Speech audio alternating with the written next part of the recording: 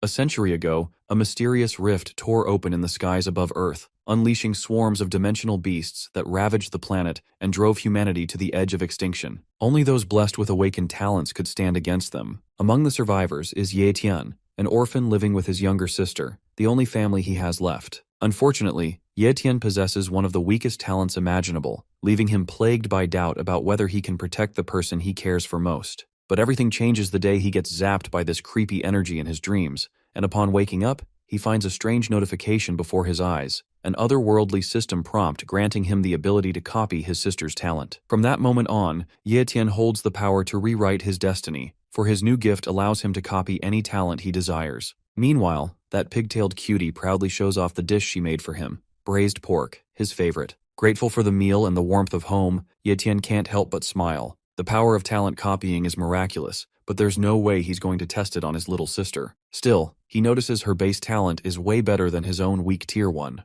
Yeyu's frost talent is extremely rare, and once it awakens, he's sure she'll absolutely dominate her opponents. He silently hopes their parents can rest easy now. Later, Tien throws on a hoodie and heads out for a walk, ready to test his new ability. Activating his talent sensor, he finds the range is only about 3 meters for now. In a crowd full of low-tier talents, that tiny radius feels frustrating. He's hoping to spot at least a mid-tier talent, but all he's picking up are unimpressive ones. Still, he's also considering checking out the academy soon. Even if he awakened with a low-tier talent, this copying ability might completely change the game for him. One thing's for sure, Tien is set on joining an academy that doesn't judge students based on talent evaluations. That thought sparks an idea, and he decides to apply to Linhai Best 5th Academy. As he walks toward the campus, he sees plenty of students with mid-tier talents passing by, all belonging to this very academy. But Tien doesn't feel discouraged. Deep down, he's confident that his copy talent will take him to heights they haven't even dreamed of achieving. He knows he's going to get stronger, way stronger, in the days to come. 10 days later, at Linhai Base 5th Academy, inside Martial Stadium No. 3,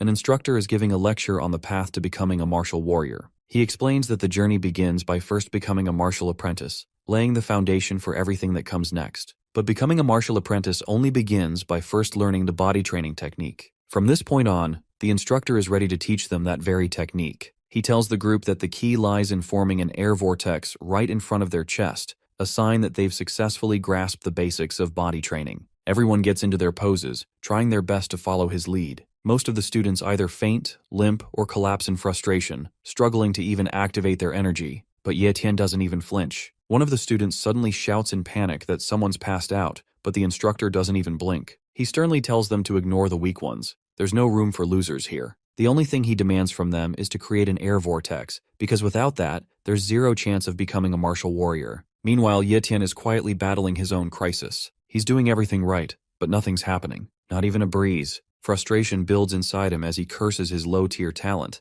blaming it for his failure to produce even a puff of air. Just as the instructor's patience wears thin, he snaps and calls this class the worst he's ever taught. Everyone's collapsed on the ground, everyone except Tien, who's still standing, even if barely. The instructor scoffs and says he hopes these losers start following the example of Chen Dong and crank up their motivation instead of acting like a bunch of lazy idiots. Later, Tien turns to Zhang Bao and asks who this Chen Dong guy is. Zhang grins and spills the details. Chen Dong is the real deal, not your average student. It took him only half a month to earn his spot as a martial apprentice, and he was so impressive that even the principal took him in for personal discipline. Tien figures Chen Dong must have a way higher tier talent. Then Zhang proudly shows off Chen Dong's autograph, saying that when Chen Dong hits the top, that signature alone could pay his rent for a few months. Tien is left speechless while Pigface stands there puffing out his chest with pride. Suddenly, a wave of excitement breaks out as every student around starts jumping with joy, thrilled to see Chen Dong walking this way. Now the whole crowd is dying for his autograph, and Zhang bolts ahead at full speed, ready to shove everyone out of the way just to score another one.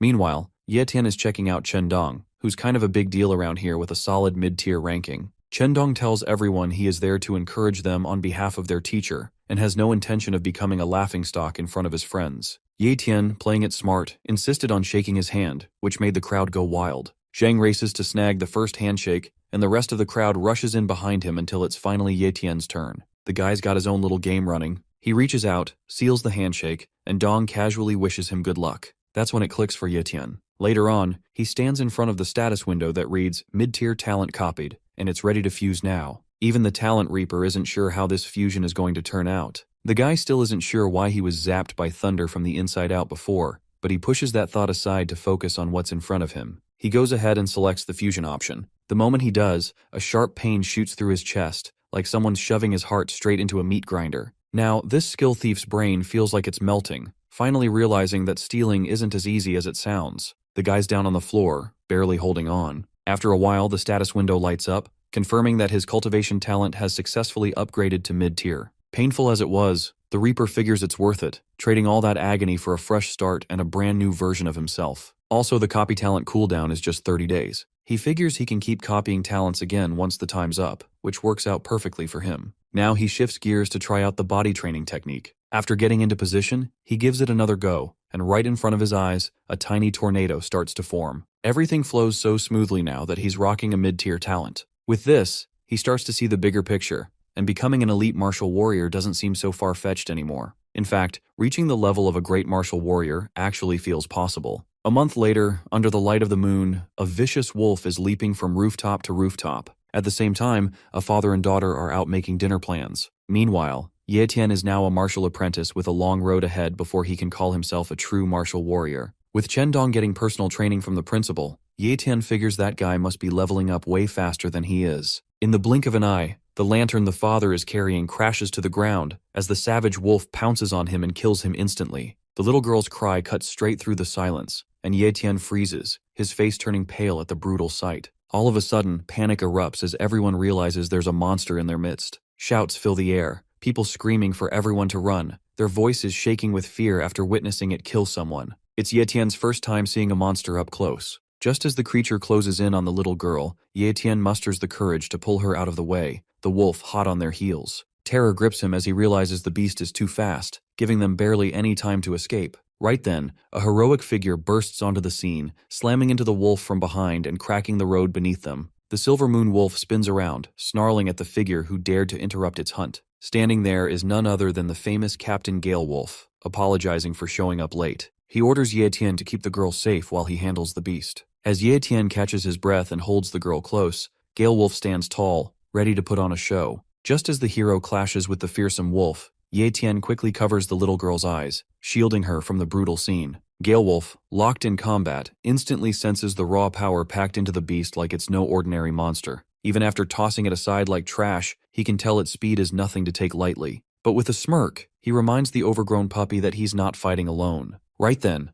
3 of his teammates drop out of the sky like thunder, landing beside him, ready to finish what he started. As Gale Wolf makes his move, his teammates charge in to back him up, striking the beast deep with their blades. For a moment, they wonder if the pup's finally down for good. But then, the monster lets out a bone-chilling scream, a red aura oozing from its body like steam off boiling blood. One look and the guy knows what's coming. It's entering bloodburst mode. He warns the others to stay sharp because things are about to get a whole lot worse. One of his lackeys rushes over to check on the captain, who's holding up just fine for now. But then, they all spot Wolfie trying to make a break for it, slipping into the shadows. Gale Wolf narrows his eyes, already on the move. There's no way he's letting this pup walk out of here alive. Out of the blue, a surge of purple mana floods the air as a girl drops in right on time, her bow already drawn. Gale Wolf flashes a grin. He'd been waiting for this pretty archer to show up. Then, she loses her arrow, and it whistles through the air, landing clean in the Silver Moon Wolf's neck. Just like that, the beast collapses to the ground, dead on the spot. Gale Wolf laughs out loud, saying the beast is still way too weak to pick a fight with their squad.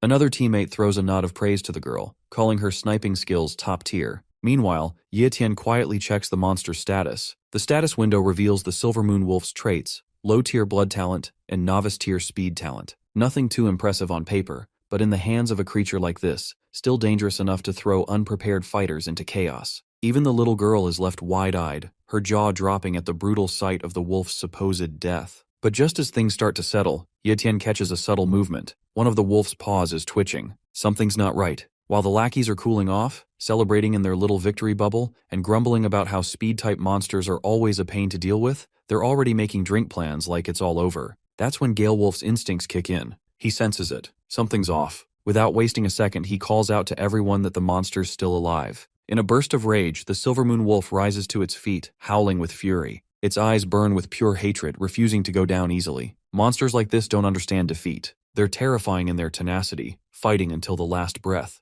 Gale Wolf's team stands ready, waiting for orders, but the captain steps forward. He tells them to stand down. This weak puppy is his to finish. Right then, the big guy turns to Tien and warns him to clear out, saying the area is still dangerous. But Tien's too spaced out to react. Wolf shouts at him to get the heck out, but the Talent Reaper sees this as the perfect chance to give his power a real test drive. Without hesitation, he marches straight toward the beast, ignoring every warning. He slams his fist into the Silvermoon Wolf, and in the next second, the status window pops up, saying talent copied. Tien leaps back, only to land right on the wolf's body. The window keeps flashing over and over, repeating the same message. With both hands, this skill thief presses into the monster, sending shockwaves of energy through it, lighting the beast up from the inside. As he keeps copying its talents, Tien starts to enjoy the slaughter, throwing punch after punch into the corpse. Finally, Wolf steps in and snaps him out of it, reminding him that the beast's already long dead. Tien, still gripping the wolf, knows for sure the creature is dead. But what matters most to him is that the talent has been successfully copied. Just then,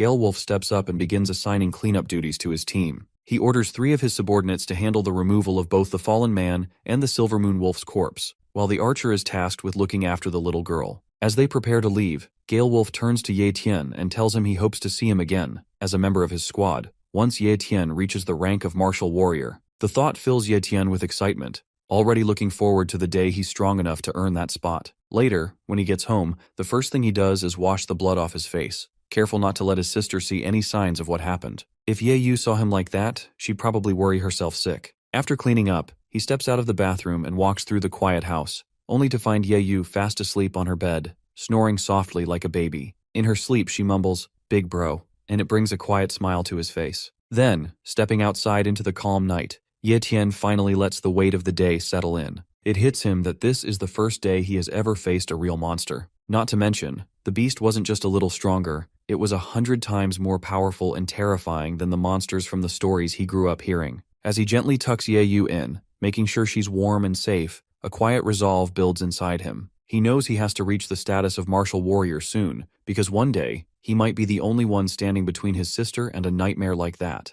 Now, his mind starts spinning with a wild thought, wondering if it's possible to merge monster talents into a human body. On the bed, he stares at the status window hovering in front of him, eyes locked on the details of the monster's talents. He knows deep down this fusion could be life-threatening, maybe even more painful than the last one. But the need to grow stronger burns brighter than any fear. If it means protecting the ones he holds dear, especially his sister, then he's ready to face whatever it takes, no matter how brutal the path gets. For the speed talent, Tien braces himself. He shoves a cloth into his mouth, ready to bite down and endure whatever pain comes with it. As soon as he initiates the fusion process, the agony hits like a storm. It floods through his body, sharp and relentless, each wave feeling like his muscles and bones are being torn apart piece by piece. He grits his teeth, holding on, as if his very being is on the verge of shattering. In the middle of this brutal fusion process, a sharp crack echoes through the room, and his leg fractures instantly. The pain shoots up like fire. He stares at his leg, panic creeping in. He questions whether the talent copying failed.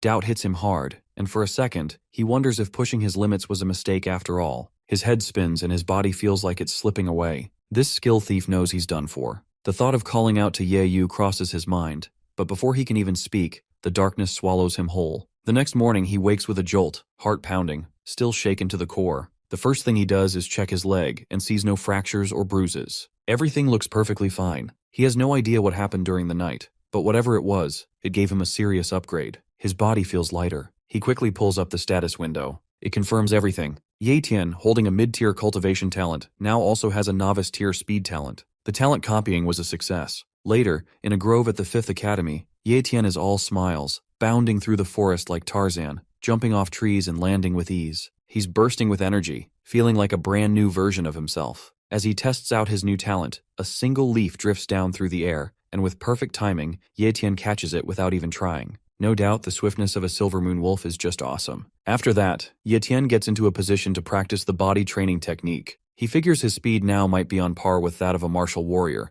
but his overall strength is still seriously lacking. It would be great if he could find a way to boost his cultivation speed. Out of nowhere, Zhang calls out to him, spotting Tien training in the grove. He walks over, pats this talent reaper on the shoulder, and immediately notices the difference. Tien feels solid now, like a pretty sturdy guy. Zhang bets he's already broken through the martial apprentice stage. Then he gets bold and asks if Tien's looking for a way to get even stronger, suggesting he try drinking monster blood. This weirdo casually admits that he started improving way faster than before after doing it himself. At first, Tien doesn't believe a word of it, but now he's genuinely shocked to hear that monster blood actually holds that much power. Tien feels a bit bitter about missing the chance to get the Silver Moon Wolf's blood when he had it right in front of him. But then, the weirdo Zhang grins and says he might know a way to get his hands on some monster blood, if Tien's interested. Of course, Tien wouldn't mind hearing more. That's when Zhang spills the details. Apparently, the higher-ups at their Linhai base have opened a new wild zone just outside the city. It's been set up as an exam area for the 5 major academies, and the prize for passing the exam is none other than monster blood. Tien asks about the danger level of this wild zone, and Zhang casually says it's pretty low. Most of the monsters have already been cleared out, except for a few leftover descendants, the weaker ones. Tien figures it's worth a try. Zhang immediately tries to rope Tien into joining his squad for the exam. Tien's face goes blank, practically frozen, like he's been hit with a facial paralysis spell, clearly having a hard time accepting the offer. Zhang whines that he only shared this top-secret info because they're good friends. Tien apologizes but says he'll join up next time. Zhang calls him cold-hearted for turning him down like that. But in truth, Tien just finds teaming up too risky. His ability is still a secret, and revealing it could put everything at stake. He figures it's safer to handle things alone. This talent reaper is fired up and more determined than ever to break through, get his hands on that monster blood, and finally reach the rank of martial warrior. 1 month later, at the 5th Academy's main office, the professor demands to know if someone leaked the intel, since Tien signed up even without receiving the exam invitation. Hesitantly, Tien explains the situation. He's already a martial apprentice, so he's qualified enough to register. Frustrated, the professor tosses a life responsibility agreement at him. Even though he wants these kids to live a little longer, if Tien wants to take the exam, he has to sign it. Then, with a mix of anger and challenge, the professor tells him to get out if he's afraid to die. Sometime later, Tien steps out of the office with a slight smirk on his face. He's already signed the agreement. After he leaves, the professor scoffs, wondering if students really believe exams like this are meant for them. With a smirk of his own, he mutters that Tien will come to regret this. The next morning, Yayen wakes up and calls out for her brother, but the smell of delicious food pulls her toward the breakfast table, where everything's already prepared. She finds a note from Tien saying he'll be back in 3 days because his school has an event. Reading it, Yayen wonders what kind of event takes that long and silently hopes for her brother's safety. When Tien arrives at the location, the students from the 5th Academy are buzzing with excitement. There are so many students from all 5 major academies. Meanwhile, Mo Xiaobei, flanked by his bodyguard from the 1st Academy, throws a disdainful glance at the 5th Academy students, calling them scum from the Garbage Academy. His bodyguard playfully suggests he should hunt the monsters and the humans too, just to wipe out the weaklings. Zhang Bao points at Mo Xiaobei and tells Tien that he's one of the strongest from the younger generation of the Mo family. Knowing how arrogant political families can be, Tien quickly figures out that Xiaobei is just another ego-driven guy. Suddenly, a guy with his sword still sheathed walks straight into the 1st Academy's camp, eyes locked on Mo Xiaobei with fierce determination. The students start yelling, demanding to know how he even got into their camp. But the guy, clearly angry, ignores them and challenges Xiaobei to come face him. He says he's here to chop him into pieces. Hearing that, Xiaobei just smirks, making it clear he's ready to beat this guy all over again. Tien, seeing them argue like that, gets curious and wants to know who the guy is. Being the gossip king he is, Zhang Bao tells him that the guy is Li Yunxing, a genius from the 2nd Academy who once got defeated by Mo Xiaobei. The professor of the 1st Academy snaps at the students to stop messing around, reminding them that these people are strong and not to be taken lightly. But Tien doesn't care and starts loudly cheering for Li Yunxing. Li Yunxing looks confused and a little awkward, wondering who this random guy is and why he's cheering for him when they don't even know each other. Just then, the authorities find out that 2 rivals are about to fight, and an announcement goes out warning that anyone who starts a fight outside the wild zone will be disqualified from the exams. With no choice left, Li Yunxing walks away from the 1st Academy's camp, but not before vowing that he won't let his rival go once they're inside the wild zone.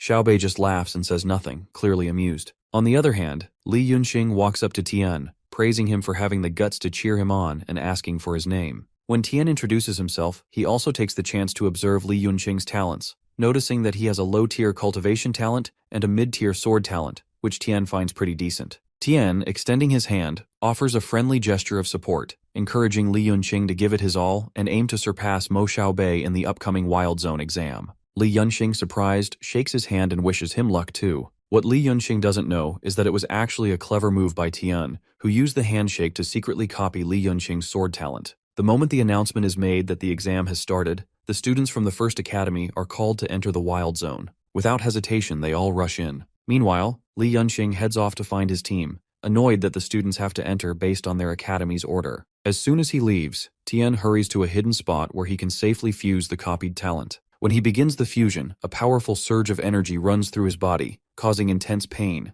Even though he's gone through this 2 or 3 times before, he's still not completely used to it, though he's getting better at handling the pain. Once the sword talent is fully fused, a strong electric wave bursts out around him. To test the new power, Tien slashes at the nearby trees that have been growing for years, and with a single strike, he cuts them down, leaving him stunned and amazed. His status window updates right after, now showing a mid-tier cultivation talent, a novice-tier speed talent, and a mid-tier sword talent. After a while, an announcement is made that the first 4 academies have entered the Wild Zone, and finally, it's time for the 5th Academy. The students of the 5th Academy, including Zhang Bao and Tien, step forward with confidence, ready to face whatever comes next. Upon entering the Wild Zone, all the students scatter in different directions. Tien moves alone along a path, staying alert and cautious. Suddenly, he senses something trailing behind him. Without wasting a second, he spins around and sees a giant snake rushing toward him. Tien leaps high into the air and in the blink of an eye, strikes the monster down with his sword. The snake crashes to the ground lifeless. As proof of his kill, Tien takes one of its eyeballs and earns his first point. After the fight, Tien realizes these beasts are relatively weak, but according to the exam rules, the more beasts a student kills, the higher their rank will be. Determined to reach the top, Tien makes up his mind to secure first place no matter what. The reward for the top scorer includes 3 mid-tier beast bloods and 100,000 yuan, which is no small prize. Tien knows he has a long road ahead, and to earn these rewards, he must keep hunting. Using his speed talent, he starts jumping from one building to another, pushing forward to find more beasts. That's when he spots his friend Zhang trapped and surrounded by a horde of monsters. Zhang is frozen with fear, trembling and calling for help, completely unable to defend himself. As one of the flanged wolves lunges at him, Tien reacts instantly. He grabs a bow, fires an arrow, and kills the beast with precision. Zhang Bao's eyes go wide in shock when he sees Tien. Still terrified, Zhang warns him not to engage with these monsters, saying Tien is also too weak to take on the deadly flanged wolves. Hearing this, a smirk appears on Tien's face, and with the combined force of his speed and sword talents, he moves like a blur around the beasts, slicing them in half within seconds. Once all the monsters are down, Tien stands calmly in the middle of their lifeless bodies, unfazed. Meanwhile, Zhang stands frozen, too stunned to say a word, struggling to believe what he just witnessed. Everything feels unreal to him. After finishing off the monsters, Tien uses his sword to pull out the fang of the flanged wolf, then glances at Zhang to see if he's okay with him keeping it. But Zhang has no say in it. Tien's the one who killed them, so it's only fair he keeps the reward. Noticing how exhausted Zhang looks, Tien asks if he's really planning to keep going in this condition. But Zhang has already made up his mind. He's done with the exam, saying it's way too dangerous, and he's just lucky to have survived without getting hurt. All his teammates are badly injured, so his priority now is to get them out safely. Before Tien takes off again, Zhang warns him about a rumor going around, the presence of a pseudo-beast in the Wild Zone. Tien doesn't know anything about it, so Zhang explains that he heard a group from the First Academy is hunting a giant spotted snake over 10 meters long. It's not just any snake, it's a pseudo-beast, much stronger and rarer than the usual monsters. Taking it down is worth 500 points, which might be the highest score available. As soon as he hears that, Tien pressures Zhang into telling him the beast's location. Reluctantly, Zhang says it's in the southeast. Without wasting a moment, Tien darts off in that direction, knowing that if he manages to get those 500 points, first place will be his for sure. As Tien reaches the southeast, he spots students in First Academy uniforms lying injured or dead on the ground. He, scanning the area, notices a massive eruption taking place nearby.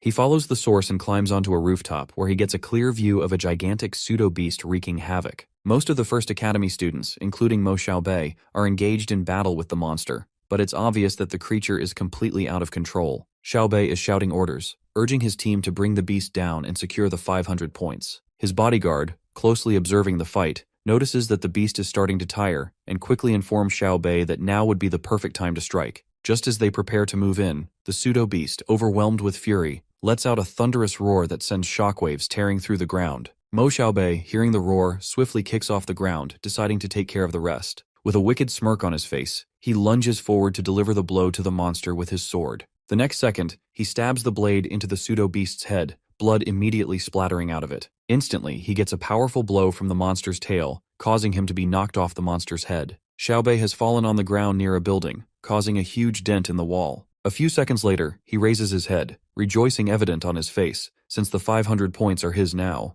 The pseudo-beast has finally collapsed on the ground. Seeing this from the roof of a nearby building, Yayen regrets being late. Meanwhile, Mo Xiaobei walks towards his bodyguard, who is bowing down in respect and congratulating his master on scoring 500 points. Xiaobei, being arrogant as usual, claims to have first place in exams now. However, instantly, the monster's skin color changes, and it opens its bloodshot eyes. Without wasting a second, it rises from the ground, roaring loudly. The students freak out, but the monster's anger is doubled now. It is causing the students harm. Xiaobei can't believe all his efforts ended up in vain. But before anyone can react further, the monster rises into the sky and escapes, leaving chaos and destruction behind. That's when Xiaobei realizes this wasn't just a pseudo-beast, it was a full-fledged monster. With that in mind, all the surviving students from the other academies, along with Xiaobei and his team, decide to go after it. Monsters are worth a massive 1,000 points, and none of them are willing to let that kind of opportunity slip away. Knowing their earlier attacks already weakened it,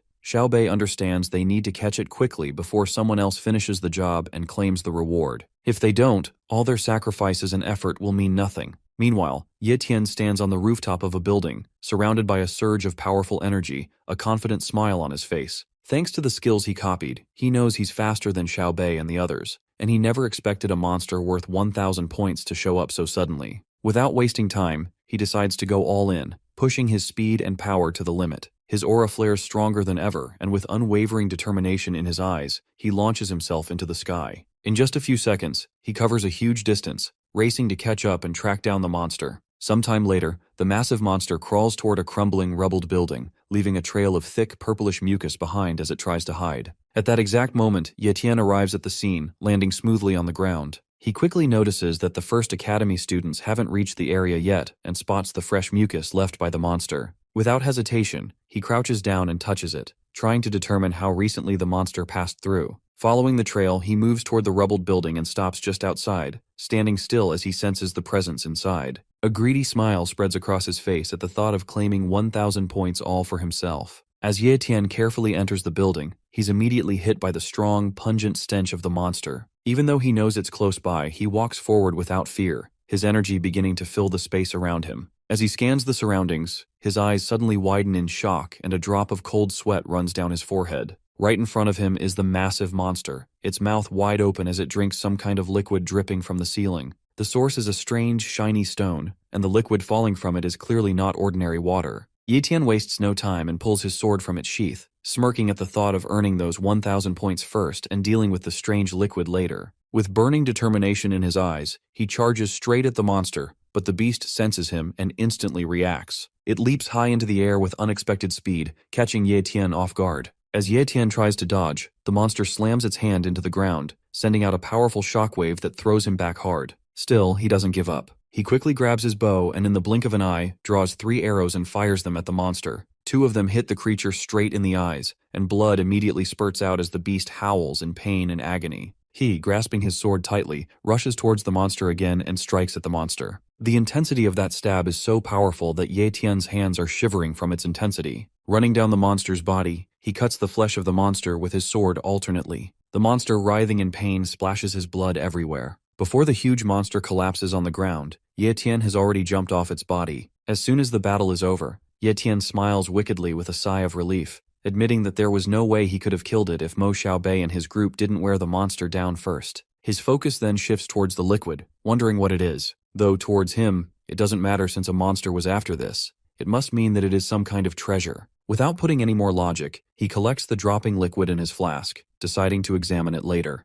Additionally, Tien removed one of the eyeballs of the monster with his sword as proof that it had been killed, and since the blood of the heart of a monster is extremely valuable, he collected it too in another flask. As the drops filled the stone-filled half of the flask, Tien thought it was more than enough. One last time he looks at the stone on the ceiling. A thought comes into his mind to not let this thing be a center of attention for Mo Xiaobei. So without any second thoughts, he quickly cuts off the rock hanging from the roof, putting it in the bag. With that, Tien decides to leave, satisfied that with all these things, he will definitely be placed first. Meanwhile, sometime later, the students of the first academy arrive at the scene and find the monster lying dead. As they examine the body, panic quickly spreads among them after they discover that one of its eyeballs has been removed and its heart has been completely drained of blood. Mo Xiaobei's bodyguard is stunned by the sight and turns to his master, asking what they should do next, since all that's left is a lifeless corpse, which holds no real value anymore. Xiaobei's fists tremble with rage, and his teeth grind as his face flushes crimson with fury. Demanding to know who dared to steal the 1,000-point trophy that was rightfully his, he swears to hunt down and destroy whoever took it. Ye Tien stays hidden in the same building, quietly watching the students from the first academy. Raindrops fall steadily, soaking him as he observes from above. That's when he notices the group leaving the building. One of the men suggests to Mo Xiaobei that whoever stole the points must have gone inside, prompting Xiaobei to order a full search of everyone they come across. He makes it clear that they must find the thief no matter what, and he won't let the person responsible get away so easily. Ye Tien hears everything and realizes he needs to stay out of sight for a while or risk being discovered. With that in mind, he leaps through the air, weaving between tall, half-ruined buildings, lost in thought. Sooner or later, all the students, including Mo Xiaobei, will know the truth. Once he submits the monster parts for point calculation at the end of the exam in 3 days, it will be clear that he was the one who defeated the monster worth 1,000 points. Until then, he decides to stay low and focus on getting even stronger. Just then, Ye Tien spots a place that looks safer for shelter and lands there. He opens his bag and studies the monster's blood, wondering how much stronger he might become by drinking it. Without a second thought, he gulps it down. The taste is absolutely disgusting, but for Ye Tien, gaining strength to protect his sister is worth any price. As he thinks about her, far away at her school, Ye Yu wonders how her brother is doing. Back with Ye Tien, a powerful surge of energy surrounds him, and his cultivation speed begins to rise almost 4 times faster than normal. That's when he realizes why Chendong and the others were growing stronger so quickly. With just 2.5 days left, he knows he must cultivate as hard as he can. 3 days later, the examiner from the academy starts recording everyone's points. Li Yunxing steps up confidently, a proud look on his face, and asks the examiner to announce his score. He has 195 points, which he considers a solid result. Many students are impressed, nodding in approval, until Mo Xiaobei and his bodyguard arrive. With a smug grin, Xiaobei mocks the others for celebrating such low scores. Then, with a wicked smile, he hands his bag to the examiner. The entire arena erupts in chaos when the examiner announces his total 427 points. Lin Yunxing, filled with jealousy, accuses Mo Xiaobei of stealing points, but the other students are clearly impressed and begin congratulating him for having the highest score so far. However, Xiaobei's expression darkens as he admits that the true highest score should be 1,000. Since no one else has shown up with that number, the examiner concludes that anyone who hasn't returned by now is most likely dead, and based on that, Mo Xiaobei should be awarded first place in the exam. Just as the decision seems final, a sound of footsteps echoes through the area, catching everyone's attention. The students and the examiner all turn toward the source, and from a distance they spot a shadowy figure approaching. Curiosity fills the air as they watch closely, eager to find out who this mysterious student really is. The student turns out to be none other than Ye Tien. He walks up confidently to the examiner and hands over his bag, which contains the monster's eyeballs. The examiner, clearly stunned, loudly announces Ye Tien's score, 1,163, declaring him the top scorer in this year's practical exam. His rewards include 3 bottles of monster blood and 100,000 wen in cash. Ye Tien's friends cheer for him with excitement, while Li Yunxing stands there in disbelief, wondering how this kid managed to pull off such a victory. Meanwhile, Mo Xiaobei grits his teeth, realizing he has been publicly overshadowed. What stings even more is finding out the person who beat him is from the 5th Academy. With quiet fury in his eyes, he signals his bodyguard to dig up everything there is to know about Ye Tien. Despite the tension, Zhang Bao beams with pride, flexing in front of the 1st Academy students and bragging that his friend just did something legendary. On the other hand, the professor of the 5th Academy doesn't share the same joy. He looks concerned, knowing Ye Tien has now offended a family as powerful as the Mo clan, and fears that this victory might cost him his life. Later on, the top 3 participants, Ye Tien, Xiaobei, and Lin Yunxing, finish getting their photos taken, officially marking the end of the practical examination, followed by the prize distribution. As they stand together on the podium, Xiaobei throws a backhanded compliment at Ye Tien, praising him for having the guts to steal from him. But before the tension escalates, Lin Yunxing steps in and defends Ye Tien, pointing out that just like Xiaobei, Ye Tien earned his points through his own skill. Still clinging to his pride, Xiaobei claims he's the strongest, prompting Ye Tien to challenge him right then and there to a fight whenever he's ready, so they can settle who truly deserves that title. Ye Tien knows that once you're targeted by someone powerful or politically connected, there's no running away. The only option is to become strong enough that they won't dare challenge you again. Fast forward 3 days, Ye Tien finally returns home. Ye Yu immediately rushes to hug him and checks if he's hurt. She's relieved to see he's okay. Ye Tien then surprises her with a large sum of money, telling her it's for her education and living expenses. Their playful moment is interrupted when he pulls out a mysterious book, the Illustrated Book of Treasures. Ye Yu eagerly sits beside him as they flip through its pages together, and that's when Ye Tien spots an image of the very same stone he saw on the ceiling during his hunt. It's called the Terracore Elixir, a rare substance known to boost a person's natural talent for cultivation, though it only works for those with low or mid-level abilities. Interestingly, the book also mentions that even rarer terramordial stones, which can enhance high-level talents as well, are sometimes found nearby. This makes Yayen realize that the monster must have used the terracore elixir to grow stronger,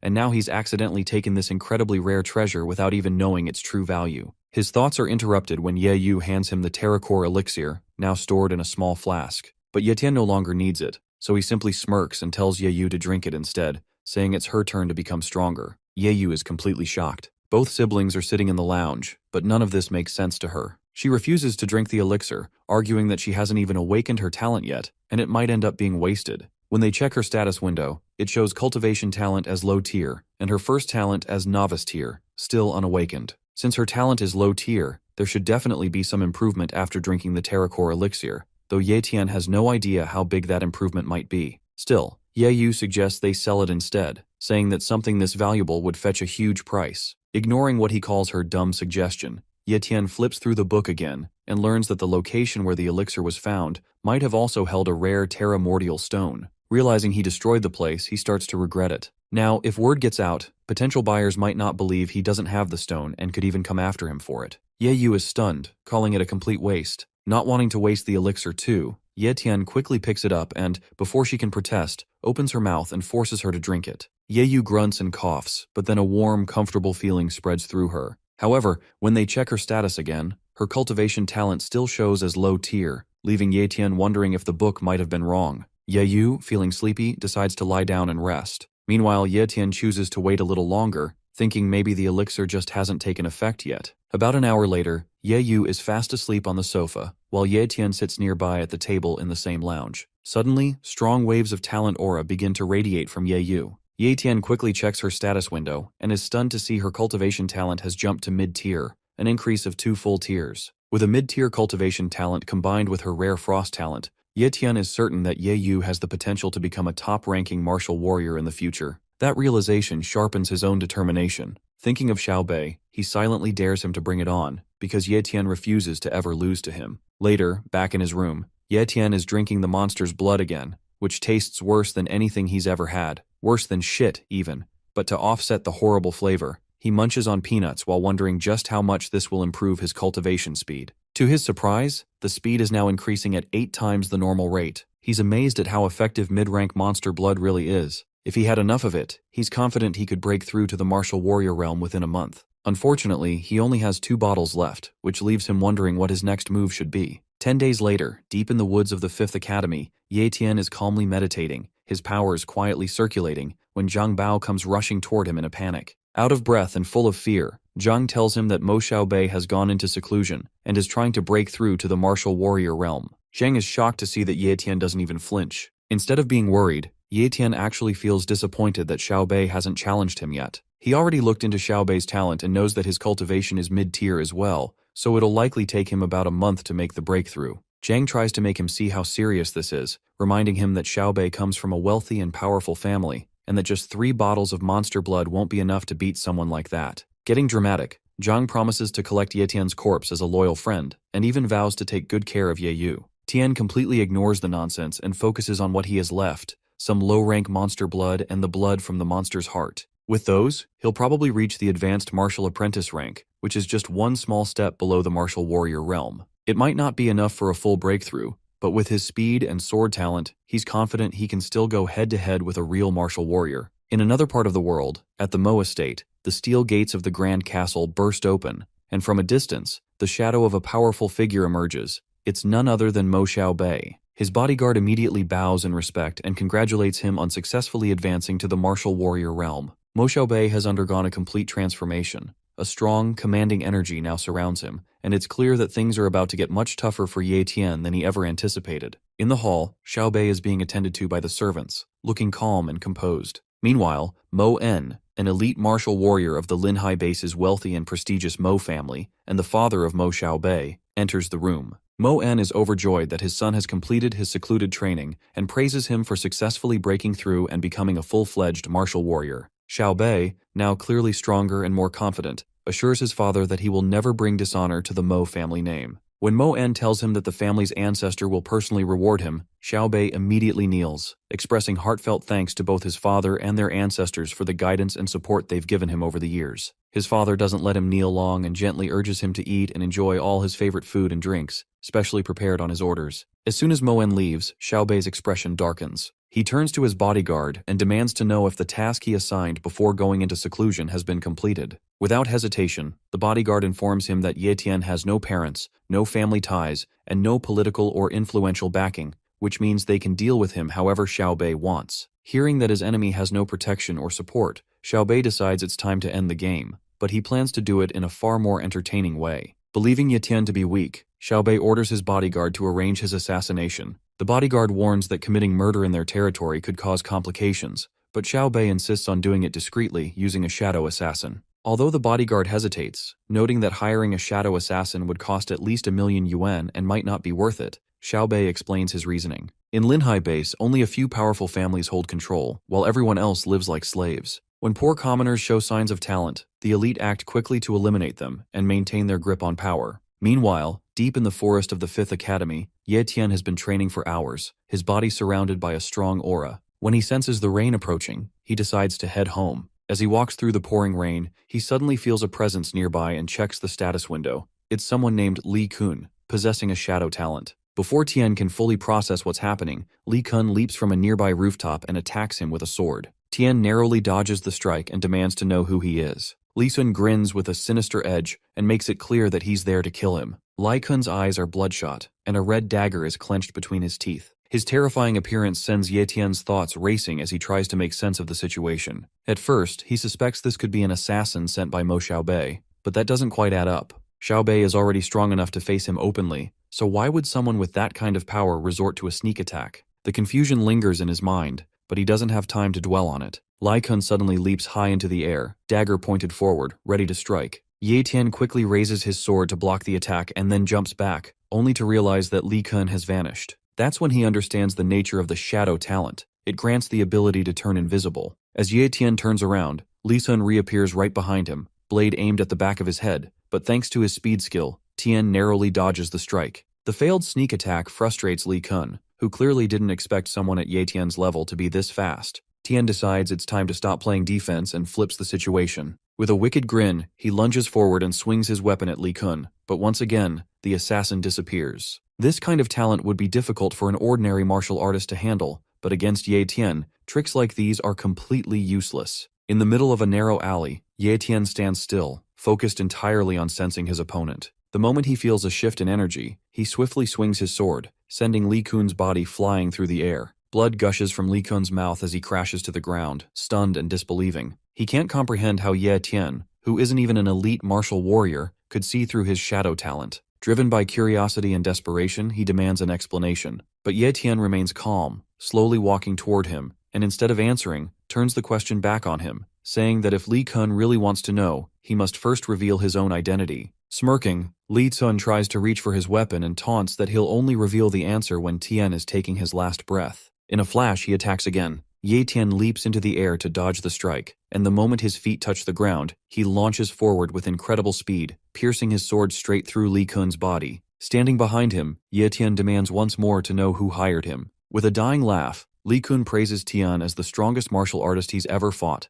and with his final breath, he confesses that it was Mo Xiaobei. Tien crouches beside the fallen body, reaching toward the streams of dark energy leaking out, and copies Li Kun's shadow talent. As the power transfers, a surge of energy rushes through Tien's body, and his status window confirms the successful copy. Now, it shows a mid-tier cultivation talent and blade talent, with both his speed and shadow talents ranked at the novice tier. Rain continues to pour from the sky, with flashes of lightning cutting through the dark clouds as blood covers Li Kun's lifeless face. Instead of leaving him there, Tien gathers nearby stones and buries the body beneath them. As he does, a thought crosses his mind, that a person shouldn't live like a leaf, helplessly tossed around by the wind and rain. Walking away, he notices a single leaf drifting down, catches it in his hand, and silently promises himself that he will live not as the fallen leaf, but as the wind and the rain itself, strong, powerful, and unstoppable. Leaving the forest behind, Tien returns home just as heavy clouds continue to gather over the city. After a hot shower and drying off, he settles into the lounge, sinking into the sofa with a long sigh of relief. He's brought back everything that belonged to Li Kun, including his weapons. Picking up the twin blades, Tien immediately realizes they are primordial weapons,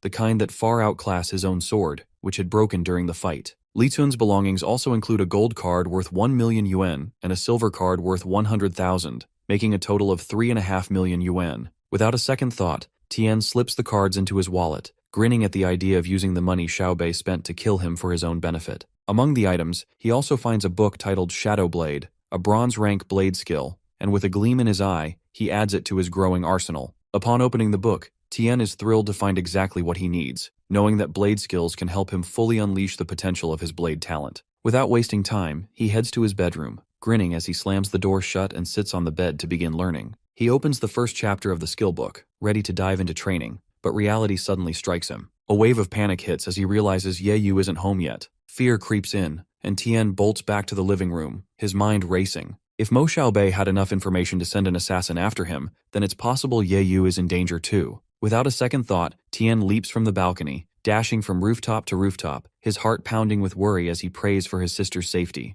When he arrives at a regular middle school in the downtown area, he lands in the schoolyard and starts searching frantically. Even though he knows this is an ordinary school where martial warriors aren't allowed to cause trouble or harm students, Tien isn't convinced that someone like Xiao Bei would care about rules. Suddenly, he feels something poke him in the back. A voice warns him not to move. Reacting instinctively, Tien spins around and prepares to counter, but stops cold when he sees it's his sister, Ye Yu, holding an umbrella and grinning. She casually explains that she was on cleanup duty after class and had stayed behind to tidy up the rooms, completely unaware of her brother's panic. Walking through the streets on their way back home, Ye Yu notices her brother completely soaked, barefoot, and without an umbrella. Concerned, she asks him what happened, but instead of telling her the truth, Tien brushes it off with a vague excuse. As they continue walking along the sidewalk, a sleek black-tinted car idles by the roadside. Inside, Mo Xiaobei sits silently, gritting his teeth in frustration, his eyes locked on Tien. He can't understand why his target is still alive and unharmed, and the sight of Ye Tian walking casually beside his sister only fuels his rage.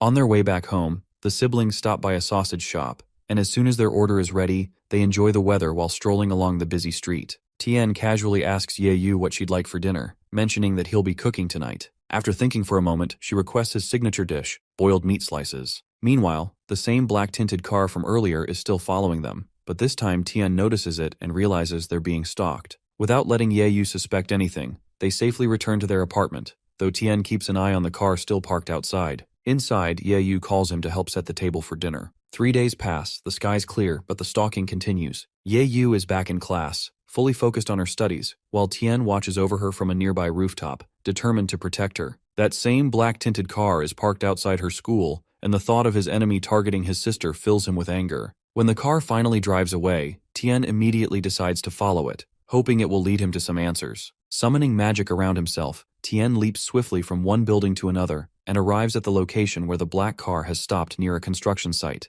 Landing quietly on top of a construction crane for a better view, he watches as someone steps out of the car and walks into the building. When Tien gets a proper look, he immediately recognizes the man as his enemy. Inside the building, blood stains the floor as a bouncer mercilessly beats a man who lies there begging for mercy, saying he has no money to repay Xiao Bei, but promises to return it once he collects enough. He pleads desperately, asking Xiao Bei to let him go. Sitting casually against the wall, Xiao Bei coldly threatens to double the debt if it's not paid today, reminding the man that borrowing his money comes at a heavy cost. The man kneels, explaining that the interest is unbearable, and he has elderly parents and children to care for, so he truly can't pay today. Before Xiao Bei can respond, his main bodyguard walks in, and Xiao Bei immediately demands news about the shadow assassin. The bodyguard reports that the assassin has disappeared, though he will try to reach him through another contact. Hearing this, Tien now has full confirmation that Xiao Bei was behind the assassination attempt. Meanwhile, Xiao Bei's frustration boils over, and he kicks the poor man until he dies. Showing no remorse, he orders one of his men to dispose of the body. He then asks his bodyguard if he has figured out how to deal with Tien's sister. Bowing his head slightly, the bodyguard informs him that he plans to hand the task to a friend who has just been released from prison. As Xiao Bei walks toward the bodyguard, his frustration boils over. He admits that trusting others was his mistake, and now he'll handle everything himself. Without another word, he throws a punch that knocks the bodyguard to the ground instantly, coldly calling it punishment for failing his duty. Seizing the moment, Tien summons his primordial weapon and launches himself forward to strike Xiao Bei from behind. Just in time, Xiao Bei turns around, and for a split second, fear flashes across his face. A streak of the blade slices through the air. Although Xiaobei dodges slightly to the side, blood bursts from the cut as Tien's blade finds its mark. Tien stands firm, a wicked grin stretching across his face. The body hits the ground, and the remaining guards gather around in shock, realizing their master has been killed. Frowning, Xiaobei's closest bodyguard assumes the killer used the shadow assassin's skill to hide the body and suspects it might be Li Kun. But after a brief moment of eerie silence, Ye Tian steps out from the shadows, his blades spread wide. As soon as they see him, most of the bodyguards flee in fear, leaving only the main one behind. He stands his ground and confronts Tien, demanding to know how he got the shadow talent. Tien doesn't answer and keeps walking toward him. The man yells louder, insisting he's looked into Tien's background and knows he's just low-tier trash. He demands again to know how someone like him could take down the young master with a single strike, and where Li Kun is. Ignoring every word, Tien leaps into the air and slashes down with precision, slicing the man's throat with ease. Calmly, he wipes the blood from his blades using a handkerchief marked with the shadow assassin's symbol and tosses it onto the bodies. Before walking away, he glances back and says coldly that he's not some clueless sheep they can slaughter, so they've only got themselves to blame for picking the wrong guy. 1 hour later, Mo En and his team arrive at the scene, his eyes burning with rage and fury, focused only on finding the person responsible for his son's death. During the investigation, one of his men discovers the handkerchief Ye Tian had left behind, marked with the symbol of a shadow assassin. This confirms their suspicion that a shadow assassin was behind the deaths of Xiaobei and his men. Just then, Elder Mo, the Grand Elder of the Linhai Base's prestigious Mo family and one of its few great martial warriors, enters the site. Upon seeing him, Mo En falls to his knees, sobbing and wailing over the loss of his son, the prodigy of the Mo family. In contrast, Elder Mo remains calm and composed, asking Mo En to stand and speak properly. But Mo En, overwhelmed by grief, continues crying, unable to compose himself. He mourns that his son had the potential to become a truly great martial warrior, perhaps the one who would have elevated their family to a new level of greatness. Struggling through his sorrow, he informs the Grand Elder that Xiaobei had just broken through to the martial warrior realm and recently attended his celebratory banquet, only to meet such a brutal end. The Grand Elder agrees that Xiaobei had immense potential and could have become the second great martial warrior in the family after him, acknowledging that this tragedy has completely shifted the course of their family's future. That being said, Mo En hands the Grand Elder the handkerchief found at the crime scene, begging him not to let his son's murder go in vain and to avenge Xiaobei. As the Grand Elder examines the handkerchief, he immediately recognizes that it belongs to a shadow assassin and assumes that one of the families who hold grudges against them must be behind it, as only they would have the means and motive to discreetly hire such a dangerous killer to eliminate someone so influential. However, as he lifts the handkerchief for a closer look, his eyes narrow in surprise, he spots faint traces of iron fang, a detail that instantly startles him. Back at school, Zhang Bao is ranting to Tien about the strength of the Iron Fang base, which is evidently stronger than their Linhai base. He briefly explains that the Mo family's Grand Elder suspects there are families in the Linhai base secretly colluding with the Iron Fang base, possibly aiming to eliminate the younger generation's elites, and then take over the entire Linhai base.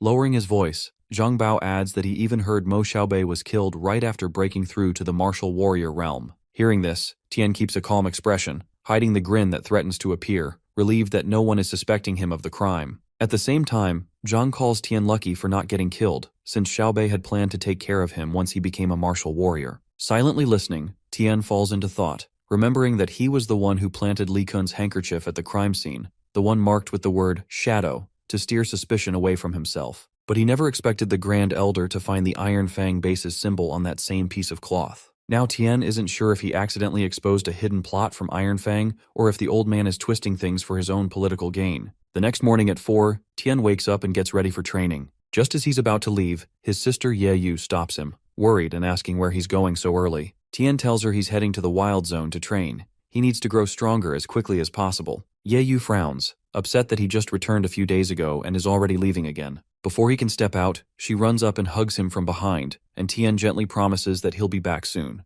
Upon arriving at the Wild Zone, Tien scans the area carefully. Rumors say that high-level monsters roam here, but with his current strength, he knows better than to venture too deep. For now, he sticks to the outer edge, where the lower-level monsters lurk, playing it safe while still pushing himself to grow stronger. With a determined grin, Tien tells himself that this time, he'll become a martial warrior no matter what. Just as he begins his hunt, the ground suddenly starts to shake, and panic flashes across his face as he wonders if it's an earthquake. But when he turns around, he spots the source, an armored ox with a weak-tier bloodline talent and a low-tier defense talent. Tien studies its status window and hums to himself, calmly analyzing the situation and wondering whether the monster has seen him. The answer comes quickly as the ox charges straight at him. Instead of dodging or retreating, Tien tosses his bag to the ground and lunges forward to meet it head-on. Leaping into the air, he summons his primordial dagger and strikes, but the monster activates its defense talent, creating a shield around itself that blocks the attack from all sides. The ox roars, sending out a powerful shockwave that blasts Tien backward and slams him into a nearby rock.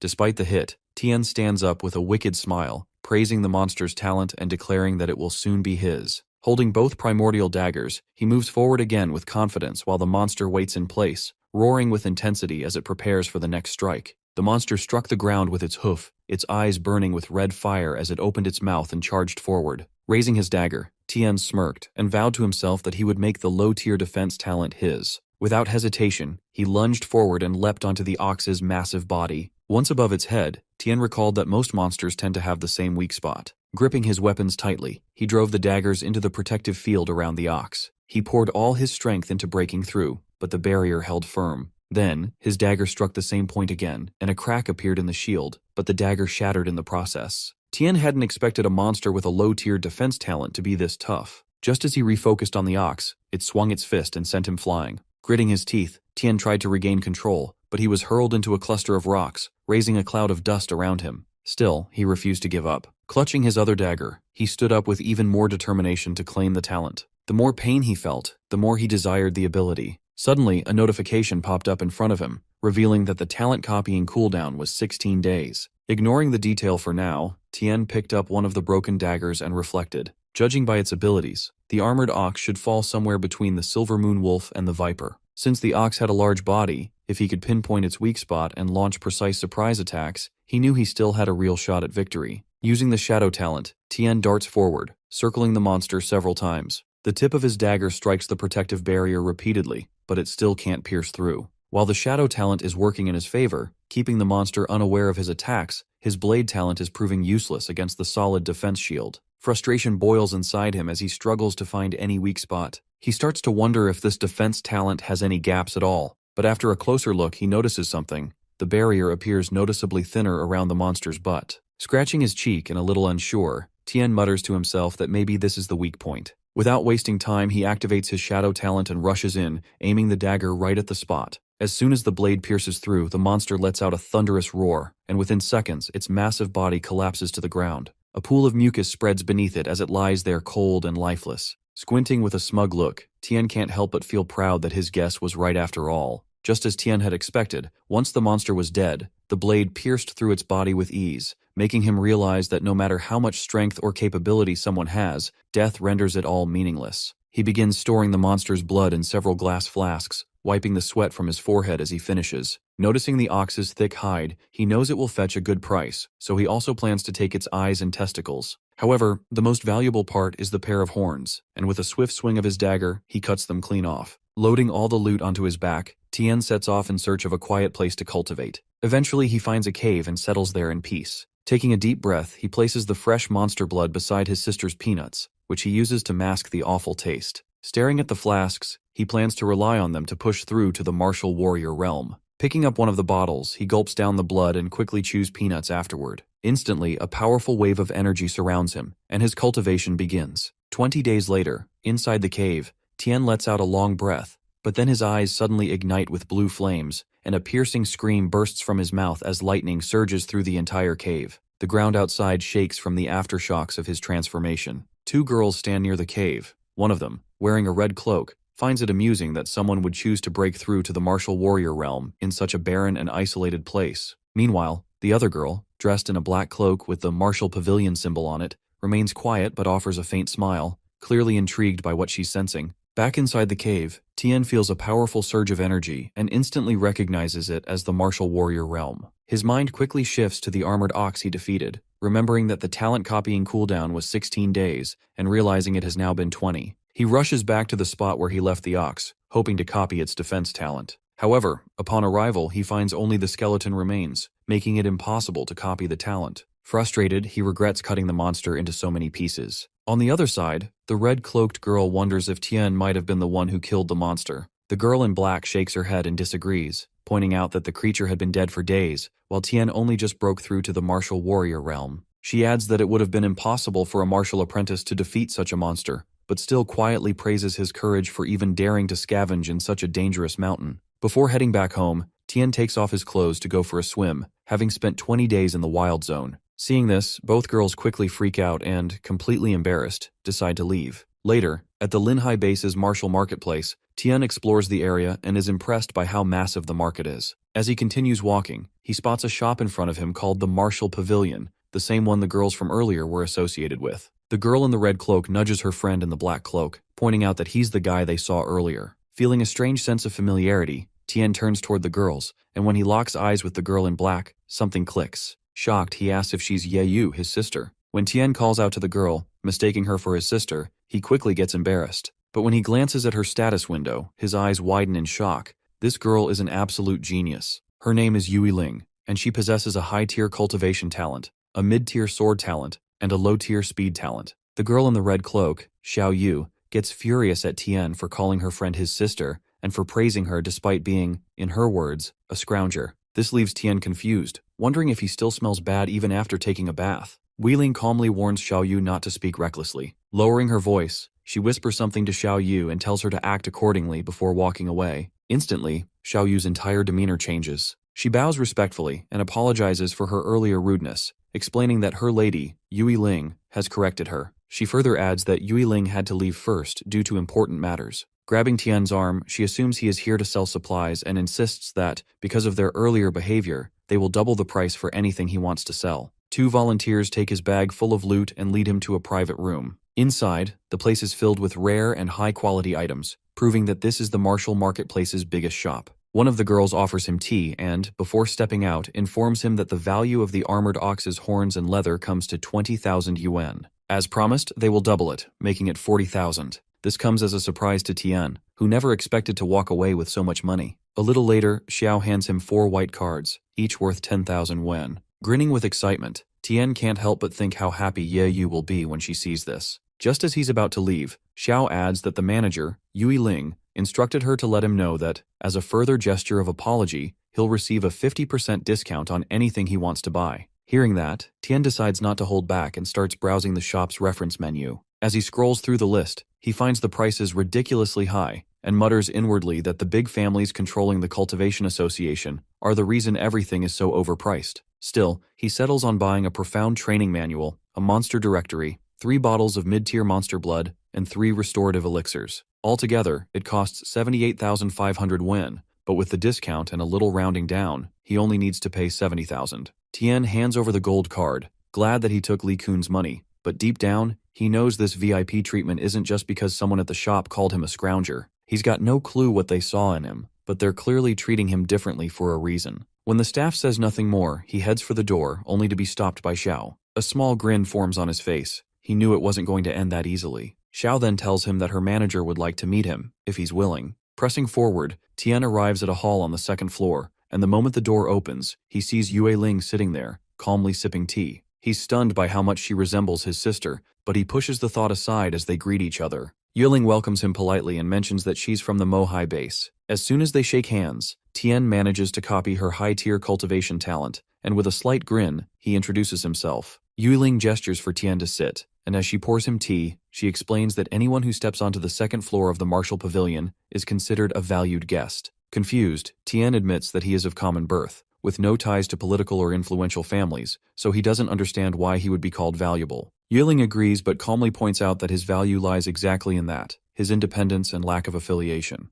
Tien says nothing in response but quietly notes how composed and thoughtful this girl is, so unlike his sister Ye Yu. Without wasting time, Yue Ling slides a symbol across the table and reveals the real reason she invited him. She wants him to join her martial pavilion. The way she says it reminds him of Ye Yu, someone he could never bring himself to say no to. Even so, he asks something that's been on his mind. Mohai is a massive base filled with talented people, so why would they want someone like him, a novice martial warrior? Yue Ling rises and explains that bases like Mohai are powerful, not because they never lack talent, but because they are always searching for more. Tien finds himself unexpectedly impressed. She may look like a delicate girl, but her words carry weight and vision, far beyond anything his silly sister could ever manage. Seeing him lost in thought, Xiao cuts in and suggests he shouldn't overthink it, adding that even elite disciples from powerful families dream of joining her lady, but don't meet her standards. Tien knows it's a golden opportunity, yet he also understands that joining any organization means giving up freedom and risking exposure. If anyone finds out about his secret ability, it could lead to a gruesome death. Wanting to stay safe and independent, he hesitates. Yayen notices his reluctance and directly asks for the reason. Struggling to say no to a face that looks so much like his sister's, he tries to explain by bringing up the rumors about the Iron Fang invasion.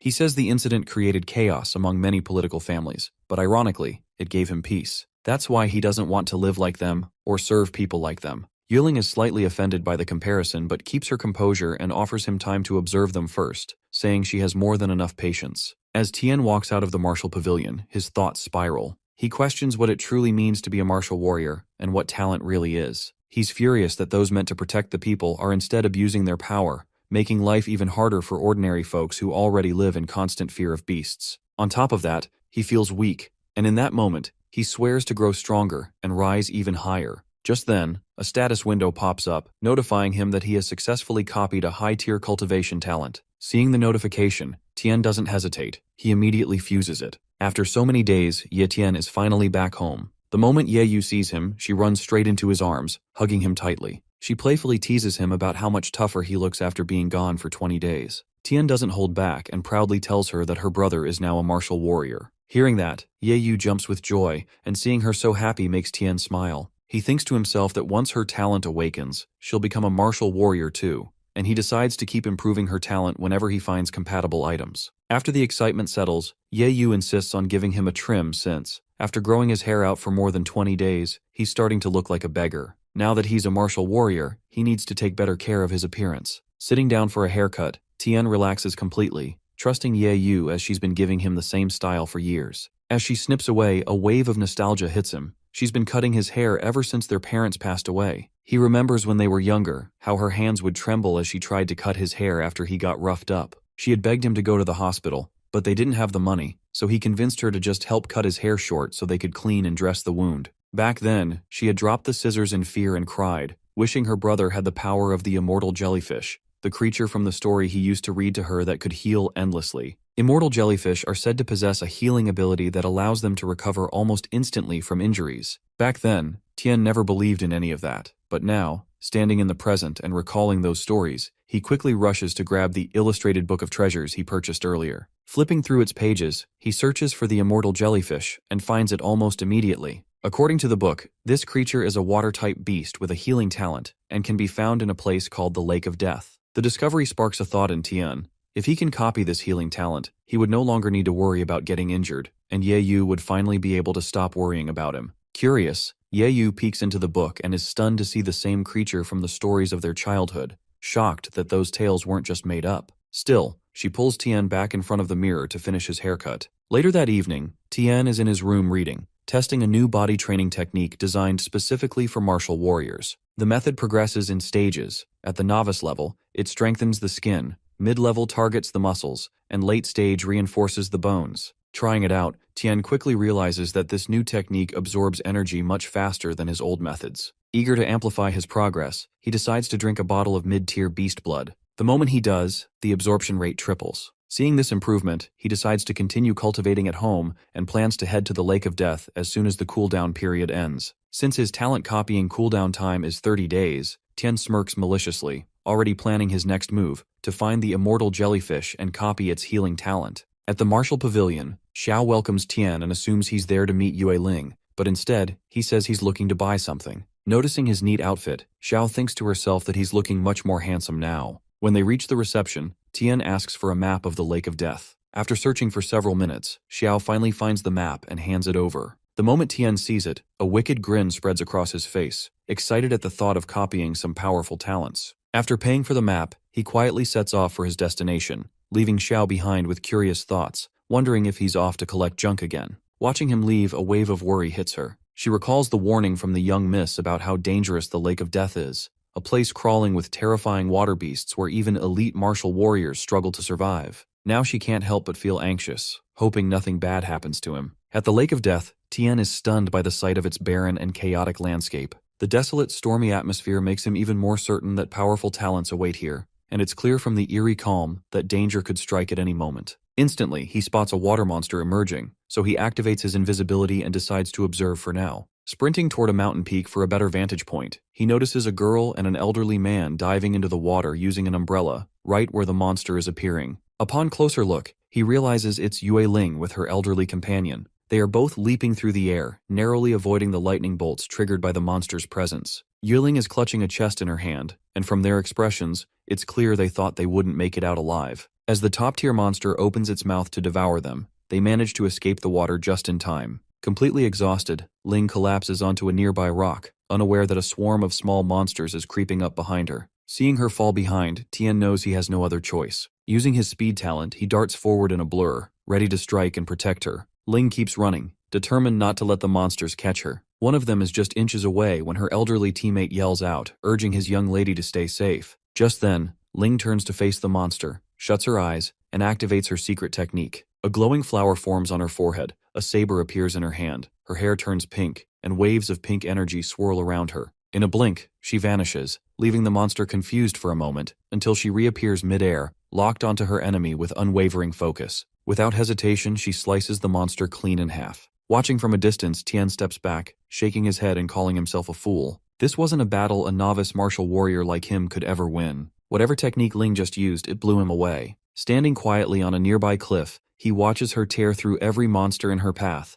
cutting them down effortlessly with her saber. At that moment, any doubts he had about her strength vanish. She is clearly an elite martial warrior at the peak of her realm. With her secret technique activated, she is nearly on par with a legendary warrior. Dozens of monsters lie dead around her, and even 10 people like Tien wouldn't stand a chance against her. Suddenly, the lake monster rises again, and the elderly man is caught, his leg trapped in its massive jaws. As the creature prepares to devour him, he calls out to Ling, urging her to escape. He warns that her secret technique is about to wear off, and if she doesn't make it out alive, then the deaths of their 10 fallen comrades will have been in vain, especially since the treasure they recovered is so important. Hearing all of this, Tien is stunned by the revelation that 10 people died underwater, and wonders what kind of treasure is worth taking such a massive risk. With no better option, Ling leaps from the dangerous cliff to the one where Tien is standing, safely away from the monster. She notices the flower on her forehead fading, signaling that her technique is wearing off. Exhausted, she collapses to the ground with the treasure beside her.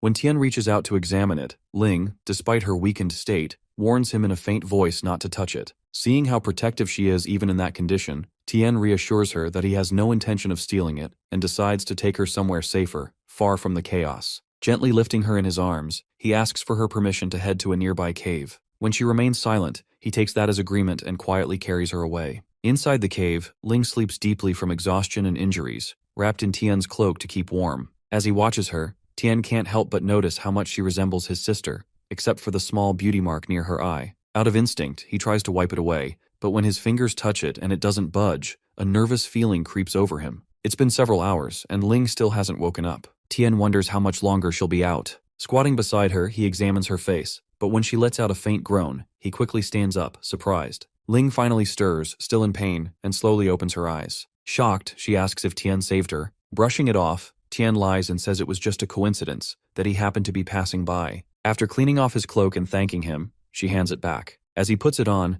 Ling compliments his guts for daring to come to the Lake of Death alone and makes a silent vow to recruit him into the martial pavilion no matter what. Suddenly, without warning, she summons a glowing orb that startles Tien. Ling grins at his reaction and explains it's called a light stone, a tool that stores and emits light. Tien is stunned by how she made it appear so effortlessly. Ling finds his curiosity amusing and promises to explain everything once she finishes drinking her healing potion. As she quietly waits for it to take effect, Tien drifts into thought, wondering if this could be some kind of space-type talent. But he recalls none of her listed talents included anything related to space. Once her healing is complete, she suddenly kicks Tien lightly on the leg and tells him to get up, reminding him he wanted to know where the items came from. Alternatively, she picks up the bronze chest in one hand and a small pouch in the other, and to Tien's surprise, the pouch absorbs the entire chest in an instant. That's when it clicks for him. It's not a space talent, but a space-type treasure. She, casually adjusting her hair, offers to teach him how to use it if he agrees to join the martial pavilion. But before she can even finish, Tien rolls over and pretends to sleep the moment she mentions joining,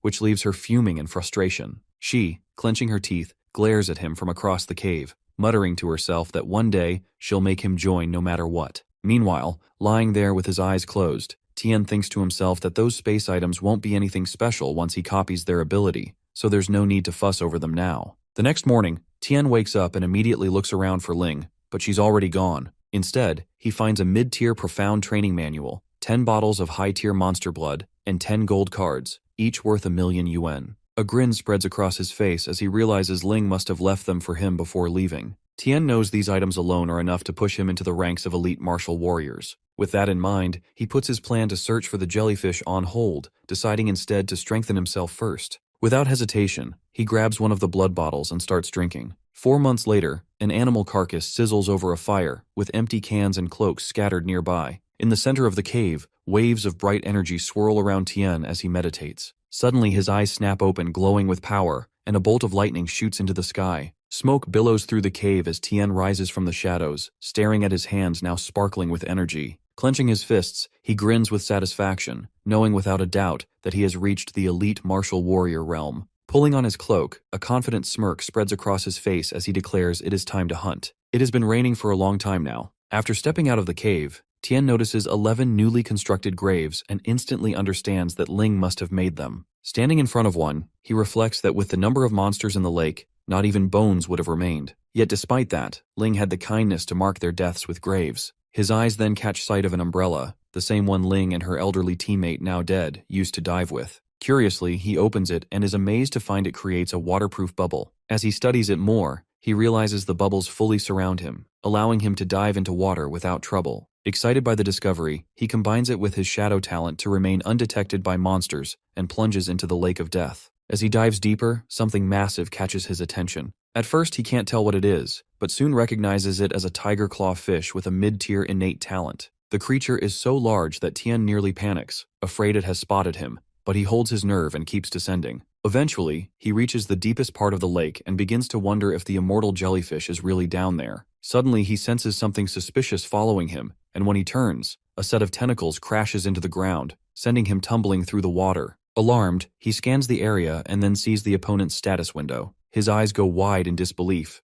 It's the immortal jellyfish he has been searching for all this time, possessing a novice-tier innate talent and an apex-tier healing talent. Just as the jellyfish's tentacle is about to strike the bubble, Tien summons his dagger and swings it with force, managing to slice the tentacle clean off. The monster howls in pain, but it quickly regenerates, thanks to its apex healing talent. As the restored tentacle lashes toward him again, Tien pulls an unexpected move. He reaches out, touches it, and instantly copies the apex healing talent. Before he can react further, the tentacle hurls him deeper into the lake with such force that it shatters the bulletproof umbrella, making it difficult for him to breathe. Gasping for air, he spots swarms of jellyfish closing in on him. Knowing he now has the healing talent but still outnumbered, Tien decides it's smarter to retreat than face a deadly swarm in such dangerous conditions. Yayen races through the forest, pushing his speed and strength talents to the limit. Danger still lingers behind him, but he finally breaks free from whatever was chasing him. Breathing heavily, he slows down and glances back to make sure he's truly safe. With the threat behind him, it's time to focus on why he came here. Clearing his mind, he prepares to copy a new talent. A familiar screen appears, confirming that the apex tier healing talent has been successfully copied.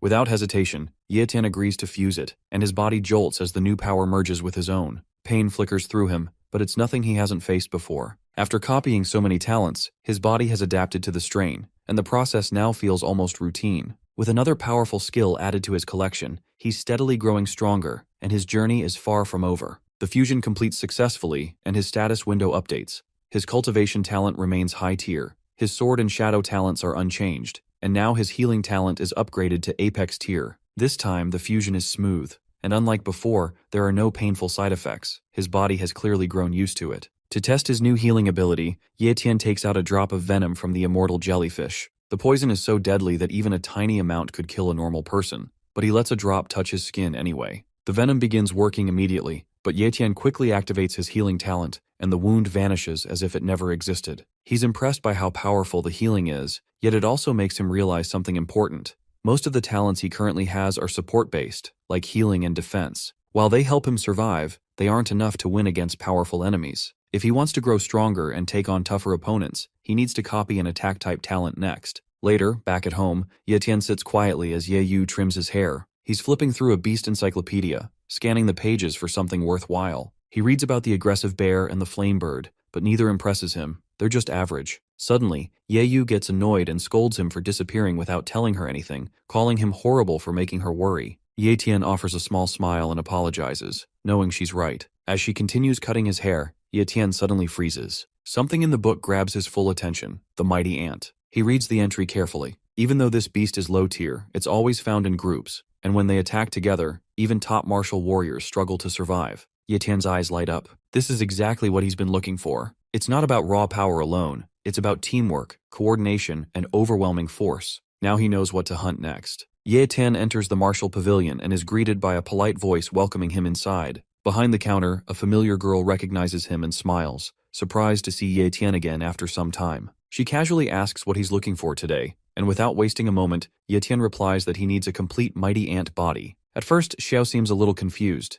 thinking maybe he wants it to soak in wine like others do to boost physical recovery. She even jokes that maybe he's feeling weak, but Ye Tian quickly clears up the misunderstanding. Xiao apologizes and tells him they don't have any mighty ants in stock, but instead of turning him away, she shares some recent news that might interest him. She explains that Linhai Base is currently working with a mid-sized base to build a commercial trade route, and the area between the two locations is wild and filled with dangerous beasts. Among them is a nest of mighty ants. Hearing this, Ye Tian immediately connects the dots and asks if the base she's referring to is the Iron Fang Base, the only mid-sized base close to Linhai. Xiao confirms his guess and says the Iron Fang Base is located about 100 kilometers away. The mighty ants are somewhere along that route, and it might be the opportunity Ye Tian has been waiting for. While chatting with Xiao, Ye Tian listens closely as she shares more about the situation with the Iron Fang Base. She brings up something interesting. Apparently, some time ago, a person from the Mo family died under mysterious circumstances. Because of that, the Mo family suspected the Iron Fang Base was secretly planning an invasion.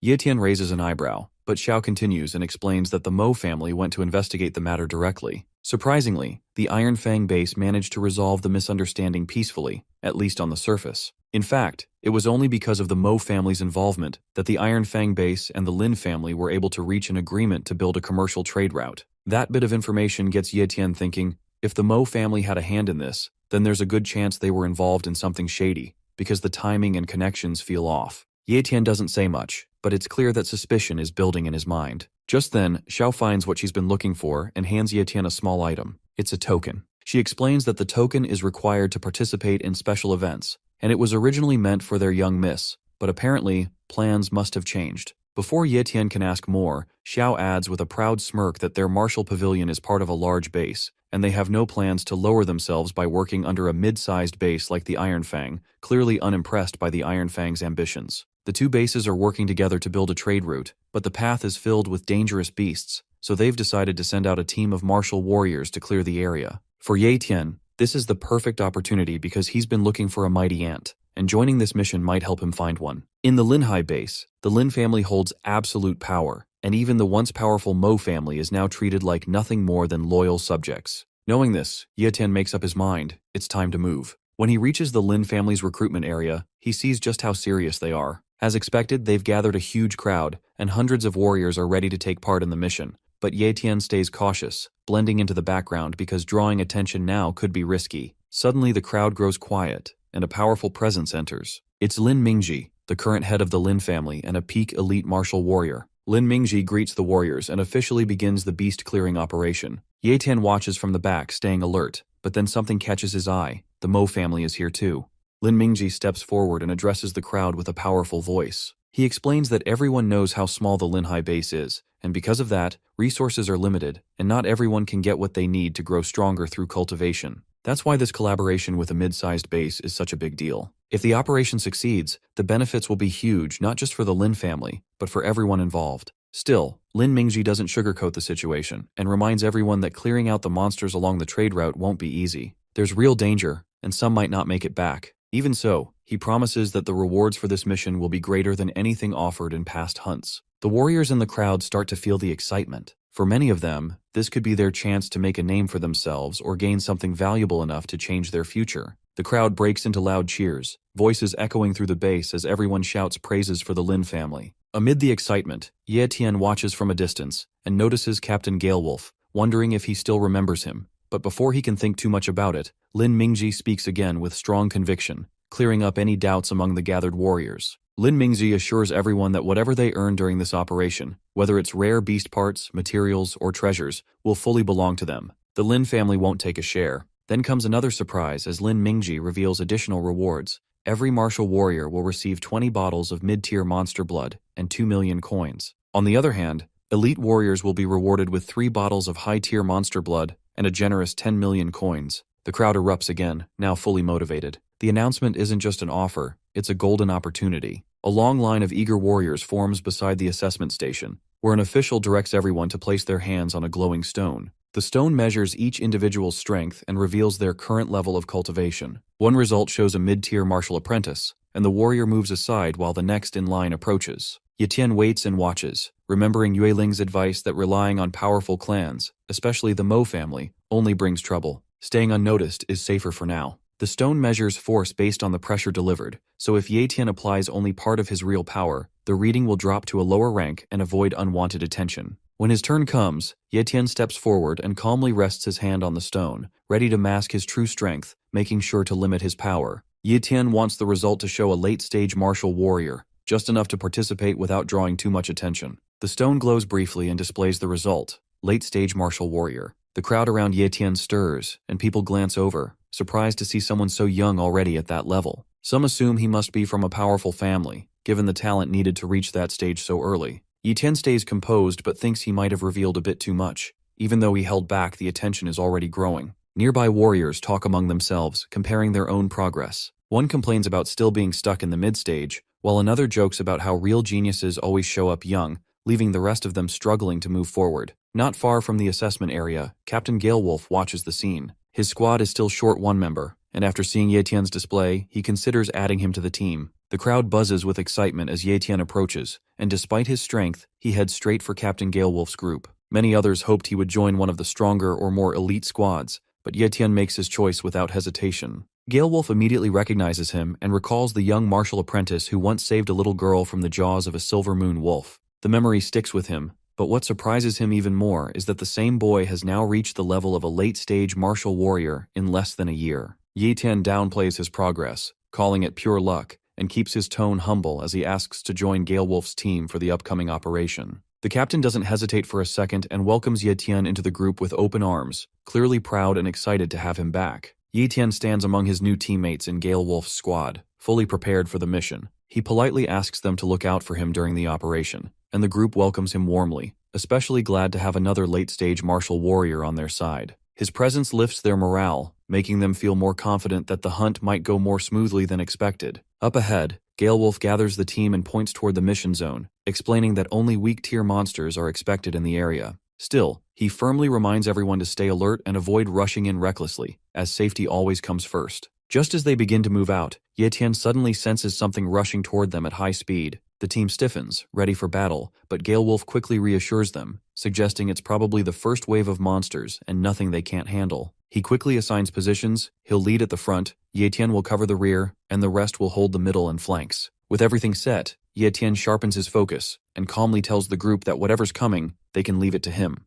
Tien and his group stand close to the building, facing the 2 red animals that growl and prepare to attack. Indeed, tension builds as both sides get ready for the fight. One of Tien's teammates shouts for the battle to begin, and Tien agrees, his eyes fixed on the enemies ahead. In an instant, the red animals rush forward. Also, their movements are wild and fast, but Tien quickly pulls out his sword and meets their attack head-on. Tien blocks the first strike and kills one red animal. Without wasting time, Tien rushes toward the other red beast, and then, with strong force, Tien lifts his leg high and kicks one of the other animals, sending it flying backward. Tien holds his sword tight, jumps forward, and drives the blade deep into the creature's body. The sword goes all the way in, and the red animal lets out a loud cry before falling to the ground, lifeless. After the battle, Tien and Captain Galewolf stand among the fallen beasts. The fight ends quickly, but clearly shows everyone's skill. Galewolf proudly mentions that he managed to take down 3 enemies, while Tien just smiles, keeping to himself that he purposely held back so his full strength wouldn't attract attention. Another team member laughs and jokes that Tien is already impressive for his age, teasing Galewolf by saying, maybe it's time for the captain to stop showing off.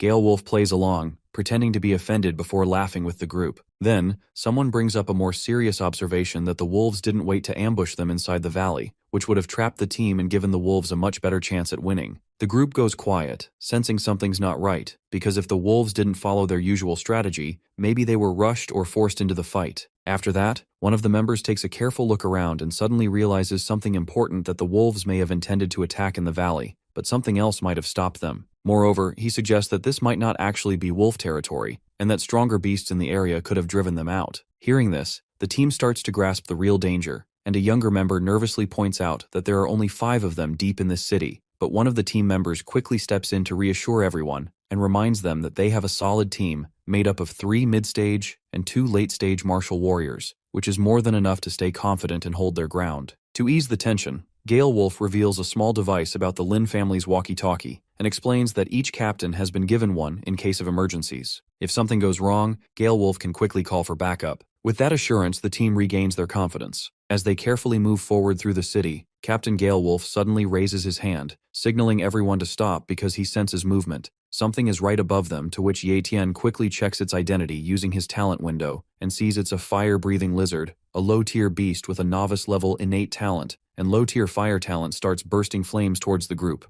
The other crew members step in confidently, since Tien and Gale Wolf handled the earlier monsters. Gale Wolf reminds everyone that while the lizard is low-tier, its flames can still be dangerous, so they need to be cautious. The small squad charges into action and Tien watches from the side, a little concerned at first, but Gale Wolf reassures him that the team will be fine. A short while later, the group returns victorious with the beast taken down. They celebrate the smooth win and give credit all around. One of them tries to downplay their role, but another points out that the distraction arrow made the kill possible, proving that teamwork won the battle. One of the team members says that it was an easy fight, and he doesn't feel tired at all because that low-tier creature didn't put up much of a challenge. Moreover, he feels confident, even ready to face a few more if they come. Just as the team begins to relax, a sneak fireball comes their way. Luckily, Tien steps on time and saves that guy. Looks like more creatures are approaching. Since the first was a fire-breathing lizard, Tien quickly realizes the incoming beasts are likely more of the same, and the fight is far from over. Captain Gale Wolf's voice breaks through the radio, urgently reporting trouble in Zone B and calling for backup, but only silence answers. As time passes, Gale Wolf realizes the harsh truth. He misjudged the Lin family's priorities, and they clearly don't care about his squad's safety. Feeling betrayed and responsible, he makes a bold decision. He plans to hold off the incoming threat alone so his team has a chance to escape and urges them to run,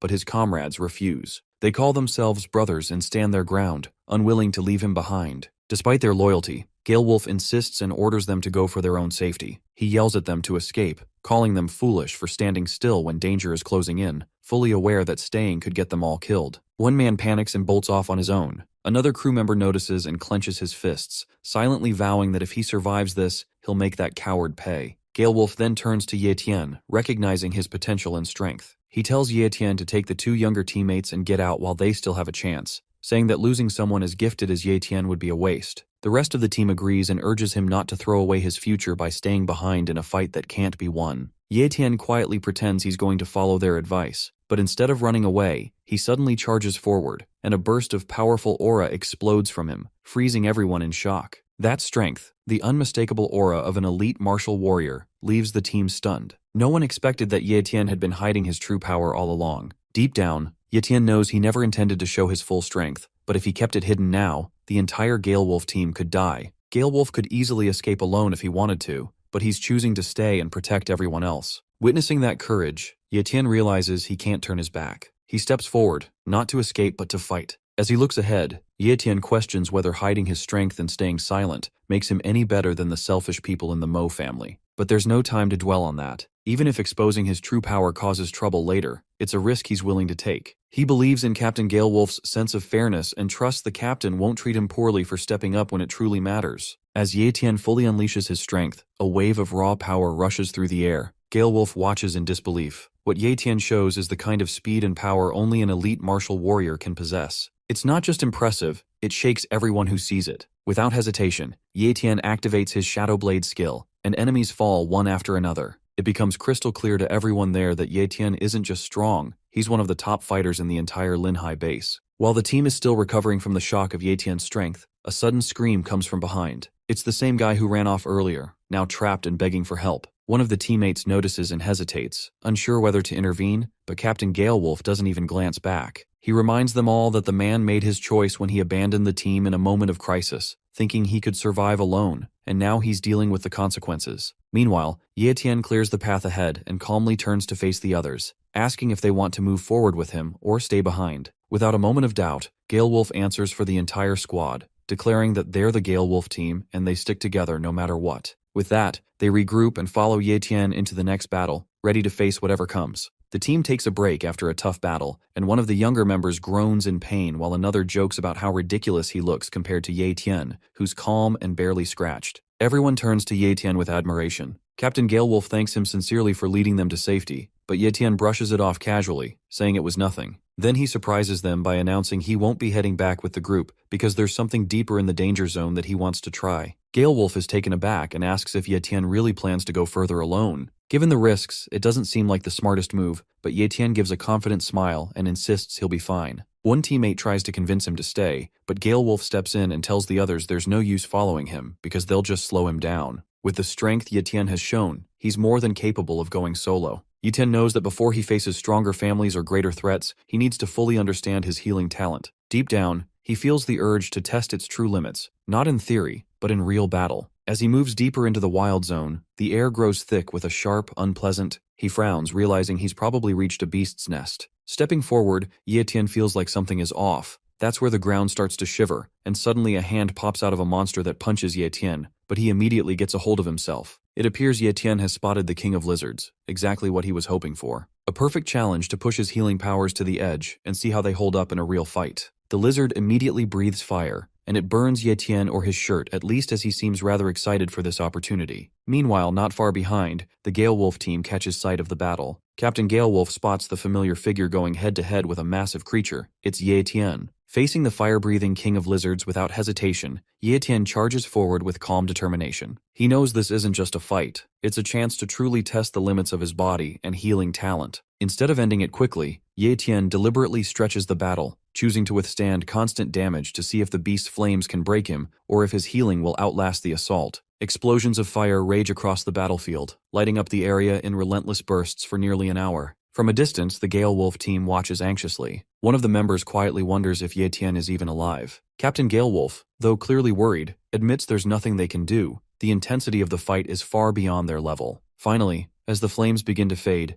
Tien walks out from the scorched ground, calm and steady, standing over the fallen beast. He looks down at the creature and quietly mutters to himself that he's won this gamble, and more importantly, his healing talent has passed the test. The healing talent Tien just tested has proven powerful, but it drains a lot of stamina. Feeling completely exhausted, he glances at the body of the mid-tier beast he defeated and decides to use its monster blood to quickly restore his strength. Back at a safe distance, the Galewolf team sees the flames have finally died down, and one of them asks if it's over. Just then, Tien walks out of the smoke, alive and steady. A wave of relief hits the team as they spot him. Tien looks a little surprised to see them still there and reminds Captain Galewolf that he told them to return earlier. Galewolf scratches the back of his head and explains they stayed because they were worried, even if they couldn't help much, and they didn't want to abandon him. A female team member rushes over and notices Tien's clothes have been burned away by the flames. She offers him an extra pair and apologizes that they might be too big. Tien thanks her sincerely and puts them on without complaint. Then they all turn their attention to the battlefield rewards because there's a huge pile of beast corpses lying around. One of the crew members asks what to do with the loot, and Galewolf immediately says they'll follow Tien's lead since he did all the work. But Tien insists that because they stayed and didn't run away, and now that the danger is over, they should take the rewards back to base together. The team laughs at that, and one of them jokes that even though the beasts didn't kill them, hauling all these heavy bodies back might be what finally does them in. The moment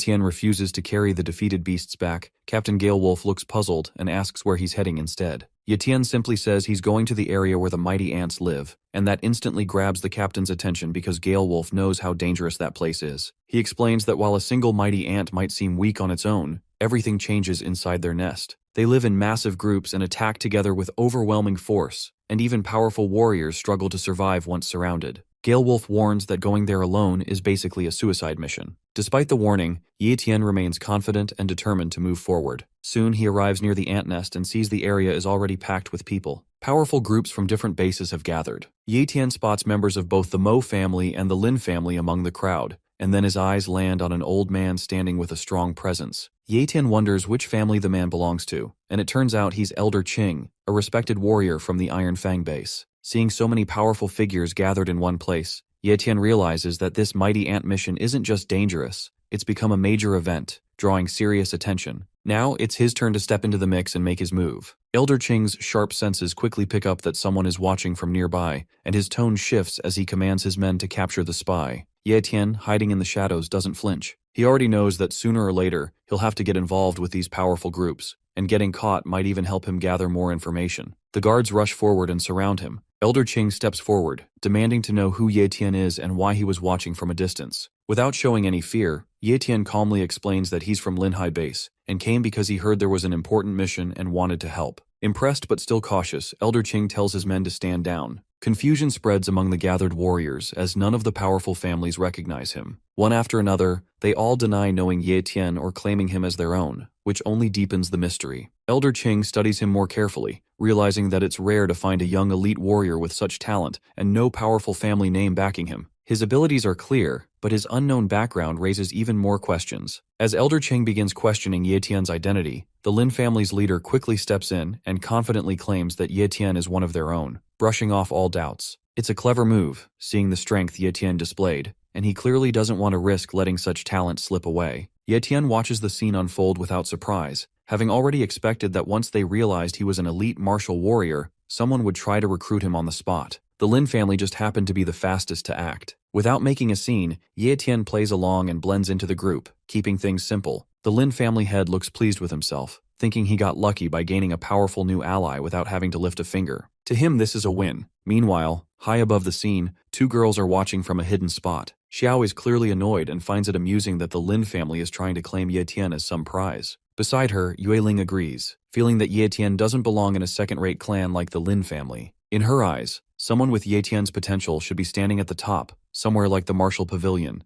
Now that Tien's identity as an elite martial warrior is out in the open, he knows things won't be as simple going forward since hiding his true power is no longer an option. Still, with the strength he currently holds, Tien isn't worried because he's confident he can handle whatever comes his way. Just then, a voice calls out to halt, and one of the martial warriors reports to Elder Qing that the formation is complete and everything is ready for the operation. Elder Qing turns his gaze toward the distance, his eyes settling on a cluster of rough, raised soil peaks, and he immediately recognizes them as the entrance to the mighty ant's nest. Tien watches in silence, knowing this is exactly what he came for, and now he's finally standing at the place he's been chasing all this time. Elder Qing tells the warrior to return to his position, and without hesitation, the man obeys. Without wasting another moment, Elder Qing raises his hand and orders everyone to move back. The warriors quickly retreat, unsure of what he's about to do. With sharp focus, Elder Qing activates the formation, and a powerful surge of energy explodes outward as he commands it to break. Suddenly, flames pour down from the sky in a fierce and deadly attack known as Flame Shower. The scene is intense as massive bursts of fire crash down like a storm, engulfing the entire nest in flames. From a distance, one of the warriors watches in awe,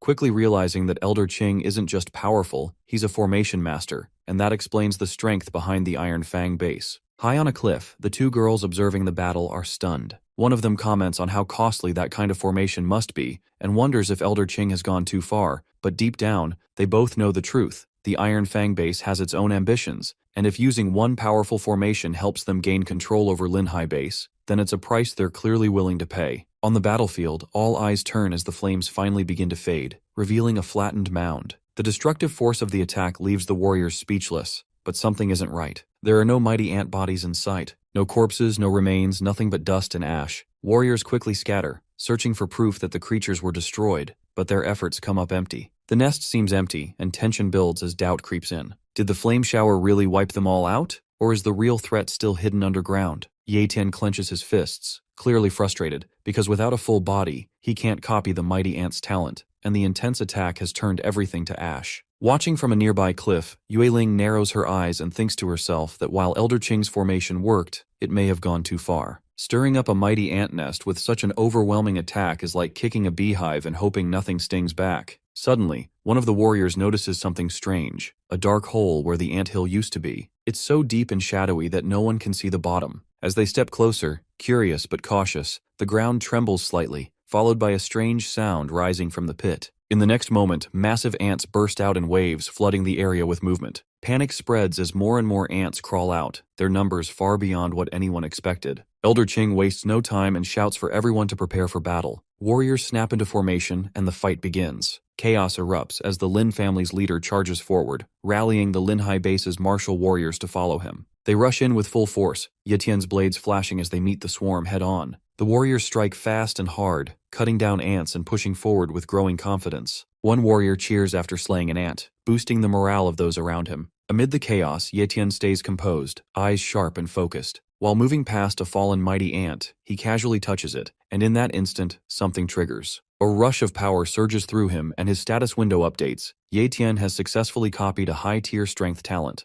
Feeling the difference in his body, stronger and sharper, amid the chaos of battle, Tien copies the high-tier strength talent. A message appears in his mind, asking if he wants to fuse it. But with enemies all around and danger closing in, Tien knows this isn't the right moment. Fusing a talent requires full concentration, and the battlefield is anything but safe. Without hesitation, he activates his speed talent, and his body becomes a blur. His sword darkens with energy as he channels Shadow Blade, then unleashes his next move, Shadow Assassin. He vanishes into near invisibility, cutting through enemies with silent precision. One by one, the mighty ants drop before they can even react. Suddenly, the air shifts as a heavy pressure settles over the battlefield. It's thick and suffocating, shaking the ground beneath everyone's feet. All eyes turn to the center, where a massive high-tier mighty ant appears. Its terrifying aura spreads in every direction, freezing even the bravest warriors in place. Fear begins to ripple through the crowd, and commands to retreat echo across the battlefield. Some warriors don't hesitate. They turn and run, shouting for others to follow. The scene quickly descends into chaos as footsteps thunder and weapons are abandoned, while others in the distance struggle to catch up, yelling desperately not to be left behind. Above them, Yueling watches from a higher point and scoffs at how quickly everyone is fleeing, calling them a bunch of losers. She stays calm and composed, clearly unimpressed. While her companion Xiao worries about Tien still being inside, Yueling remains confident and reminds her that Tien will be fine because she believes in him. The battlefield sinks into panic as warriors start blaming each other, their frustration growing louder with every second. They expected someone strong to step up against the high-tier monster, but no one did. It becomes painfully clear that no great martial warrior can face a high-tier mighty ant powered by a strength talent, especially when that level of force matches a grandmaster. Elder Qing, once seen as dependable, ends up being the first to run, and his retreat confirms what many had already feared. The ones they trusted the most turned out to be the most unreliable. Screams echo from the depths of the ant nest as one warrior struggles to breathe, the air growing thick and heavy. His legs buckle under an invisible weight, pressure builds, and his strength begins to fade. But through the dense fog, Tien moves faster instead of slowing down. While others crumble, Tien pushes forward, his body cutting through the darkness. He can tell this mist isn't natural, but he doesn't hesitate. His instincts kick in and guide him. His steps become quicker, his focus sharpens, and he realizes the mist is a suppressor. Staying in it too long would mean death, and Tien isn't ready to fall. Not here, not now. Tien knows the golden ant is likely to keep its eyes on any group movements, especially teams that stand out, so he quietly decides to separate from the team because retreating is the safer choice for now. Looking back at Captain Galewolf's squad, Tien can't help but admire their skill. They dismantled the battlefield with such precision that only the skeletons of the monsters remain. It's a clean job and solid proof of their experience as true hunters. As Tien moves further away, the familiar status window appears, confirming that the high-tier strength talent has been copied successfully and asking if he wants to fuse it. Without hesitation, Tien agrees, and as the fusion begins, power surges through him. This is not just ordinary strength, it feels solid and absolute. With this kind of talent, Tien can finally stand his ground against the big families and powerful figures. He no longer needs to rely on anyone. Strength like this makes him a threat, a shield, and a force entirely on his own. With everything complete and his power rising to a new level, Tien looks ahead with calm resolve because it's time to return home. Tien sits quietly, his mind still focused on the strength he just gained. With the fusion complete, his high-tier strength talent gives him power equal to 10 times his original strength. Even though Tien is still technically just an elite warrior, taking down a beginner-level great martial warrior would now be effortless. Back at home, Yeyu stares at him in disbelief because he has barely spoken since he returned. Sitting motionless like a statue, Tien looks more like some wise ancient master than her own brother. Yeyu starts talking to him, trying to get a reaction. First, she accuses him of acting distant, then teases him for pretending to be deaf and mute. When none of that works, she decides to get even. With a mischievous smirk, Yeyu adds an unreasonable amount of salt to the food she prepares for Tien, declaring that he asked for it. Moments later, she calls out that dinner is ready, and Tien finally snaps out of his thoughts and walks over. He sees the table covered with a surprising variety of dishes, and Yeyu proudly tells him she made it all just for her brother because he's been working hard and deserves a feast. Tien smiles and promises to eat everything she made. He's just about to enjoy his meal when there's a knock at the door. Before he can react, Yeyu grumbles from behind, telling him to at least try the food before rushing off. But Tien heads to the door and opens it, surprised to see Captain Galewolf standing outside. Galewolf greets him casually and steps inside, explaining that he's come to deliver Ye Tian's share of the mission rewards. He pulls out a thick bundle, showing just how much Ye Tian earned, but when Ye Tian tries to politely refuse, saying it wasn't necessary, Gale Wolf shakes his head and insists, because everyone's getting their share, and Ye Tian deserves just as much. Accepting it, Ye Tian steps aside and invites the captain to stay for a meal. Gale Wolf's eyes light up at the sight of the dishes, and without hesitation, he agrees. He sits down, and his expression turns to pure joy as he admits between bites that it's been ages since he had such tasty homemade food. Meanwhile, Ye Tian quietly tells him to eat as much as he wants because he's not very hungry at the moment. Ye Yu starts to ask if it's a bit too salty, but before she can say much, Captain Gale Wolf casually disagrees and says the food tastes mild to him, guessing she might have added less salt this time. After hearing this, Ye Yu just shrugs it off, content that he's enjoying it either way. After the meal, Gale Wolf turns to Ye Tian and asks what he wanted to talk about, and Ye Tian mentions he's been at home cultivating for the past few days, so he's out of the loop about what's been happening and wants to know how the beast removal operation is going. Gale Wolf explains that both the Iron Fang base and Linhai base have taken a massive hit, saying that over 50 elite martial warriors have been lost already, and worse, 3 great martial warriors have died too. Shocked, Ye Tian asks if it happened at the mighty ant nest, and Gale Wolf nods, saying that after the first group of martial warriors retreated, a second, much stronger wave was sent in, but even then, they still couldn't win. After hearing what happened at the mighty ant nest, Ye Tian is stunned, and Gale Wolf further explains that the situation was so serious that the Iron Fang base had to send a Grandmaster to finally destroy the ants. Ye Tian realizes how serious it was because bringing in a Grandmaster means the battle had gone far beyond the usual level of danger. Next, Ye Tian asks if the commercial trade route is finally cleared, and Gale Wolf confirms that it is, but adds that he isn't sure what the Iron Fang base is really planning. Ye Tian starts to wonder if such a massive loss of life was truly worth it, and the name Iron Fang base lingers in his thoughts. After a few final words and thanks, Gale Wolf prepares to leave. Ye Tian tells him goodbye, and Gale Wolf reassures him they'll see each other again soon. Just as Gale Wolf steps out, another visitor arrives at Ye Tian's door. A man introduces himself politely as Mo Yuan, the butler of the Mo family, and hands over an invitation, saying the family head wishes to treat Ye Tian to a meal. Ye Tian is surprised at the sudden invitation and hesitates. Without much thought, he tells Mo Yuan that he's not really in the mood to go out lately. Mo Yuan reacts harshly to Ye Tian's refusal, his voice rising with arrogance because no one has ever dared to turn down an invitation from the Mo family. Gale Wolf steps in to calm things down and suggests they talk peacefully, but Mo Yuan dismisses him and warns Ye Tian to obey if he knows what's good for him. Gale Wolf tries once more to stop Ye Tian from making things worse, but the situation escalates anyway. As Mo Yuan places his hand on Ye Tian's shoulder, the hero immediately pulls Mo closer and slashes his face to the ground, which ends up breaking his arm. The difference in power is clear, and Ye Tian stays calm, almost surprised by how strong his new talent truly is. He tells Gale Wolf not to worry and brushes the situation off, while Mo Yuan runs back to his base, overwhelmed with anger and humiliation, vows revenge. His pride is shattered as he storms off, muttering threats under his breath. At the Mo family estate, Mo Yuan kneels before the family head, pleading for justice. His face is filled with pain and humiliation as he calls out to the patriarch, begging to be avenged. Mo Changsheng,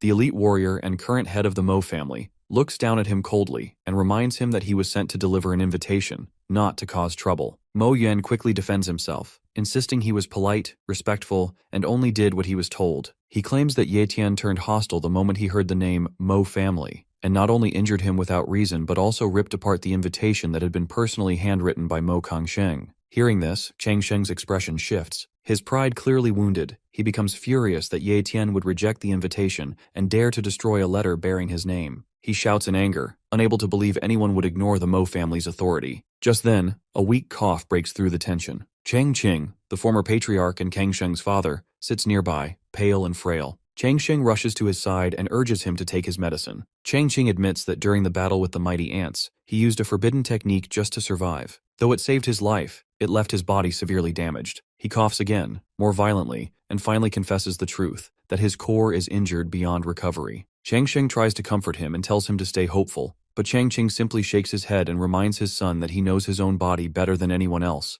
and there's no denying the damage is permanent. Changqing speaks with a heavy heart, knowing that his death would leave the Mo family without a great warrior to protect it. The future of the family without someone strong enough to lead seems dark and uncertain. Mo Changsheng, still burning with frustration, wonders if Ye Tian is simply waiting for the Lin family to reach out first, and if that's the case, then the Mo family must act faster because they can't afford to lose such a rare talent to their rivals. Changqing's expression turns cold. Since a kind invitation has failed, they'll now take Ye Tien by force. Still, Kang Sheng raises a concern that Ye Tien isn't one of them. His surname is Ye and he's an outsider. Even if they capture him, how could they ever trust that he'll truly serve the Mo family? Changqing already has a plan for that too. He holds up a small bottle and reveals a chilling truth. The elixir inside can erase a person's will, making them fully obedient. It was meant to be used secretly at the feast they had planned for Ye Tien, but now they'll have to use it sooner. Changqing hands the bottle to Kang Sheng with a stern warning to store it safely. Changqing stares at it, understanding the full weight of what they're about to do, because this isn't just a power move, it's a violation of someone's soul. Changqing says the plan is clear now. First, they'll erase Ye Tien's will, and then they'll give him a fake identity that makes him part of the Mo family. Publicly, they'll declare him an illegitimate child of Changqing, which justifies changing his surname to Mo. That way, no one would question his position or loyalty. Changqing stares at his father, an illegitimate child,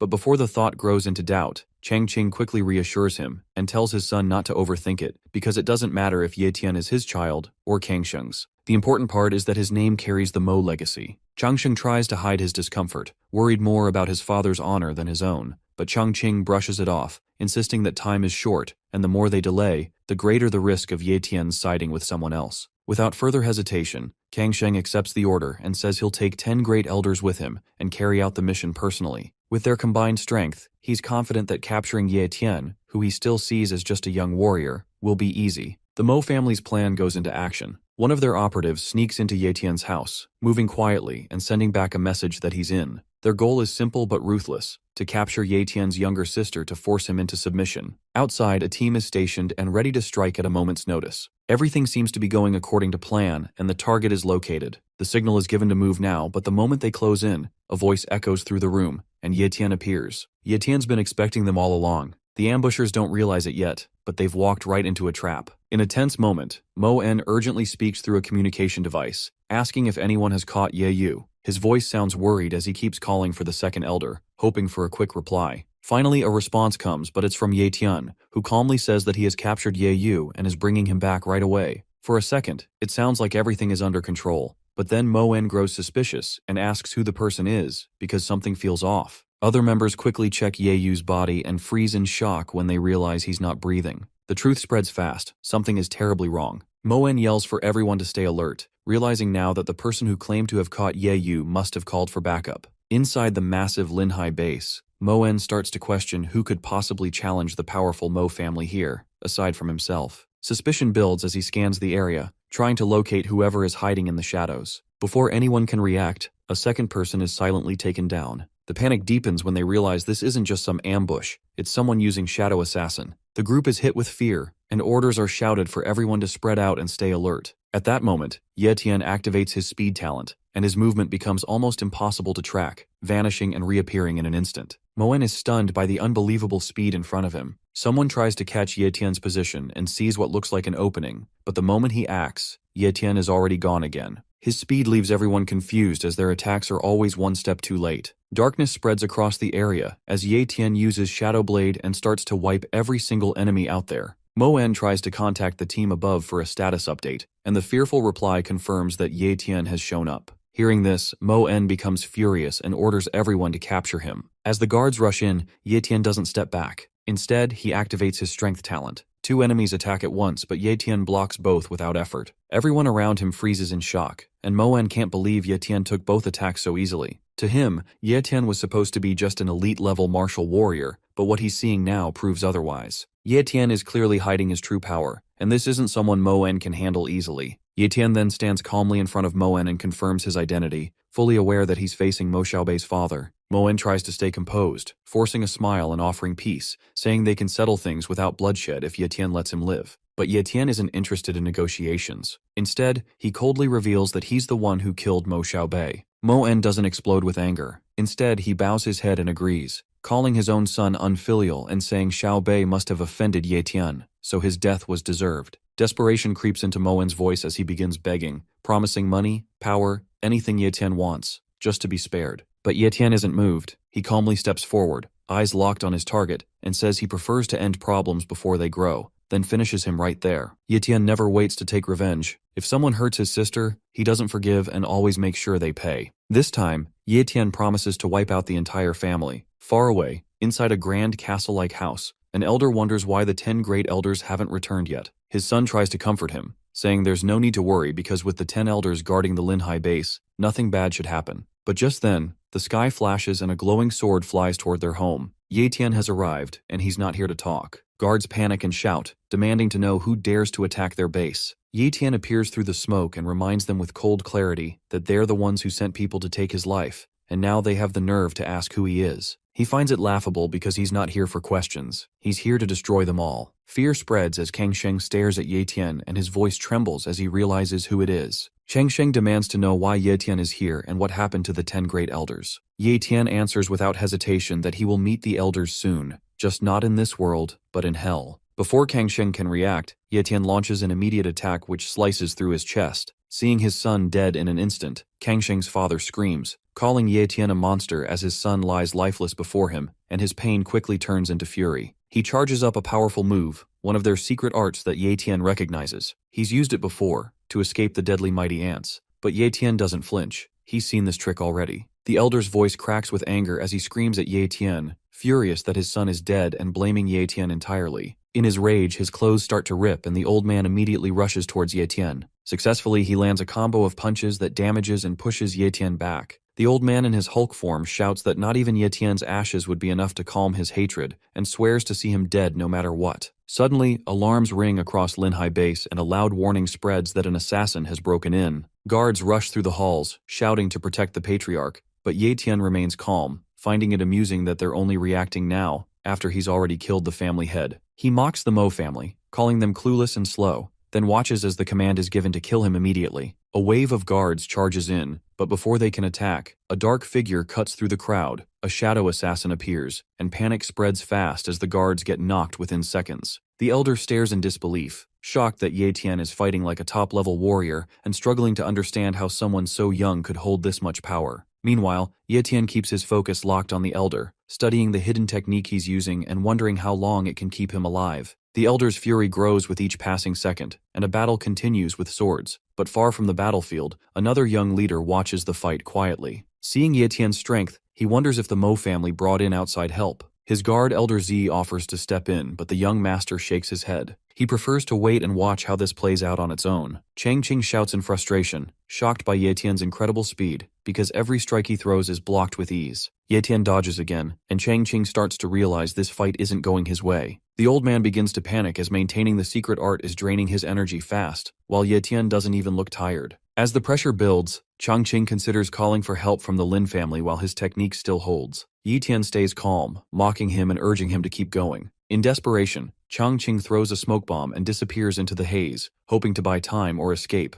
but Tien stays right on his tail. No matter how fast the old man moves, he can't shake him off, because Tien's high-tier speed talent keeps him close and matching every step. Chang Qing curses under his breath, realizing he hasn't made any distance at all. With no choice left, he turns to face Tien again. Tien smirks and steps forward, ready to continue the fight, because whether the old man runs or turns back, Tien is more than happy to keep going and finish what was started. Chang Qing feels his strength fading as his secret art reaches its limit as he trips and falls down. He knows this is the end for him and for the Mo family. Tien prepares to strike the final blow, declaring it is time for him to meet his end. Desperate, Chang Qing drops to his knees and begs for his life, offering Tien a priceless treasure and claiming it is the most valuable thing he owns. Even though Tien gets the deja vu vibe, he is half amused and half suspicious, so he agrees to take a look. Chang Qing spawns some sort of magic ball and asks him to accept it, but as he smirks, Tien immediately falls back. That's when the ball explodes and launches poisonous needles towards Tien. Even though he manages to dodge it, Tien still ends up making a minor cut on his face. The poison hidden within the item reveals just how far the Mo family is willing to go. As Chang Qing laughs, thinking he has finally won and the lethal poison will kill him, Tien calmly activates his healing talent and recovers instantly. Chang Qing stares in disbelief, unable to understand how Tien has so many powerful abilities. Tien simply smirks and sends him off with a cold farewell by shooting the same needle right through the old man's chest, leaving the old man to meet his end in the afterlife. Yu wonders why her brother hasn't returned yet, while Captain Gale Wolf grumbles about feeling like her babysitter. Just then, Tien shows up, catching the captain mid-complaint. The moment Gale Wolf sees him, his face lights up with relief. Tien thanks him for looking after his sister, and the captain curiously asks if everything has been handled. With a calm nod, Tien confirms that it's done, and that from this moment on, the Mo family no longer exists in the Linhai base. Wolf reacts with surprise at how ruthless that sounds, though he's clearly impressed. Tien checks to make sure Ye is safe and that no assassins have gotten to her, and he's relieved to hear she's resting peacefully after being given a tranquilizer. With that settled, they decide to leave the cold rooftop and head back inside. As they walk, Tien shares that he wants Ye to begin cultivating. The idea catches Wolf off guard, but Tien asks if there's any way for regular people to improve their strength quickly. Wolf laughs a little and explains that there's no shortcut like that. Real improvement only comes through heavy financial investment, which is exactly what powerful families rely on. Tien is surprised by how simple the truth is. Before parting ways, the captain suggests Tien go check on Ye, who's resting in the bedroom upstairs. Tien nods and heads up to see her. The moment she sees him, Ye runs into his arms, overwhelmed with relief. She had been terrified he might not return, but now that he's back, she clings to him, her emotions pouring out.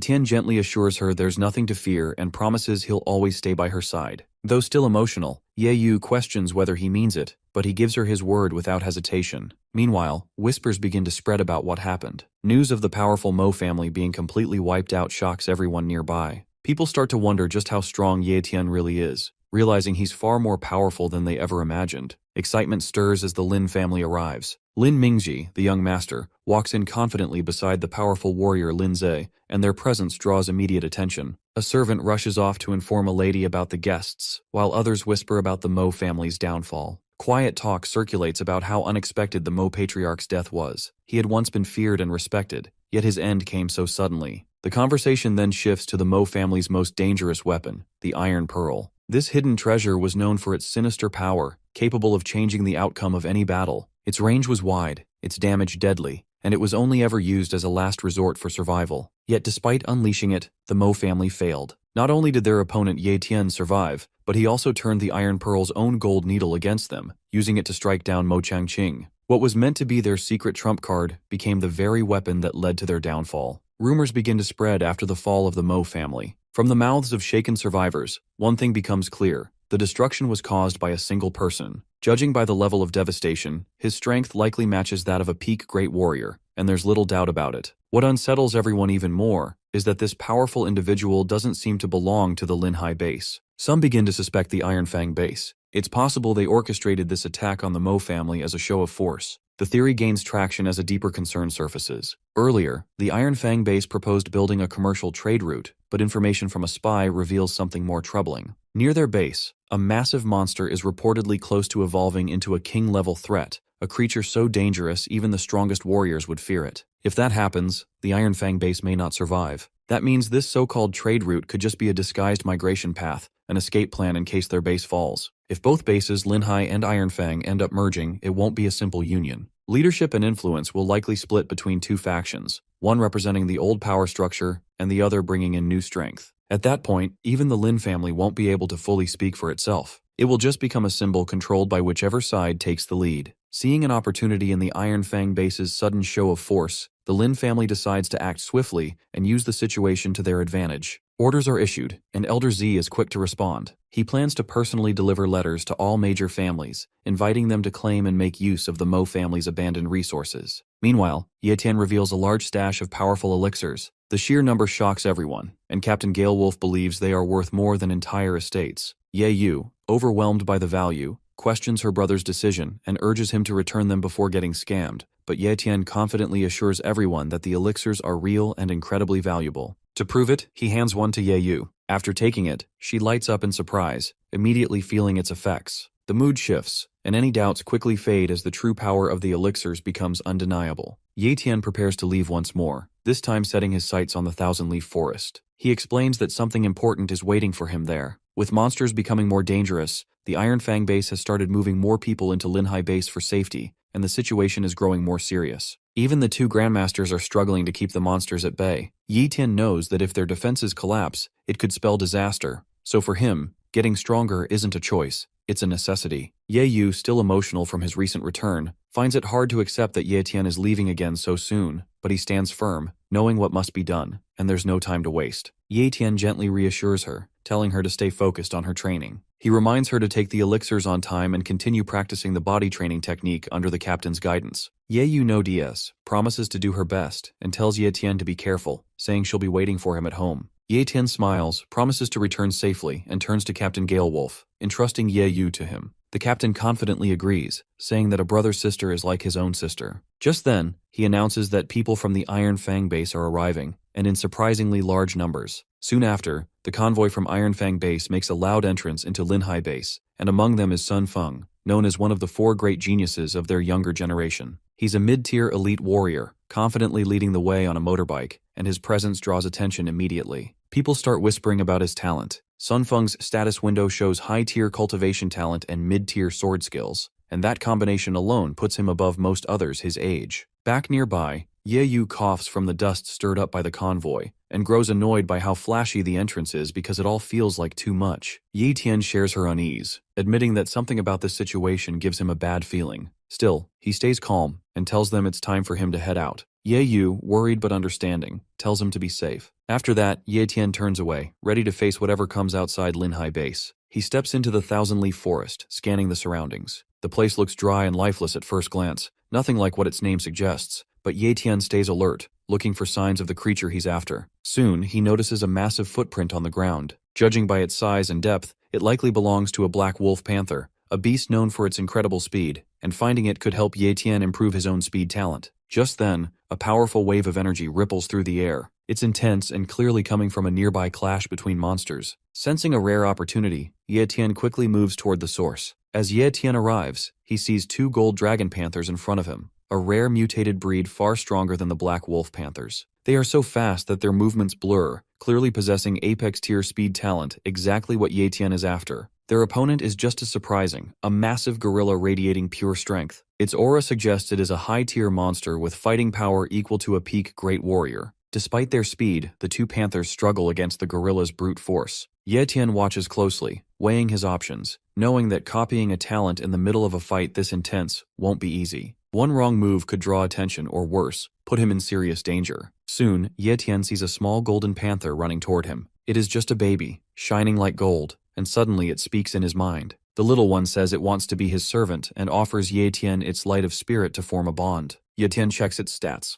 It is a rare gold dragon panther with amazing talents, including extremely fast speed, strong stamina, and a bit of healing. The little panther says its parents are in danger and its mother is about to give birth to another baby. The baby panther begs Ye Tien to save them. After hearing this, Ye Tien agrees and gives it a name, Little Jin. As soon as they form the bond, Ye Tien feels a powerful energy enter his body. He copies the baby panther's top-level speed talent and fuses it immediately. With Little Jin now his pet and his speed greatly enhanced, Ye Tien gets ready to jump into the fight and save the baby's parents. Ye Tien decides to step in, feeling confident after receiving Little Jin's powers. Since the young beast trusts him so much, it only makes sense for him to help. He quickly checks his status. With high-tier cultivation, apex-level speed and healing, solid sword and strength abilities, and even a bit of shadow talent, he's more than ready. Ye Tien observes the giant gorilla, looking for an opening. Instead of charging straight in, he calmly targets its weakness, its eyes. That's where Ye Tien strikes first. After the attack, the gorilla stumbles backward, letting out a loud roar of pain. Its body sways, arms flailing, and then it crashes to the ground with a heavy thud. The 2 panthers, including Little Jin's parents, look surprised. They growl and step closer to Ye Tien, clearly tense and protective. Little Jin quickly runs ahead, meowing loudly to explain that Ye Tien isn't an enemy. Ye Tien stays calm and knows the mother panther is injured and possibly close to losing her unborn cub.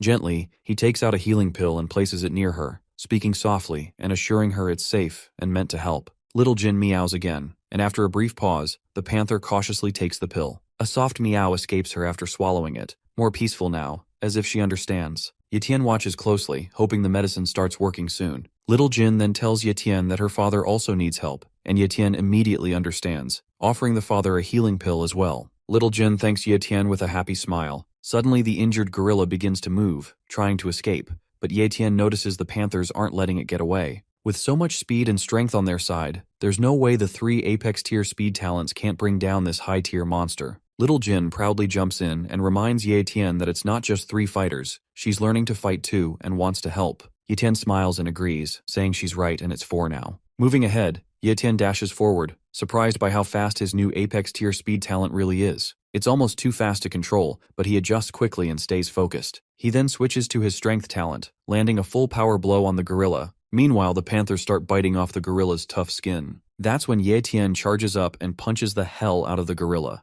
Surprisingly, the gorilla immediately stands firm and tries to attack Ye Tien, but he dodges. Even with that powerful hit, the beast doesn't die because its body is incredibly tough. There, we see little Jin in his insane mode. The kid immediately charges up and launches himself towards the gorilla, aiming at his head. Impressively, that attack beheads the giant gorilla. Little Jin then runs up beside Ye Tien and looks around with wide eyes, asking if they've won. Ye Tien nods and says they did because the gorilla is finally down. He then glances at the two panthers, a bit amazed, because he never thought he'd be fighting side by side with magical beasts. But before he can relax, he notices something worrying. The female dragon panther is hurt. Little Jin rushes to his mother in a panic. The intense battle must have hurt her internally, and she's clearly in pain. Jin calls out to her again and again, worried and unsure of what to do. Ye Tien quickly kneels beside them. Thankfully, he always carries healing medicine for emergencies like this, and without wasting any time, he takes out a special pill meant to heal internal injuries and gently offers it to the dragon panther mother. She hesitates for a moment but then swallows it. A few seconds later, her breathing eases, and her eyes soften. Little Jin turns to Ye Tien with relief, saying that her mom is already feeling much better, and Ye Tien smiles, glad she's safe for now. Just as the tension fades, Little Jin warns Ye Tien that danger is coming.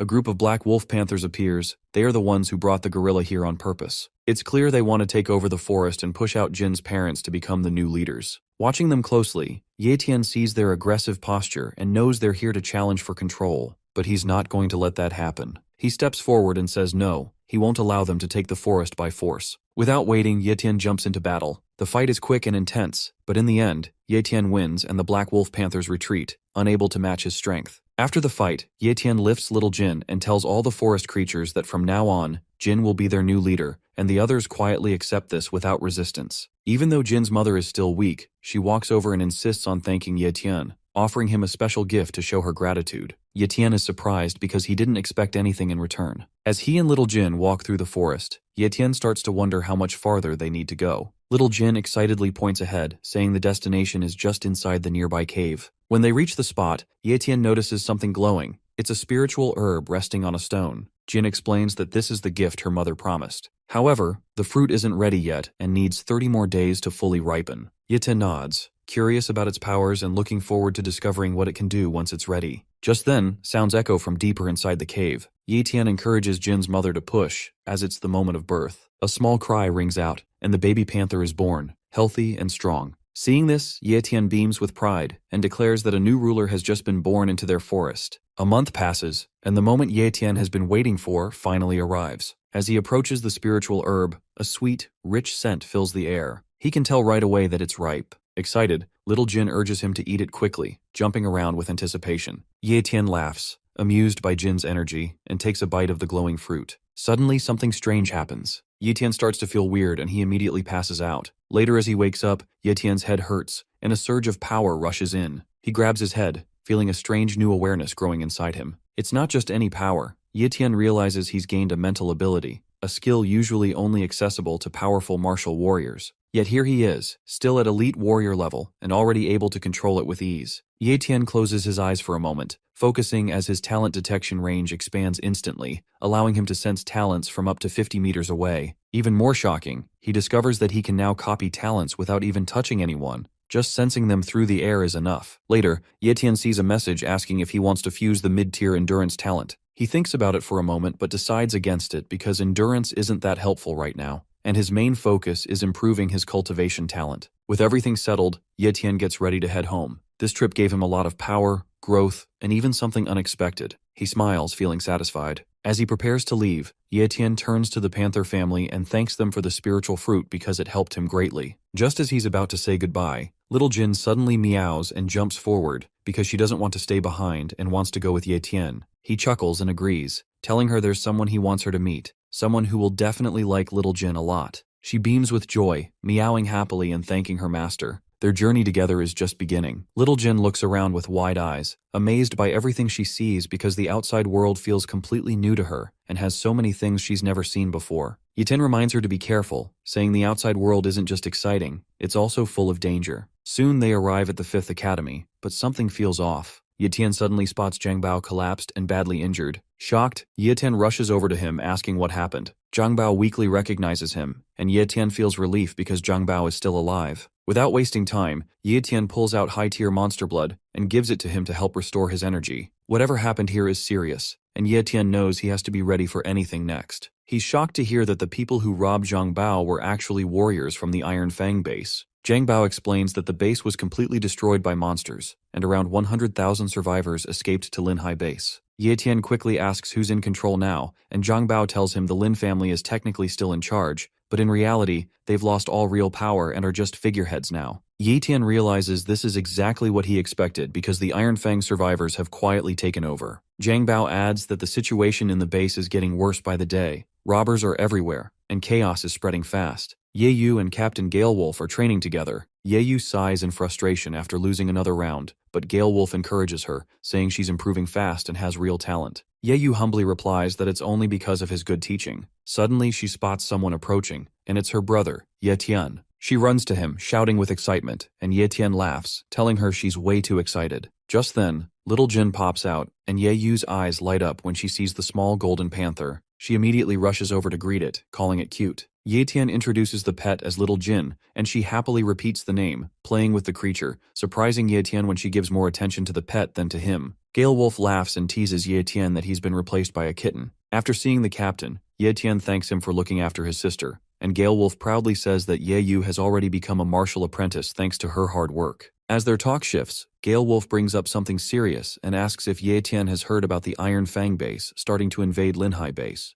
Tien already knows about the invasion but asks anyway if anything happened while he was gone. Galewolf reassures him that everything at home has remained safe. After Tien left, a girl named Xiaoyu visited and left behind a martial pavilion token. She said that anyone from the Iron Fang base would think twice before causing trouble once they saw it. Hearing this, Tien is quietly impressed by her gesture. Galewolf then brings up something more serious. A man named Sun Feng has been coming around repeatedly, challenging Tien to a deathmatch. That name instantly sparks Tien's memory. He had checked Sun Feng's talents before, and remembers that he is one of the top 4 geniuses of the Iron Fang base. Since entering the city, Sun Feng has been defeating elite martial warriors one after another without a single loss. Galewolf warns Tien not to take him lightly because Sun Feng isn't someone ordinary, but Tien, rather than being alarmed, stays calm, and the situation only sharpens his focus. In fact, he finds the challenge intriguing. Sun Feng arrives on his motorcycle, parking it with a loud screech that turns heads, and without wasting time he confirms Tien's identity, saying he's been waiting for this moment. Tien simply nods. After that, Sun Feng announces the reason for his visit. He challenges Tien to a duel, set for 10 o'clock the next morning at Manhwa Plaza. The terms are clear, a battle with a bronze rank blade skill on the line. Sun Feng leans forward slightly and dares Tien to show up. As Sun Feng speaks, Tien activates his hidden ability. A wave of energy brushes past him, and he successfully copies Sun Feng's high-tier cultivation talent without anyone noticing. With a small smile, Tien responds confidently and accepts the challenge without hesitation, making it clear that he's not afraid. After hearing this, Sun Feng gives a turn to leave, his bike engine roaring as he speeds away. Tien watches him disappear into the distance, ready for what's coming. Someone behind Tien calls out in frustration, warning him that his decision was way too impulsive, and he is convinced that with Sun Feng's power, Tien doesn't stand a chance. But Tien stays calm and quietly replies that the outcome isn't so certain. Moving ahead, his status window appears again, and his abilities are already impressive. High-tier cultivation talent, apex-tier speed, mid-tier sword skill, novice-level shadow skill, apex-tier healing, and high-tier strength. But Tien isn't done yet, and since he already has one high-tier cultivation talent, he decides to stack another one, aiming for something even stronger. With full confidence, Tien chooses to copy the talent again.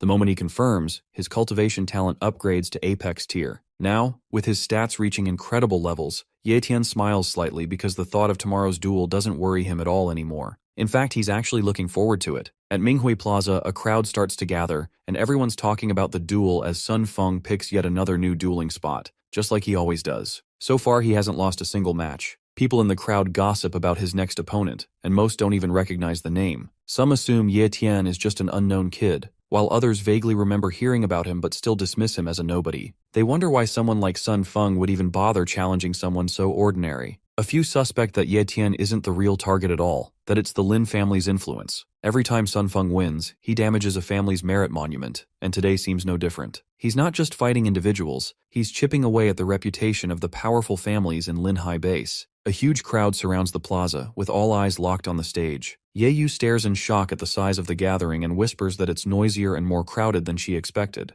Captain Galewolf, standing beside her, explains that Sun Feng always turns his duels into public spectacles to boost his reputation by making sure everyone sees him win. Yayu grows anxious because with this many people, reaching her brother feels impossible. She hesitates and suggests they leave, admitting the duel feels dangerous and she's scared for Ye Tien. But Ye Tien stays calm, looks her in the eye with confidence, and promises that everything will be fine and he'll be right back. All eyes turn to the center as Ye Tien steps forward, and whispers ripple through the crowd as people realize this is the one Sun Feng challenged. Many seem surprised, clearly expecting someone more intimidating. Sun Feng looks unimpressed and admits he didn't think Ye Tien would actually show up. The terms are set. Sun Feng offers a bronze-rank sword skill called Current Blade as the wager, saying Ye Tien can take it if he wins. In response, Ye Tien pulls out his own bronze-rank skill, Shadow Blade, since it matches the same level. Sun Feng glares at the offer, finding Ye Tien's confidence almost insulting. To him it feels like arrogance. Just as the match is about to begin, Ye Yu shouts in panic, warning her brother to be careful. The duel is seconds from starting, and everyone is watching. The duel begins with Sun Feng charging forward, striking first with his sword, but Ye Tien's speed catches everyone off guard as he moves so fast it's hard to follow. Ye Tien keeps his distance, calmly dodging each slash with perfect timing. Sun Feng grows irritated and mocks him, comparing him to a rat just running around to avoid the fight. Before he can say more, Ye Tien counters with a powerful punch that lands clean, sending Sun Feng flying across the stage. The crowd gasps, stunned as the one they expected to lose turns the tables with a single blow. Ye Tien stands tall and focused, asking if he still seems like a rat now. Sun Feng slowly gets back on his feet, wiping blood from his lip.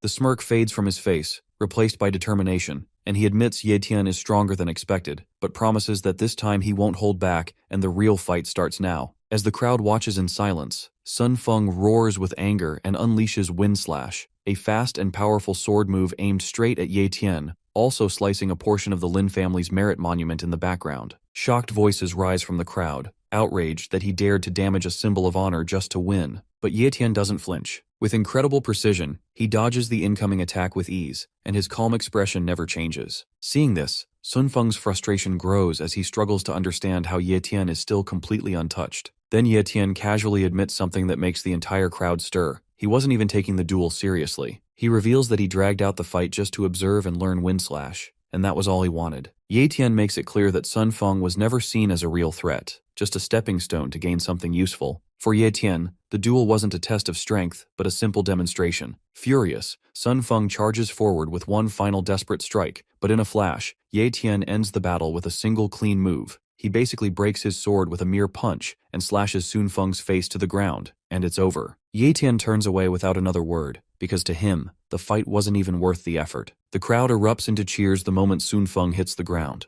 Everyone stares at Ye Tien in awe, praising his unbelievable strength. Some shout that he's destined for greatness, while others admire how easily he defeated one of the top talents from Iron Fang base. Right after, Ye Yu rushes over, barely able to believe how strong her brother has become. Her admiration is heartfelt, and she eagerly begs him to teach her once they get home. Ye Tien laughs it off at first, but her excitement brings a genuine warmth to his heart. Meanwhile, the Lin family stands in silent shock as their merit monument lies in ruins, a symbol of their honor shattered during the duel. Even though Ye Tien claimed victory, the Lin family knows they've lost something important. Their young master gives a quiet command, telling the guards there's no need to protect him anymore. Instead, he instructs them to watch over Ye Tien's sister, fully aware of what's likely to happen next. The Sun family won't accept this humiliation without retaliation. They'll come back, and this time, Ye Tien's sister might be the one they target. Back at Captain Galewolf's home, Ye Tien sits on the couch, deep in thought about the Wind Cutter ability, which can make any attack 6 times stronger. He lets out a long yawn and sets aside the book he's been reading all night. Getting up, he walks over to the window and opens his status window, only to realize that there are still 30 days left before he can copy another ability. Ye Tien mutters a curse under his breath but quickly calms himself, knowing there's no choice but to wait out the cooldown. Once it's over, he can move forward with his plan to copy Sun Feng's superior-level swordsmanship talent. Doing so would instantly boost him by 2 levels, pushing him into the Grandmaster rank. Ye Tien nods to himself, reminding that any martial artist aiming to stay on top needs that level of power. Meanwhile, in a quiet back alley, Ye Yu is practicing her swordsmanship against a training dummy, her strikes sharp and focused. Captain Galewolf stands at a distance, watching in silence. He's lost in thought, worried that even though the competition is over, the Sun family, with all their influence, won't let things slide. If they do seek revenge, he fears for Ye Yu's safety. After a while, Ye Yu, tired and breathless, stops and takes a long drink from her water bottle. She notices the captain staring and asks why he's looking at her like that. Snapped out of his thoughts, Galewolf blushes slightly, realizing he was lost in his worries, and tells her to come over. As Yayu walks up to him, curious, he hands her a cross-shaped amulet and quietly asks her never to take it off. Ye looks at the cross-shaped amulet and finds it beautiful as she asks her captain what it is. He tells her it's an amulet and insists that she must never take it off. Ye nods seriously and promises to protect it no matter what. Meanwhile, a woman with a confident stride jogs down the sidewalk, turning the corner of the house. As she spots Ye and the captain, she calls out to him and says she has some news. The captain asks if it's something new about the Sun family. She reports that members of the Sun family were seen in the market today, busy buying up properties. The captain's expression shifts to surprise, and he mutters that if they're buying property, it means their momentum has slowed, and they likely won't act until they've fully settled in. At the same time, an old man in a wide-brimmed hat is seen throwing trash into a bin. His aura is grim, and the shadow from his hat covers his face. A month passes, and that same old man is seen again, tossing garbage into another bin just as Tien exits a nearby building. Tien walks down the street casually, munching on some snacks, when he passes by the man. Suddenly, Tien's spiritual pressure flares slightly, causing the old man to sweat nervously. He struggles to understand how someone like Tien can already control spiritual energy, something typically only accessible to top-tier martial artists. Tien calmly pulls up his hoodie, covering his face as he thinks to himself that having a martial spy stationed outside his place proves that the Lin family is paying far too much attention to him. Eventually, he reaches the martial market and quietly reflects on the Sun family. They have long practiced inbreeding across generations to preserve the purity of their swordsmanship talent, and any babies born with conditions like dementia or other disabilities were quietly eliminated in secret. This shows just how twisted the Sun family truly is. Tien arrives at a store owned by the Sun family, where Mr. Sun is present, cheerfully announcing that to celebrate their grand opening, they're offering a 50% discount to all customers today. A gentleman steps forward to congratulate Mr. Sun and offers his blessings, wishing for the business to flourish. The people entering the store thank Mr. Sun warmly and share in the celebration. But then Tien comes around the corner with a cold expression, and as he walks forward, his hand begins to spark with energy. Purple electricity crackles around his fingers and spreads outward, surrounding him with a fierce aura. He offers his own kind of congratulations, not for the store's opening, but for what he calls Mr. Sun's last day to live. Without hesitation, Tien copies Mr. Sun's ability, and in that moment, his swordsmanship talent upgrades to the superior level. After absorbing Mr. Sun's ability, Tien heads to the graveyard where his parents are buried. He brings a bouquet of flowers and sits quietly at their graves, speaking to them with a gentle tone. He tells them that he and his sister Yayu will soon be leaving the seaward base, and before departing, he wanted to visit them one last time to say goodbye. With a small smile, he adds that they would be proud of him if they could see how far he's come. Suddenly, he senses something rapidly approaching. In a flash, a figure appears, standing silently on a nearby tombstone. It's an assassin, clearly sent to kill him, and his killing intent fills the air. Tien instantly reacts, summoning his blade and turning to meet the threat. The assassin lunges with his own weapon, and their blades clash in a shower of sparks. The assassin remarks that Tien must really be something if he managed to defeat Sun Feng. Tien, irritated, realizes who he's facing. It's one of the Sun family's lapdogs. He tells the man that he's been expecting him for some time.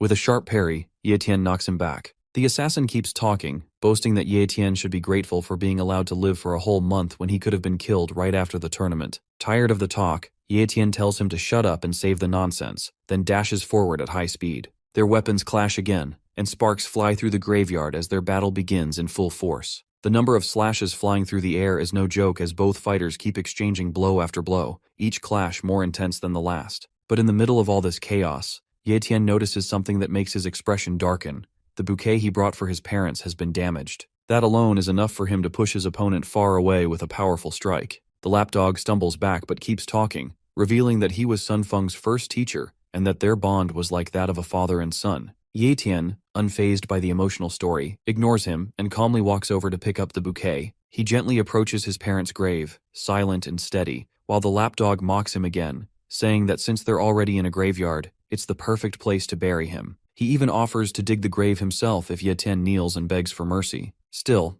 Tien says nothing and quietly places the bouquet beside the grave. But the lapdog crosses the line when he threatens to kill Tien's sister, claiming she'll soon be joining him in hell. That's when something inside Tien finally snaps. He stomps the ground, shattering it beneath him as anger pours from his eyes like a raging storm. Without a word, he activates his top-tier speed talent and vanishes from sight. In the blink of an eye, he reappears with a devastating kick straight into the lapdog's gut, sending him flying. Tien doesn't stop there. He dashes forward, grabs the man midair by his hoodie, and hurls him toward a nearby mountain. The lapdog crashes violently, the impact kicking up dust and rocks as his body lies motionless, barely able to grip his weapon. He hears footsteps drawing closer, his blurred vision catching Tien's figure approaching. In that moment, he finally understands that Tien is already at the level of a grandmaster, though his pride still struggles to accept it. But none of it matters now, as his eyes close for the last time and his story ends right there. Tien sits beside the lifeless body, his expression calm as he picks up the weapon known as Sword Veil, a rare swordsmanship manual hidden within the lapdog's blade. As he examines the weapon, he quickly notices that its stats far surpass those of the sword he had been using.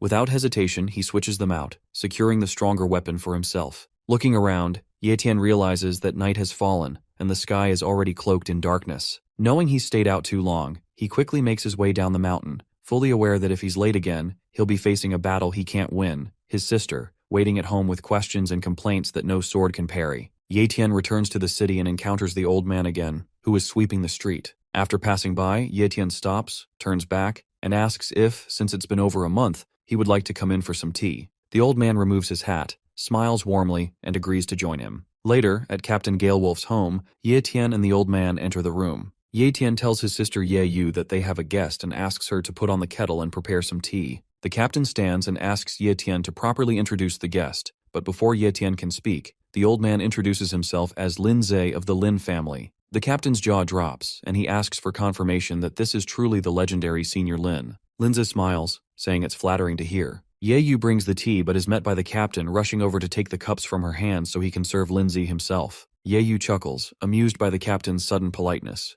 The captain offers a cup of tea to Linze, who accepts and then begins talking with Tien, noting that for Tien to invite him here, it must be about something very important. Tien confirms this as he walks over to his sister and tells Linze to take Yu to the penthouse and ask Ms. Yeling to look after her. Linze sips his tea, thinking to himself that he hadn't expected Tien to have any connection to the penthouse. He notices the amulet Yu is wearing, given to her by the captain, and recognizes it as a token of the penthouse. Linze sets his cup down and responds, promising to take Yu to Ms. Tien glances at the captain, considering how to repay him before leaving the seaward base. The captain jokes that it seems Linze didn't like the tea, so he'll make him a fresh cup. Meanwhile, Tien introduces the captain to Linze, explaining that his name is Zhang Feng, a close and loyal friend of his who is brave and has great potential if he works for the Lin family. The captain is shocked to hear Zhang Feng will be working for the Lin family, finding it hard to believe. However, Linze agrees and tells Tien that the Lin family is open to any outstanding person,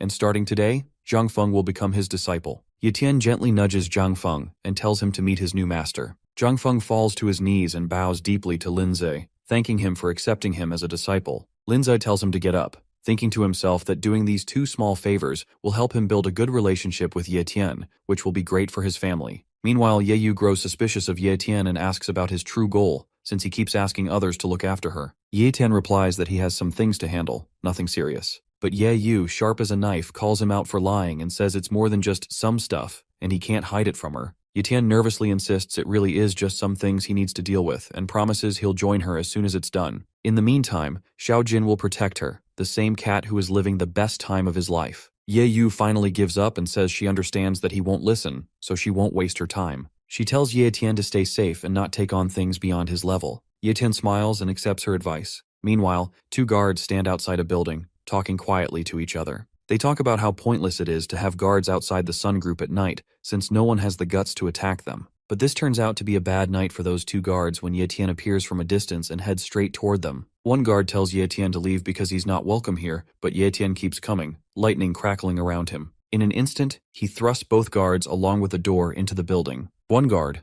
barely conscious, asks Tien what he's doing there, and Tien coolly replies that he's there to get rid of some garbage. Meanwhile, a scared henchman runs back to his boss, telling him someone has broken into the group and beaten up their men. The boss grins and says he thought only cowards filled the seaward base, but it seems someone with a death wish has finally shown up. A group of henchmen rush toward Tien, ready to take him down, but Tien quickly demonstrates his power by kicking one of them so hard that he crashes into the others, knocking them over like bowling pins. With lightning-fast speed, Tien dashes forward and eliminates the remaining henchmen with such ease that they seem like nothing. Meanwhile, the boss begins to walk slowly toward him. As everyone else lies defeated, the room falls silent, with only the sound of the boss's footsteps echoing across the floor. The boss breaks the silence and asks Tien for his name, impressed that someone dared to take out so many of his men. Tien replies while holding one of the henchmen by the collar, pointing straight at the boss, making it clear he's next. The boss lets out a cold sigh and says Tien has some nerve walking into his place, then gives a command for the elders to kill him. Suddenly, a group of people leap down from above and ambush Tien. Just as Tien pulls out his newly acquired knife, one elder uses a control talent to bind his hands behind his back, instantly immobilizing him. The others step forward and surround him. Now facing 5 elders, Tien meets Scarface, Eyepatch, Redhead, Jason, and the 5th unnamed one. Scarface speaks up first, saying they had waited for days expecting a real threat, only to be disappointed that a boy was the one who dared to attack them. The elder who used his technique to bind Tien speaks up, saying he has no interest in wasting energy on a commoner, but Tien should feel honored to die inside his escape-proof net array. The boss thanks the elders for their efforts in capturing Tien and tells them they can take anything of value from him as a reward. Suddenly, Scarface's expression changes as he notices the blade Tien is holding and instantly recognizes it as belonging to the lapdog. He slaps Tien across the face, grabs him by the hair, and demands to know what happened to Elder Qingho. He adds that Qingho was supposed to be with Mr. Sun Feng and demands to know what Tien did to both of them. Annoyed by Tien's silence, Scarface grabs him by the shirt and shouts at him to spill the truth, but Tien simply chuckles and tells him to take a guess. Meanwhile, the boss orders one of his henchmen to head back to the store and find out where their young master has gone. Scarface then asks the boss how they should deal with Tien, and the boss coldly replies that they should cut off his feet and throw him into the dungeon. Scarface grabs Tien by the neck and orders him to move faster, but in an instant, Tien breaks free from the elder's ability and with lightning-fast speed slashes Scarface's neck, killing him on the spot. As the remaining elders and the boss witness Tien's overwhelming strength, the boss quickly orders everyone to stay back, realizing Tien is far stronger than they had imagined. The elders leap backward, putting distance between themselves and Tien. Eyepatch stares at him and sees the deadly aura surrounding Tien forming into the shape of a demonic being. Without wasting a second, Tien locks eyes on the boss, who now stands alone with no protection. Tien charges at him, and though the boss powers up and lets out a beastly roar, it proves useless. Tien lands a brutal punch straight into the boss's gut, forcing blood to burst from his mouth. He follows it up with a fierce kick to the face that sends the boss crashing into a wall. The wall shakes from the impact as the boss struggles to his feet, coughing blood, and realizing he can't face Tien alone, he yells for the elders to attack together. Jason is the first to respond, confident that his massive muscular frame can overpower Tien. He locks hands with him, and the two begin pushing against each other, the pressure creating a crater beneath them as lightning crackles in every direction. Thinking Tien is immobilized again, the elder with the chain ability moves in for a sneak attack from behind, but Tien senses his presence, and without wasting even a split second, kicks both Jason and the elder in the face, sending them flying and shattering the elder's teeth. Standing tall at the center, Tien calmly tells the elder that using the same trick twice won't work. However, the elder proves to be cunning, having planted a trap under Tien's feet, which suddenly locks him in place. This gives Eyepatch the perfect opening as she begins gathering the souls of the fallen henchmen and summons 2 vicious dark dragons. Despite his power,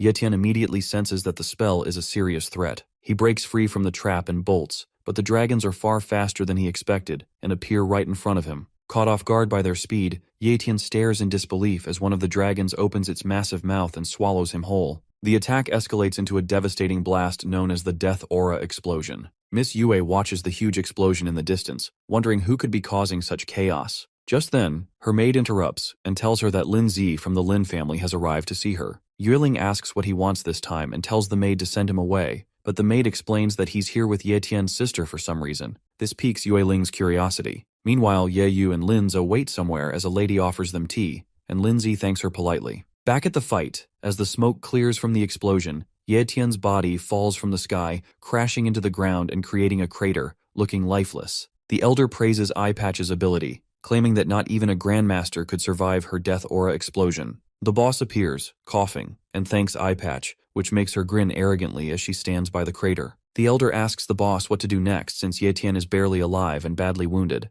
and the boss orders them to kill him immediately. Suddenly, a blade flies through the air, stabbing the elder near his heart and pinning him against the wall. Tien regains consciousness, smiles, and uses healing magic to mend all his wounds while Eyepatch, Jason, and the boss watch in shock as the elder's lifeless body swings against the wall. Everyone is shocked, unable to grasp what just happened. Then Jason realizes Tien is still alive and warns the others, but before he can act, a hand strikes him, slamming his head into the ground hard enough to shatter his mask and kill him instantly. Tien wastes no time, calling his knife back and swiftly slicing Eye Patch's neck clean through. As the elders fall one by one, the boss collapses backward in fear. Desperate, he grabs his axe and launches one final attack at Tien, but Tien stands firm, and only a spray of blood appears before the boss's lifeless body hits the ground, blood dripping from Tien's blade. At that moment, the young master of the Sun family, Mr. Sun Feng, appears around the corner, seeing his father's dead body and screaming out in shock, while Tien turns, smirking as he locks eyes with him. Tien looks at Mr. Sun Feng and says it's a good thing he showed up, because he can deal with him right now as well. He steps on his father's body while speaking, which makes Mr. Sun Feng lose his temper completely. Fueled by rage, Sun Feng lunges at Tien, throwing a powerful punch, but Tien effortlessly dodges it. Using his power talent, Tien buffs himself and counters with a brutal punch to Sun Feng's gut, causing him to drop to his hands and tremble in pain. Sun Feng slams his hand on the ground in frustration, realizing Tien is far stronger than him, almost like a monster. His fighting spirit breaks, and he apologizes to his father for being weak. Tien grabs him by the hair, warning that if he's already given up, he'll send him straight to hell. Just as Tien readies his knife to end Sun Feng's miserable life, a thunderbolt crashes down nearby. Tien jumps back onto a pole, narrowly dodging the strike. A mysterious figure appears, floating in the stormy sky amidst roaring clouds and fierce lightning. Tien senses the immense power radiating from this figure and rates it at Grandmaster level. The newcomer is revealed to be none other than Grandmaster Mr. Yao Ye. Yao Ye tells Tien that it is cruel to have killed so many of them. Sun Feng, seeing this Grandmaster of his family appear before him, starts pleading with Yao Ye, begging him to kill Tien and bring him to justice for killing his father. Tien, now furious, looks down at Sun Feng and thinks he should have taken the chance to finish him off when he had it. After hearing Sun Feng's complaints, Yao Ye launches an attack on Tien, throwing lightning at the pole where Tien stands, but Tien dodges and leaps onto a building. Yao Ye continues to unleash lightning attacks, but Tien keeps evading them.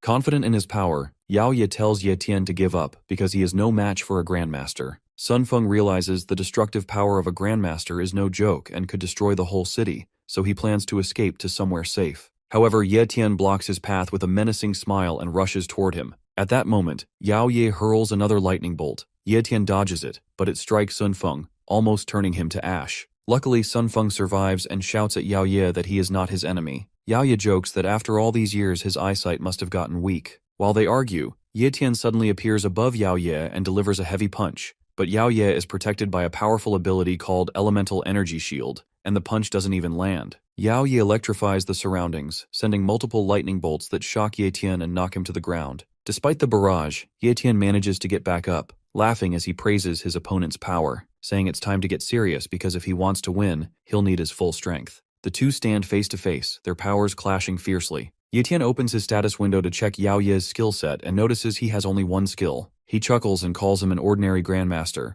warning that if he gets hurt in this battle, he won't be held responsible. Sun Feng, hearing this, complains again to Yao Ye about Tien's arrogance and how he's humiliating their base, urging Yao Ye to kill him. Tien thinks to himself that he should have killed Sun Feng already to stop the nuisance. Yao Ye agrees with Sun Feng and suddenly attacks Tien, who barely dodges with a backflip. Yao Ye compliments Tien's agility, saying it's rare to see someone dodge his sudden strike. Tien appears behind him, teasing that Yao Ye is flattering him, then delivers a kick to Yao's cheek from the side. At first it seems to have no effect and Yao Ye calls him weak. But when Tien activates his power talent, that kick becomes so strong it sends Yao Ye flying into a building. Surprised, Yao Ye asks how Tien got so powerful in such a short time. As he gets up, he admits Tien isn't just any martial artist. Just as Yao Ye is about to leave the hole in the building, Tien throws a car in his path. Yao Ye dodges it and uses his spiritual power to stagger Tien, landing a hard blow to his face. He then grabs Tien by the foot and slams him into the ground. Building up energy, Yao Ye powers up his fierce skill, Thunder Kindling, unleashing it on Tien.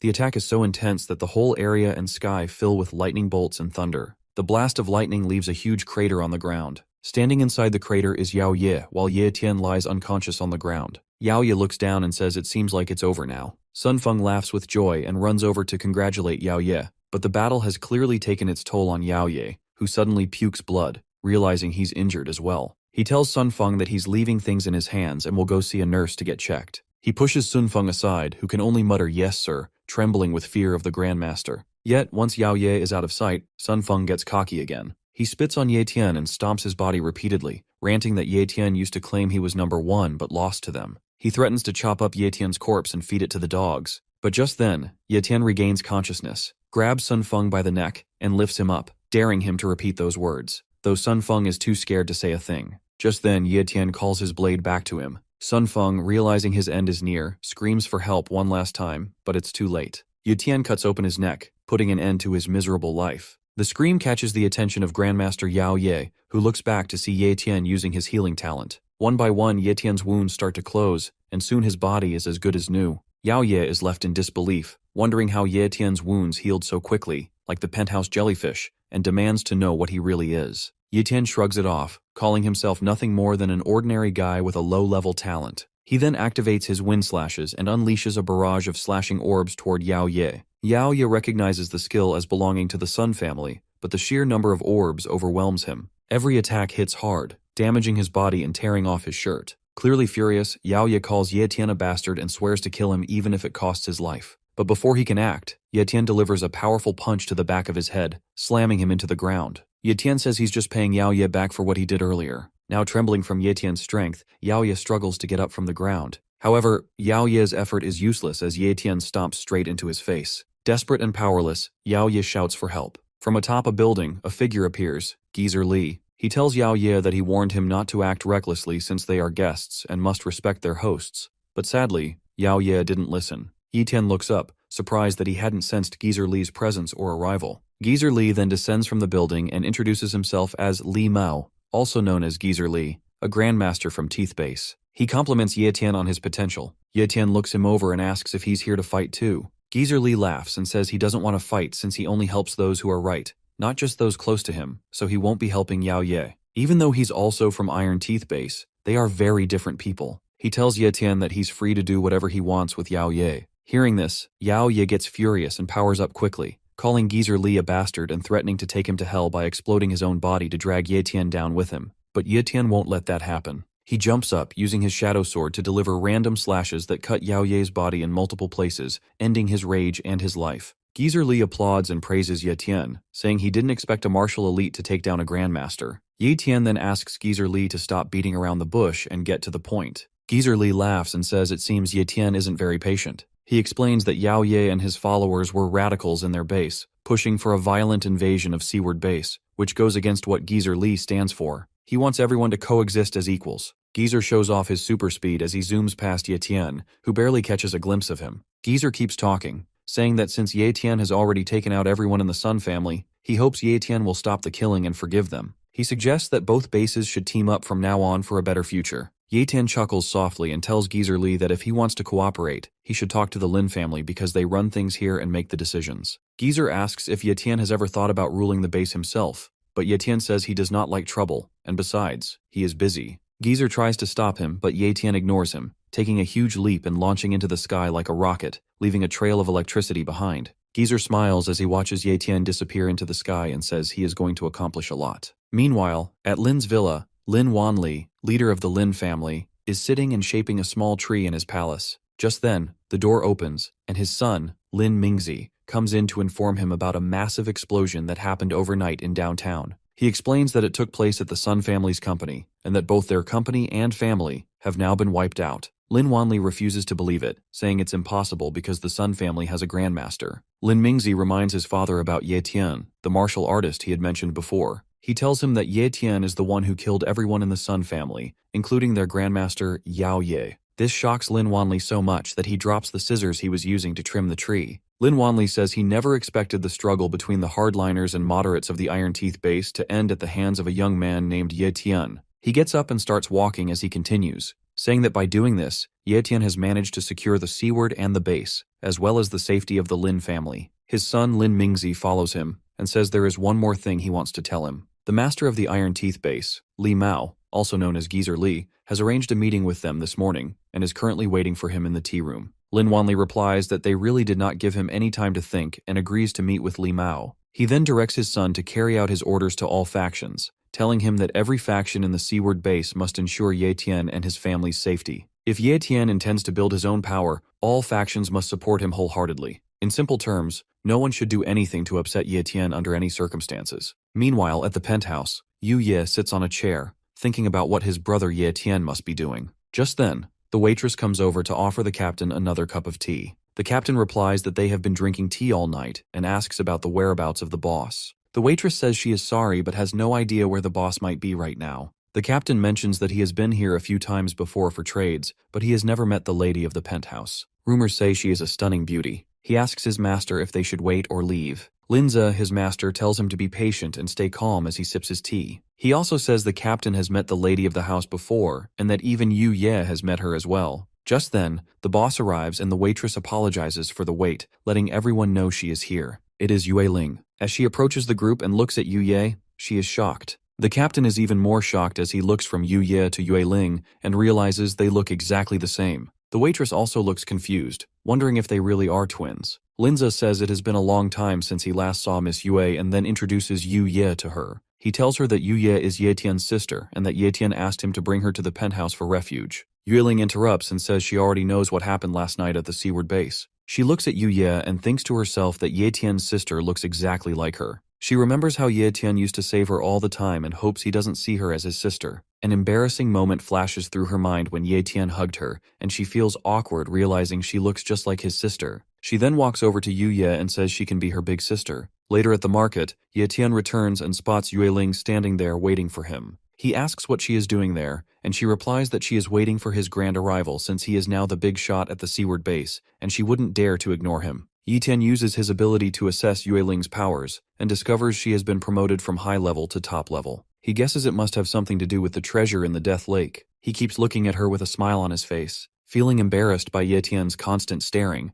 Yue Ling calls him out. She grabs his shirt and tells him it is rude to stare at girls for too long. Ye Tien snaps back to reality, apologizes, and says he was just lost in thought with no intention of staring. She lets go of his shirt and says she's too kind to argue with him. Then she suggests they take a walk before night falls. Ye Tien agrees, and they stroll through the market, talking. Yue Ling mentions that Linze was talking about his family training people for Ye Tien, and asks what he thinks about that. Ye Tien says he's not interested. She asks why and then what his plan is, if he plans to keep cultivating on his own. Ye Tien replies that he wants to leave the seaward base soon and head toward Demon Sea Base. Yue Ling looks confused and seems sad to hear that. When Ye Tien asks what's wrong, she just looks down and says nothing. She stands still watching him walk ahead, wondering why he wants to leave. Ye Tien looks back and asks why she is just standing there since she was the one who suggested the walk. Yue Ling huffs and starts walking with him again. Night falls, and Ye Tien finally returns to the Lin family mansion, where his sister greets him with a big hug. However, Ye Tien scolds Yu Ye,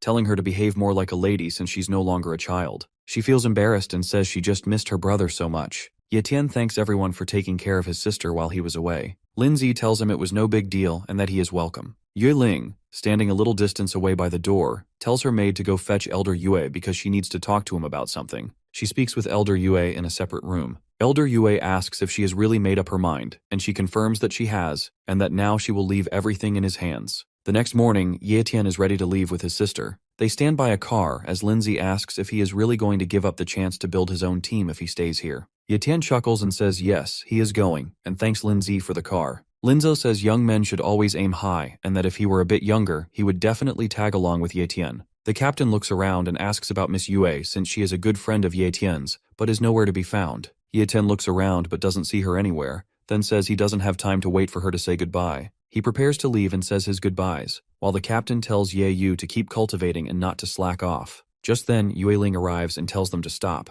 She and her maid head toward the car. She sits in the front seat and tells Ye Tien to get in already. Ye Tien asks if they are both coming, and Yue Ling replies, "Isn't it obvious? Why else would they be sitting inside the car?" Ye Tien asks Ye Yu to sit in the back seat and then turns to Yue Ling, asking why she suddenly decided to come along. She replies that she just wanted to. Ye Tien smiles and says she can simply admit that she wanted to go out with him to train. There's no need for an excuse. Yue Ling blushes and says she just happens to be going to the same place and only needs a ride, so that's why she's coming with him. Then, they start driving away, bidding farewell to the seaward base. They continue riding in the car while the maid calls the cat naughty for not coming to her. Ye Yu explains that the cat just met her and doesn't know her yet. Yue Ling then tells Ye Tien there will be a test in the secret land of the Demon Sea Base and asks if he is interested. Ye Tien says he doesn't know about the secret land and asks her to explain. The maid chimes in, surprised that he became a martial master without knowing about it. She explains that the secret land is a subspace on Earth that came into existence during the catastrophe 100 years ago. Martial artists often enter the secret land through space cracks to hunt for treasures. and it's considered the most effective way to level up. Tien asks if anyone can enter the secret land, and Yueling says it has different levels, allowing only people who meet the required level to enter. For example, one portal opens every 3 months, and only martial masters are allowed in. If someone below or above the required level tries to break in, they will be turned to ashes. Tien says it's the first time he's heard of it as he shifts gears and speeds up the car. Yueling tells him that not many people earn the chance to go to the secret land, and if she allows him to go, one of her family members will lose the opportunity to participate. She explains it's a rare chance and asks him again if he's interested. Tien says it sounds troublesome and that he'll pass because he hates causing trouble for others. This makes Yueling annoyed but amused as she grabs the steering wheel and yells at him to act like a man and stop hesitating. After a while, they arrive at an abandoned campsite and decide to spend the night there. Tien washes his face, breathing in the cool air, then goes back to check if everyone has dinner ready. But Yueling stops him and asks once more if he really isn't going to the secret land. She stresses that it's a very rare opportunity, and he needs to be sure of his decision since no one knows when the secret land will open again. Opportunities like this are crucial for martial artists to grow stronger, so he should think carefully. Tien coughs to cover his words and says he does want to go, but this is the first time he and Yeyu have left the seaward base, and he can't leave his sister alone for so long. Yueling laughs at his reason for turning down the chance and tells him he doesn't really know what her family is up to. She explains that her family has multiple penthouse branches at the Demon Sea base, so he doesn't need to worry about Yeyu because her family will take care of her. She gives him a confident smile and a cheerful wink. After hearing this, Tien says he is ready to go to the secret land with her. Yueling agrees and tells him it's a deal, warning him not to change his mind again as she clenches her fist and looks at him. Tien thinks this is a good way to save a lot of money. The maid asks everyone for their opinion and explains that the Demon Sea base is about 1,860 miles away, so they can either get there as soon as possible or take a slower route and enjoy the scenery. Yueling and Tien answer at the same time that both options are fine. The maid is amazed and asks how they managed to say the same thing at once, which makes both of them blush as they look away in opposite directions. Yeyu says she prefers the slower option because she wants to see more of the outside world. They all agree to her request and head to sleep. The next morning they continue their journey and encounter giant monsters along the way, like a giant and a giant octopus. After 3 months of travel, they finally arrive at the Demon Sea base. The captain of the ship announces that they have finally arrived at the Demon Sea base and asks the passengers to disembark in an orderly manner. The group gets off the ship and heads into the bustling market. Tien remarks that this base is several times larger than the seaward base. Yueling agrees, saying it is indeed much bigger and even divided into different areas because of its size. Suddenly, a car screeches to a halt right in front of Tien and Yueling. The driver steps out, opens the back door, introduces himself, and says he is from the penthouse branch at the Demon Sea base, welcoming Miss Yueling. Tien looks amazed that this base even has drivers, which tells him they must be filthy rich. Yueling asks the maid to take Yeyu to the penthouse so she can rest, and both of them get into the car. Tien bids his sister goodbye and tells her to take care, promising to meet her at the penthouse. The driver then drives off with the maid and Yeyu, leaving Tien and Yueling behind. Yueling ties her hair back and says it's time to carry out their plan. They head toward a place where a huge crowd has gathered, and a chopper flies overhead. They see many common martial artists, most there just for fun since there aren't enough martial masters. Suddenly, an old man notices a space crack appearing in the sky and shouts about it as a small hole opens up overhead. Tien looks at the hole in the sky and says it's too tiny for any human to fit through. Yueling tells him to be patient because someone will arrive soon to expand it. After a while, a man floats down from the sky, causing everyone's jaws to drop. It's Emperor Yun Ho, a powerful emperor-level martial artist from the Yun family of the Demon Sea base.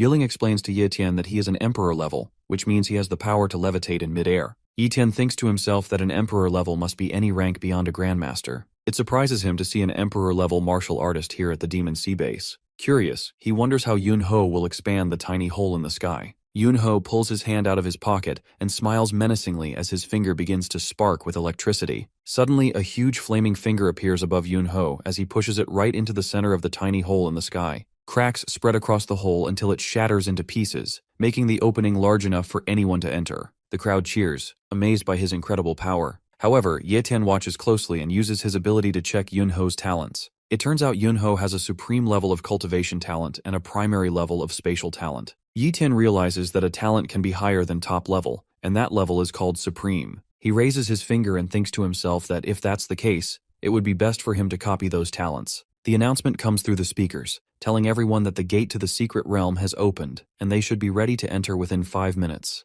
The crowd cheers for Emperor Yun Ho and says their farewells as he walks through them. Tien thinks about the spatial talent Yun Ho has and wonders what secrets it holds. However, since he can't copy another ability yet, his only option is to wait for another chance. Yayen gives Yayen a spatial bag and a wristwatch that tracks the user's location. She tells him to keep these items with him because they will be useful in the secret realm. She explains that once inside, it's unpredictable where they will land, so they must regroup quickly if they want to survive. She adds that they have to leave within 1 month or else they'll be stuck there for 10 years. Yayen puts on the watch and says he understands. Just then, Yue Chao approaches from behind and mocks Ye Tian, calling him the weakling sister Ling invited to the secret realm. He tells Yue Ling that Ye Tian doesn't seem strong enough to be a martial master and might be tricking her. Yue Ling tells Yue Chao to show some respect since Ye Tian is her friend, but Yue Chao says this nobody from a small place took away his brother's spot, so he can't respect him. Ye Chao taps Ye Tian on the back, calls him a wimp, and walks away after warning him not to cross paths with him in the secret realm. Ye Tian, with a poker face, asks Yue Ling if Yue Chao has always been this bold. The announcer then declares the gate officially open and wishes everyone a fruitful journey. Multiple martial artists leap into the hole, and Yue Ling and Ye Tian get ready and follow. As they travel through the gate, Ye Tian's sister silently prays for his safe return. Once inside the secret realm,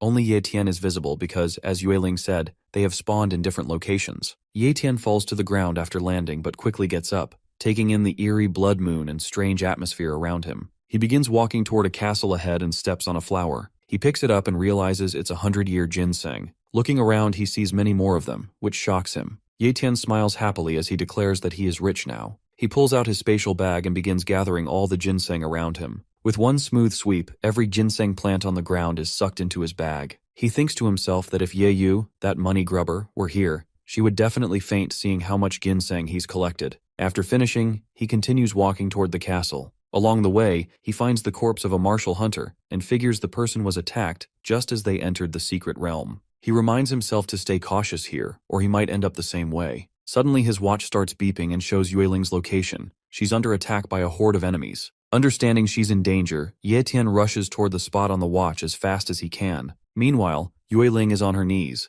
looking up at the goblin monsters swarming her while thinking about Ye Tian. The big-headed dwarf-like goblins ready their weapons and charge to attack. Ye Tian arrives outside another castle, which looks like the same one Yue Ling is in. She gets to her feet, readies her sword, and breaks the club of one goblin, but it doesn't help much because another goblin attacks her from behind. This makes her drop her sword and shiver in pain as she sinks to her knees, looking up at the goblin who just attacked her. Terror spreads across her face as the goblin raises his club, ready to finish her off. She closes her eyes and calls out to Ye Tian in her mind. Just then, Ye Tian arrives and kicks the goblin square in the face, breaking his teeth and sending him flying. Standing protectively in front of Yue Ling, he tells her to rest easy and leave everything to him. Drawing his weapon, he rushes at the remaining goblins and slashes them apart. One goblin tries to sneak up behind Ye Tian, thinking he is clever, but is met with a powerful punch to the jaw that breaks it and sends him flying as well. Ye Tian continues taking down the goblins while Yue Ling watches, thinking that with Ye Tian here, her father's wish from all those years ago might finally be fulfilled.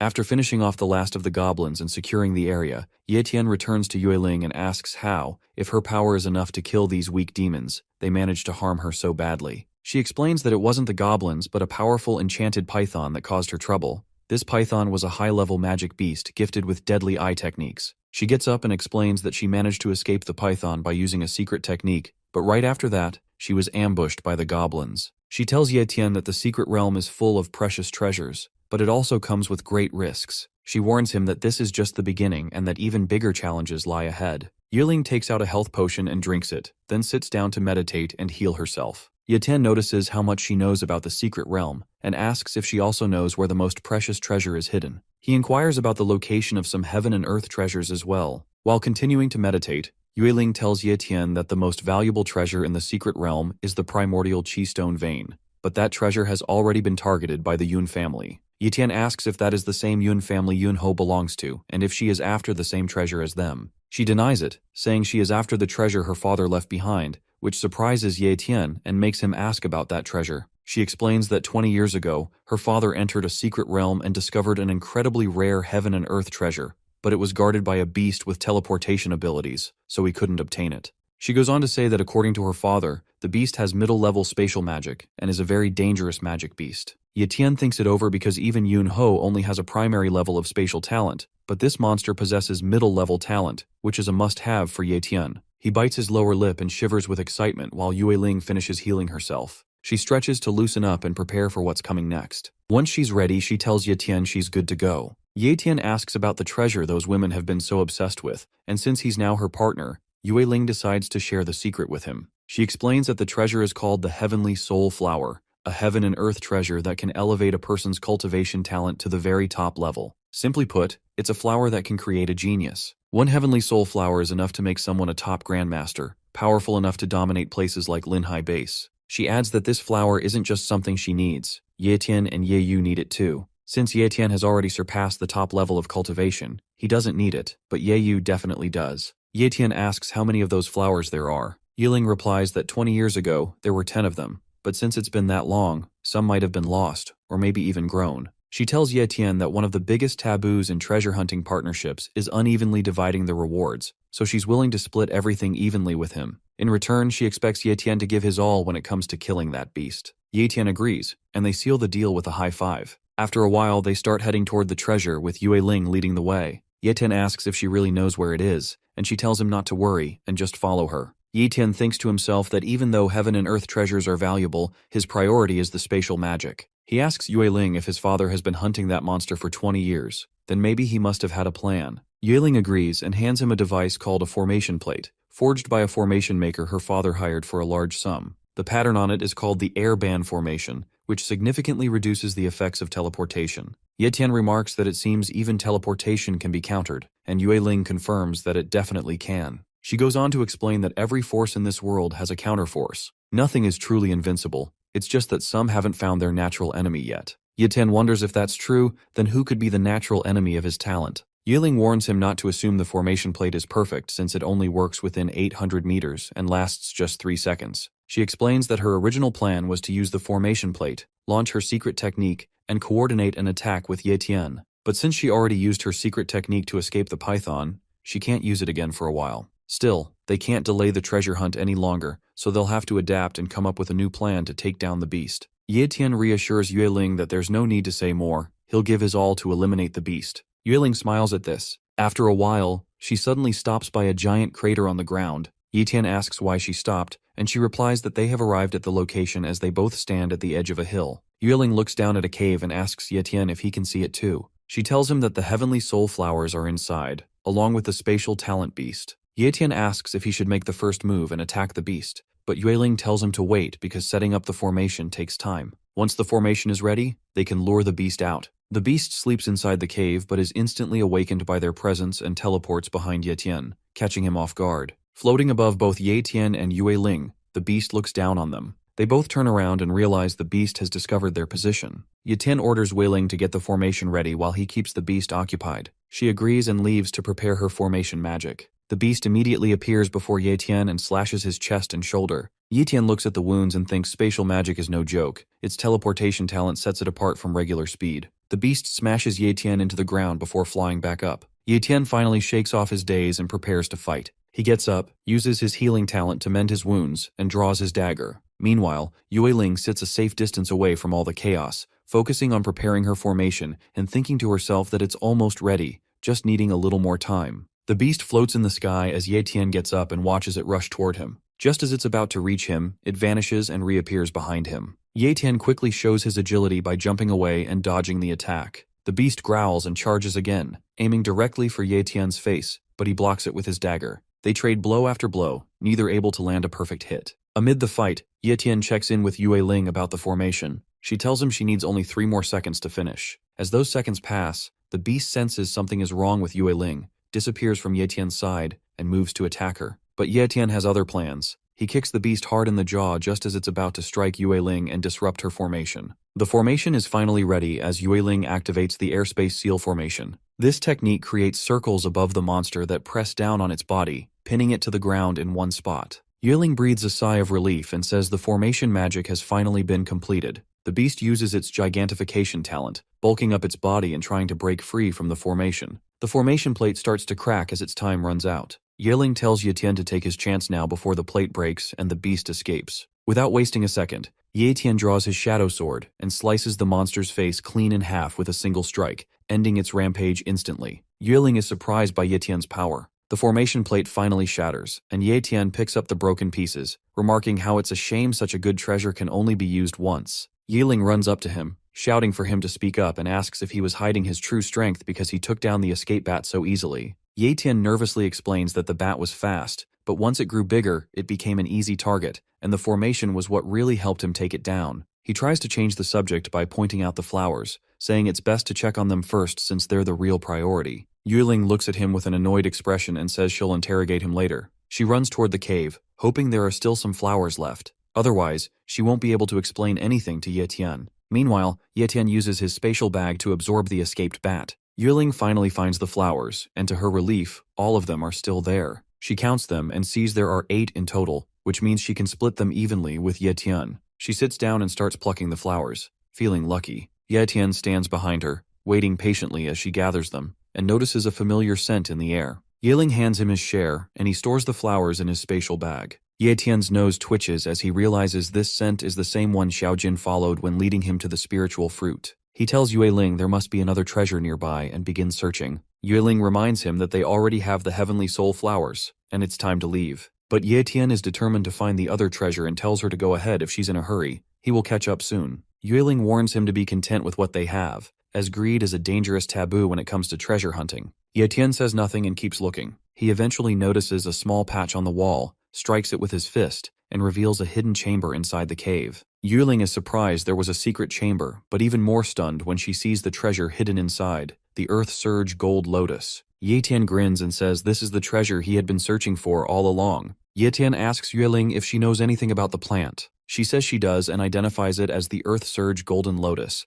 which is even rarer than the heavenly soul flowers. However, despite being incredibly valuable, it's considered unmarketable. Tien looks confused and asks what she means by something being invaluable yet unmarketable. She explains that while the lotus can influence a person's innate talent, it doesn't upgrade it like a heavenly flower does. Instead, it allows the talent to develop new tricks. But whether those tricks are useful depends entirely on the talent itself. The effects are usually minor, and only in rare cases, maybe 1 in 1,000, it can make a skill more efficient. That's why only the wealthy are willing to buy it to test their luck, making it precious but not easy to sell. Tien thinks about his copy talent and gets curious about what new tricks it might learn. He tells Yueling it's time to talk business, then asks her to wait as he jumps down to retrieve the lotus. When he comes back, Yueling demands to know how he could just grab the flower without asking, and insists she deserves a share. Tien assures her that of course she'll get her share, but since the lotus is of no use to her and they both own half of it, he proposes a trade, 3 heavenly soul flowers in exchange for the lotus. Yueling thinks to herself that 3 flowers are way too much for that lotus and considers Tien completely brain dead.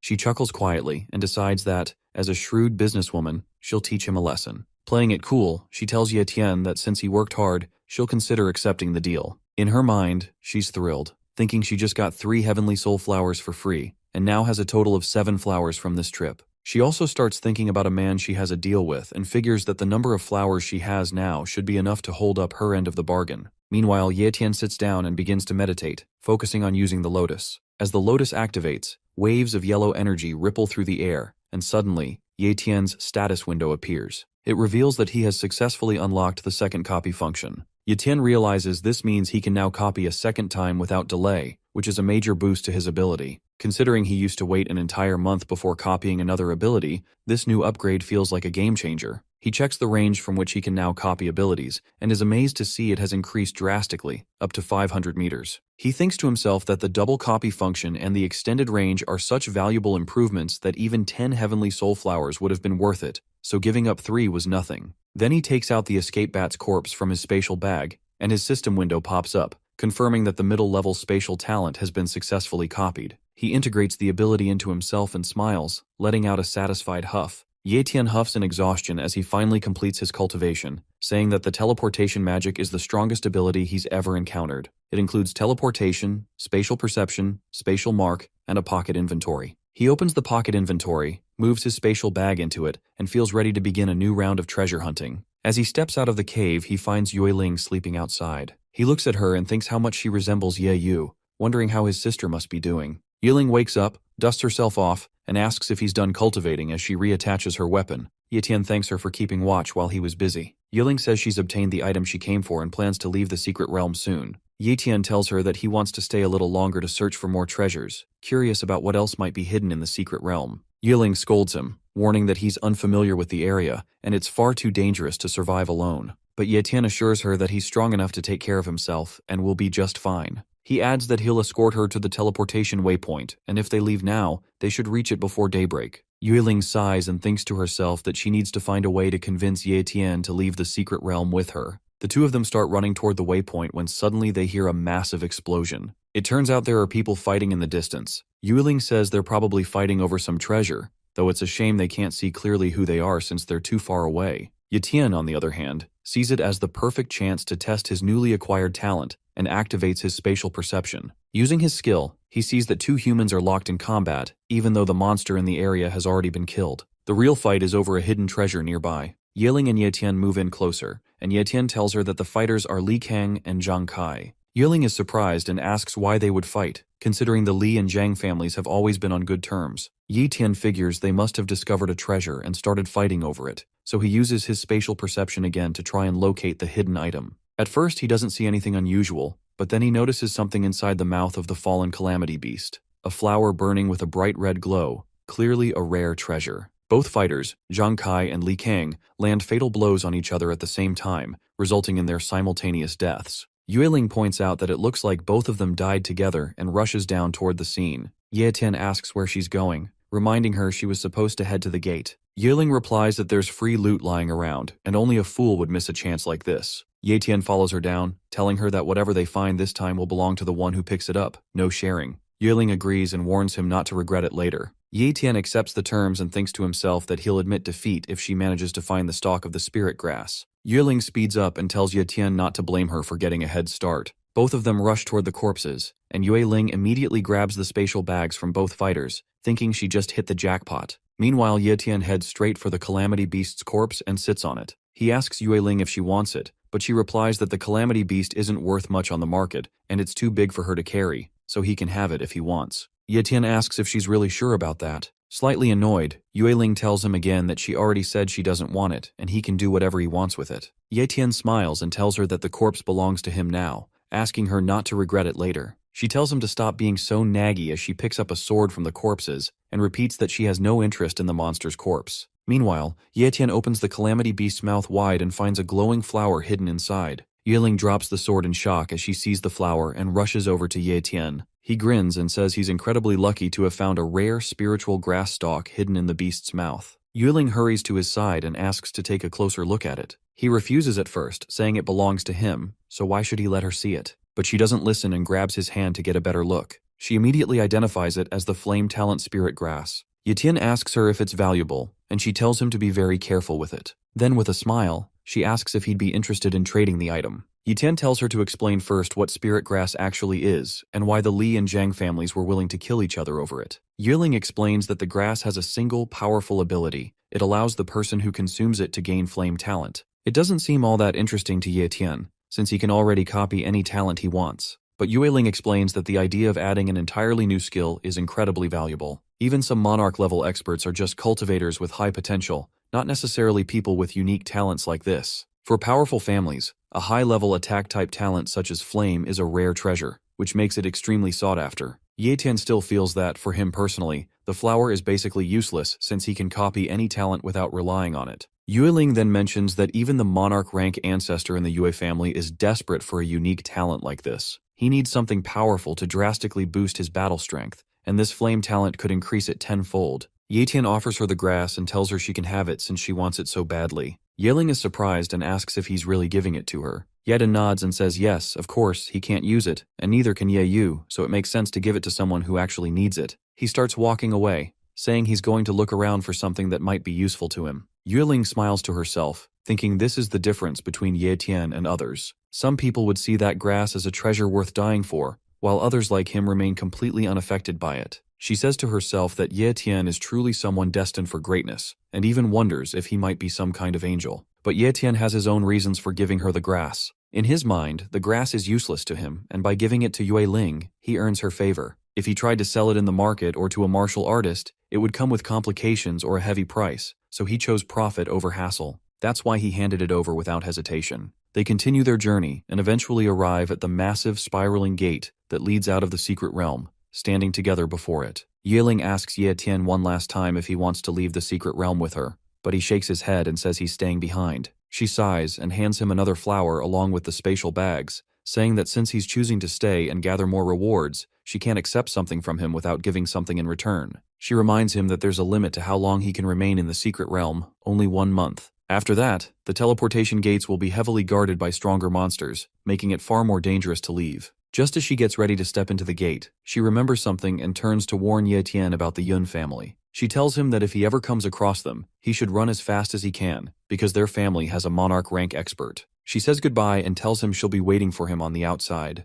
Tien smiles and waves at her as she jumps into the gate and begins traveling through it. Along the way, she glances back at Tien and thinks to herself that it won't be long before he surpasses her. That's why she can't afford to slack off. She has to grow stronger too, or she'll be left admiring him from a distance. Tien watches as Yue finally disappears into the gate, then smirks and says, the dead weight is finally gone. Now he can farm treasures to his full potential without holding back. He gets ready to leap off and start exploring again. Meanwhile, back in the real world, the gate begins to ripple as someone starts to emerge. The crowd nearby assumes it's a weak martial artist returning after only 2 days, unable to handle the secret realm. Suddenly, something crashes violently to the ground. 2 thugs glance over and spot the figure, thinking there might be valuable treasures to steal from whoever just returned. As they move closer, they realize it's Yue, now badly injured and barely conscious, her body lying almost lifeless on the ground. Just as the thieves get ready to rob her, Uncle Ben pushes through the crowd and rushes to her side. Recognizing her immediately, he kneels beside her and urgently asks what happened inside the gate and how she ended up in such a critical state. With a weak and fading voice, Yue whispers that he should take her to the clan first.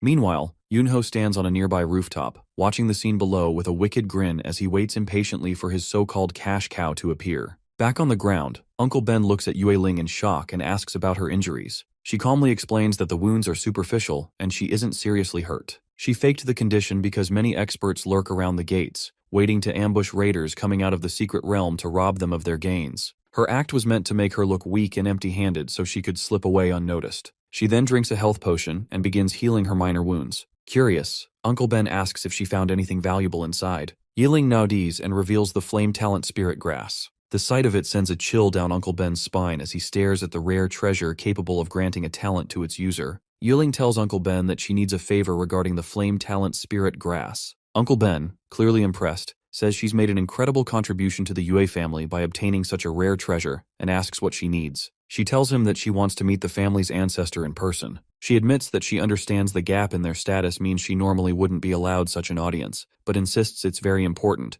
and hopes Uncle Ben can help her. She adds firmly that if she's not allowed to see the ancestor herself, she will never hand over the flame talent to the family, even if it means destroying it. Uncle Ben tries to reason with her and asks if there's any other way she'd be willing to part with the grass, but Yue refuses. She says her only condition is meeting the ancestor, no matter what. After a moment of silence, Uncle Ben agrees and says he'll make the necessary arrangements. Later, at the Yue family penthouse, Yue steps out of the bath with a towel wrapped around her body and another in hand to dry her hair. As she stands by the door, she stretches slightly and thinks to herself that it's been a long time since she enjoyed a proper bath. Her mind then drifts to Tien, and she wonders what he might be up to right now. Meanwhile, in the secret realm, Tien sits atop a pile of monster corpses with a knife in his hand, looking completely unbothered. He mutters that things are getting boring since there's no one left who can put up a real fight against him. Back at the Yue family mansion, a maid enters Yueling's room and informs her that Elder Ben has summoned her to the meeting hall. She gets dressed and makes her way there. Inside the hall, the ancestor Yueji is seated calmly, sipping tea. He looks at her with a composed expression and says she has done well in obtaining the spirit grass, then asks what kind of reward she would like in return. Yueling stands silently for a few moments, then raises her eyes to meet his and says she wants permission to meditate and attempt to comprehend the Enlightenment stele. Uncle Ben is stunned by Yueling's bold request and asks if she truly intends to comprehend the Enlightenment stele. He warns her that the stele is the very foundation of the Yue family, and that even he doesn't have the authority to approach it, much less comprehend it. He tells her plainly that her request is far beyond acceptable limits. But Yueling looks directly at Yueji and reveals that she obtained 6 stalks of the divine soul flower from the secret realm. She offers to hand them over to the family's disciples, on the condition that Yueji grants her access to the stele. She tries to strike a deal, determined to negotiate. Yueji's expression darkens as he tells her to make another request, calling her demand absurd. but Yueling refuses, saying she isn't interested in anything else and won't back down. Yeji's patience snaps, and with a flick of his aura, he sends Yueling flying out of the building. She crashes onto the ground and coughs up blood, her body barely able to move. Yueshi rises to his feet, his voice filled with fury as he shouts how dare she try to bargain with him. He begins walking toward her with heavy steps. Struggling to rise, Yueling breathes heavily and says that no matter how much she cultivates, her level won't surpass Grandmaster. She isn't content with her current potential. She wants to become stronger, to break her limits and rise beyond what fate has allowed.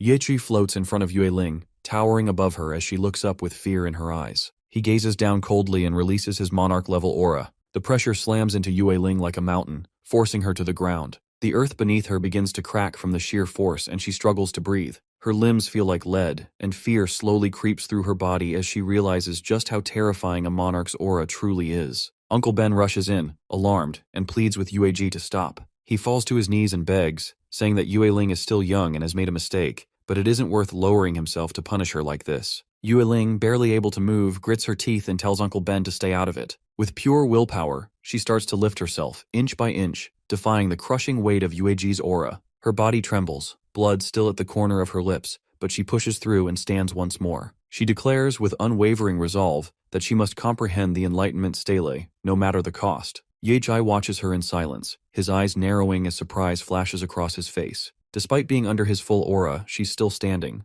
With a casual flick of his arm, he sends a wave of wind that dissipates the pressure around her. He descends slowly to the ground. Yueling drops to her knees for a moment, catching her breath, but quickly realizes that the crushing aura is gone. She steadies herself and rises again, her eyes filled with determination. Uncle Ben bows his head and thanks Yueji for showing mercy to Yueling. Yechi looks at Yueling and tells her that just as there are laws in this country, there are rules within their clan that must be respected. He says he cannot and will not break those rules lightly, not even for her. But after a moment of pause, he raises his hand and summons a small glowing plaque. He tells her that this is his personal secret plaque, an item of rare authority, and with it, she will be permitted to comprehend the enlightenment stele. He extends it toward her. Yueling's eyes widen as she reaches out to take it with both hands. Relief washes over her face, and for the first time in a while, a gentle smile appears. She finally holds the ticket to what she's been chasing, a chance to comprehend the stele and break past her limits. After some time, Uncle Ben enters Yueji's chamber carrying the divine soul flowers and the flame talent spirit grass.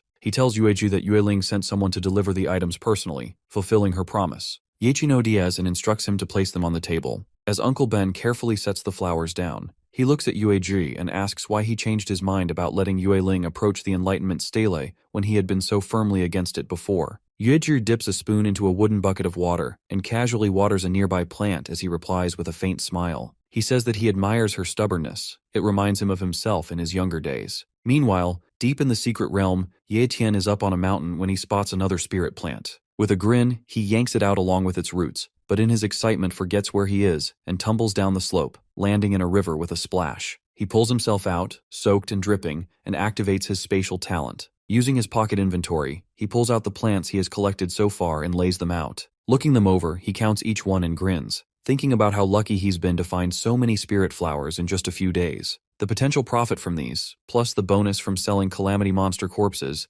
makes him feel like he's struck gold. Glancing down, he wrinkles his nose as he realizes he smells awful. Remembering Yeyu's nagging, he pulls out clean clothes from his inventory and changes on the spot. Unbeknownst to him, a monster hidden in the distance watches his every move. Tien finishes changing his clothes and stores all the spirit flowers back into his inventory. His stomach lets out a loud growl, reminding him that he hasn't eaten in a while. He grumbles to himself and decides to hunt something edible before continuing his exploration. Just then, a boar-like monster crashes out from the brush, snorting aggressively. Tien stares at it with wide eyes, momentarily startled, but a few minutes later, that same monster is sizzling over a fire, turned into a mouth-watering barbecue.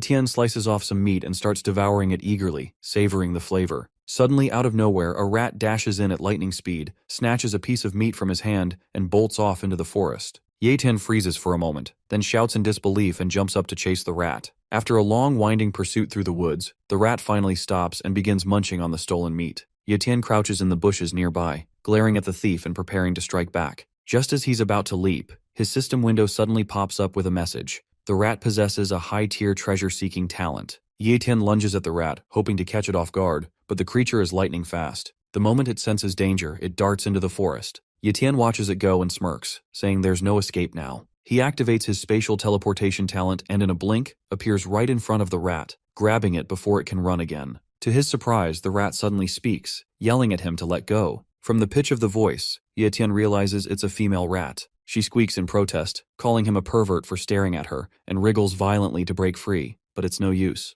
Tien calmly pulls out his knife and threatens her, telling her to either become his pet or get turned into grilled meat. The rat panics and begs for her life, agreeing to become his pet. Since Tien has already used his copy ability twice and can't copy her treasure hunting talent right now, he chooses to form a soul light contract instead. Once the contract is complete, he names her Little Purple after her vibrant fur. He grins to himself, knowing that purple treasure hunting rats possess apex tier talent, and she will be a valuable asset. As he pets his new companion, Tien recalls what Yue Ling once told him. The most valuable hidden treasure in the entire secret realm is the energy stone mine that the Yun family is after. Tien thinks to himself that even though the Yun family is powerful and influential, he now has a treasure-hunting mouse, so why not try his luck at finding the mine? He asks Little Purple if she knows where the energy stone mine is. The mouse proudly says that she absolutely does, thanks to her apex tier treasure hunting talent, which allows her to pinpoint the exact location. Tien is thrilled and tells her to take him there immediately. Little Purple agrees and climbs onto his arm, ready to lead the way. Tien apologizes in his heart to Yue Ling,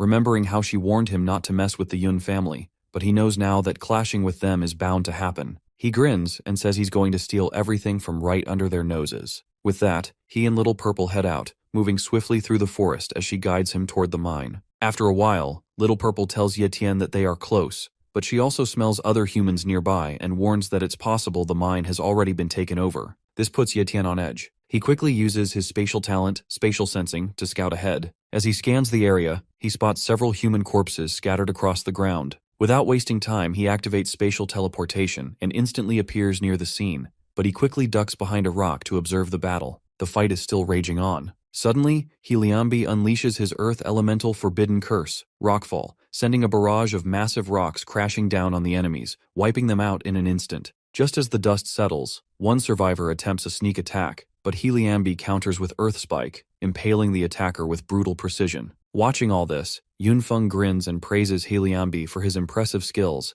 saying she can't believe he took out so many Yun family members on his own. She then draws her weapon and, with a spark of excitement in her eyes, declares that it's her turn to have some fun with him. Yunfeng dashes toward Heliambi, declaring that the treasure in his possession rightfully belongs to the Yun family. Heliambi braces for the attack, calmly replying that they'll see if she's strong enough to take it back. He slams his hand on the ground and casts his earth element forbidden spell, King Kong Wall, raising a massive barrier between them. But Yunfeng pulls her sword back and unleashes her technique, Wind-Shattering Slice, cutting through the wall like it was made of paper. Heliambi watches in disbelief as his strongest defense crumbles to rubble. His mind races, trying to understand how she infused her weapon with wind talent and sliced through the King Kong Wall so effortlessly. Caught up in his thoughts, he doesn't notice the incoming danger until it's too late. Yunling appears in a blur, her foot smashing into his face with such force that it breaks the sound barrier and launches him backward into a stone wall. Groaning, Heliambi pushes himself up and retaliates with Rockfall, hurling a wave of sharp rock projectiles at Yunfeng. For a moment she's caught off guard, but she regains her footing and shatters the rocks with precise swings of her blade. She smirks and taunts him, asking if that's really all he's got. Heliambi activates his greater earth forbidden spell, Fallen Skies, and a massive boulder begins descending from the sky toward Yunfeng. Her confident expression shifts to shock as she recognizes the danger. In her mind, she quickly identifies it as an apex tier earth element skill. Without wasting a second, she taps into her speed talent and dashes out of harm's way just in time. Heliambi stares in disbelief, questioning how she managed to dodge such a powerful attack. Yunfeng smirks and tells him it's time he experienced her own forbidden spell, Wind Speech, Pale Blade. She inhales deeply, then lets out a piercing screech that unleashes a torrent of wind blades. The barrage slams into Heliambi, driving him to his knees and forcing him to drop his weapon. Yunfeng lands gracefully and asks if the mineral vein is hidden in the cave behind him. Bloodied and struggling, Heliambi grabs his weapon to support himself as he slowly rises. With fierce determination in his eyes, he says that he spent 10 years searching for that mineral vein and he won't let anyone else take it. Tien watches the fight closely from his hiding spot, his interest piqued by the mention of the mineral vein. He tries using his spatial sensing to locate the mineral vein, but all he detects is a strange forbidden restriction blocking his ability. Back in the battle, Yunfeng laughs after hearing Heliambi claim that he won't let anyone touch the vein. She mocks him, asking if he even has the strength left to defend it. She then pulls out a spiritual energy-enhancing grass and admits that she hadn't planned on using it here. Normally, consuming such a powerful item directly is extremely dangerous and often fatal, but she's so determined to kill him now that she throws caution to the wind. Without hesitation, she bites into the grass and swallows it whole. Yayen watches in shock from afar, thinking that she's gone insane. Consuming that kind of spiritual grass raw could easily make someone explode on the spot. As soon as she eats it, the veins on her neck bulge, her eyes begin to glow a fierce pink, and her blood surges uncontrollably through her body. She collapses to the ground, screaming in agony as a beam of light shoots into the sky from her body. Moments later, she rises again, glowing with a powerful pink aura that leaves energy trails from both her body and her sword. Liambi is gripped with fear as he realizes her cultivation talent has skyrocketed to transcended tier. Yunfeng smirks with new confidence, her expression wild and hungry for battle, as if her fangs are ready to tear through anything in her path. Tien opens his status window and is stunned to confirm that Yunfeng's cultivation talent has truly jumped to the transcendent tier. Yunfeng looks down at Liambi with a wicked smile and says she might consider leaving his corpse in one piece if he gets on his knees and begs for his life. Liambi's eyes burn with rage as he snaps back, demanding how she dares speak to him that way. He says that even if her talent has improved, it doesn't guarantee victory. He begins forming a powerful spell, but before he can finish, Yunfeng vanishes and reappears beside him in a blink. Her blade flashes multiple times, cutting through him so fast he doesn't even realize he's been struck until blood pours from his mouth and he collapses. Yunfeng coolly stands over him and says her current stats include a high-tier speed talent combined with an apex-tier wind talent, and that he completely underestimated the power boost she just received. She mocks him, calling him a washed-up genius whose battle instincts have dulled, nothing more than trash from the once proud Helian family. Struggling to lift his head, Liambi says that all cultivators walk a path filled with rivals, and that even if she defeats him today, one day she'll be nothing more than a stepping stone for someone even stronger. Yunfeng narrows her eyes and tells him to shut up. He lost, and losers have no right to speak such delusional words. She also mentions that the Yun family is the strongest in the entire Demon Sea base, with even a monarch rank expert among them. She says that in the face of absolute strength, there are no real enemies. With that, she heads into the cave to search for the mineral veins. Outside, Liambi lies battered and bleeding, staring up at the sky as he wonders if this is how his journey ends. Just then, Tien appears and asks if he's okay. Liambi is surprised to see him and asks who he is, but Tien replies that it doesn't matter and offers him a potion. Liambi says it's useless, as Yunfeng's last attack shattered his internal organs and his time is running out. He then asks Tien if he's here for the mine as well, and Tien confirms it. Liambi chuckles and says at least Tien is honest. When Tien asks about the mine, Liambi explains that if it were an ordinary ore cave, he would have mined it long ago. He says this cave has an apex-tier calamity beast guarding the vitality stone ore, and that the beast has tunneled the cave full of passages to confuse intruders. Anyone who enters is bound to get lost unless they have a purple treasure hunting rat, which possesses a rare talent for tracking hidden treasures.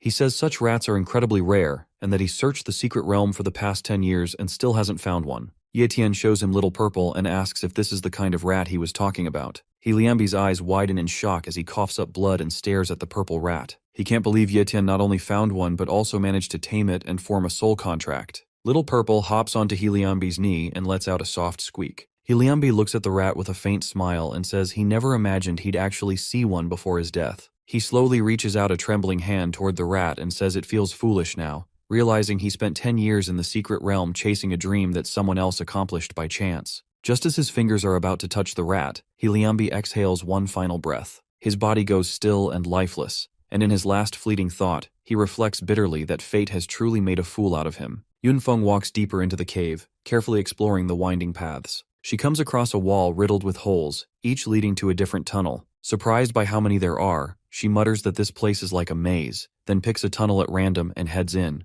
Meanwhile, Tien quietly buries Liambi beneath the rubble and places his weapon upright in the ground as a makeshift tombstone. Back inside, Yunfeng reaches another tunnel, confused by how the cave seems to twist endlessly. Just then, the ground beneath her feet cracks open, and a massive worm-like monster bursts out, lunging to swallow her whole. She manages to leap out of the way just in time, landing a short distance away and staring in shock at the towering creature. She realizes it's a top-tier predator, something that was never mentioned in any of the intelligence reports. The monster starts to charge a powerful energy beam, and a thunderous sound echoes through the cave. Outside, Tien hears it and smirks, saying it looks like the fight has already begun. He thanks the Yun family for holding the beast off for him, then turns to Little Purple and says that everything depends on her now. The rat hops off his shoulder and begins sniffing around, darting back and forth as she starts to search for the real entrance hidden somewhere in the maze. Tien figures the maze of caves must be interfering with Little Purple's senses too. But after a short while, she perks up and tells him she's found the real entrance. She leads him toward a river, and Tien realizes the network of tunnels was just a clever trick to mislead intruders. The true entrance is hidden in what looks like an ordinary pool of water. He mutters that without the purple treasure-hunting rat, he would have definitely been fooled. Kneeling beside the water, he checks it and tells Little Purple that there's nothing wrong with it. Without wasting time, the two of them dive in and begin exploring the pool. As they swim deeper, Tien finally spots it. A hidden tunnel carved into the rock at the bottom of the pool, and immediately heads into it. Yun Feng feels completely powerless, standing before the monstrous beast. No matter how fiercely she fights back, her strength simply isn't enough to match its overwhelming power. Realizing she has no other choice, she reaches into her storage ring and pulls out a monarch rank magic tool, her last and only hope. With fierce determination, she launches another attack, aiming to make the beast taste the power of a monarch's weapon. With the every ounce of energy she's got left inside her, she manages to activate the monarch magical tool somehow, piercing that nasty monster with this pillar of condensed energy. Let's switch the perspective to our boy, who senses the collapse of the mine. The wave of energy he just felt is so strong that it couldn't possibly belong to that girl from the Yun family. Nonetheless, he activates his speed talent and flashes out of the place to get his hands on the treasure he's been searching for, before things get even crazier. Meanwhile, that giant monster has been pierced through and through, with no strength left to stay upright.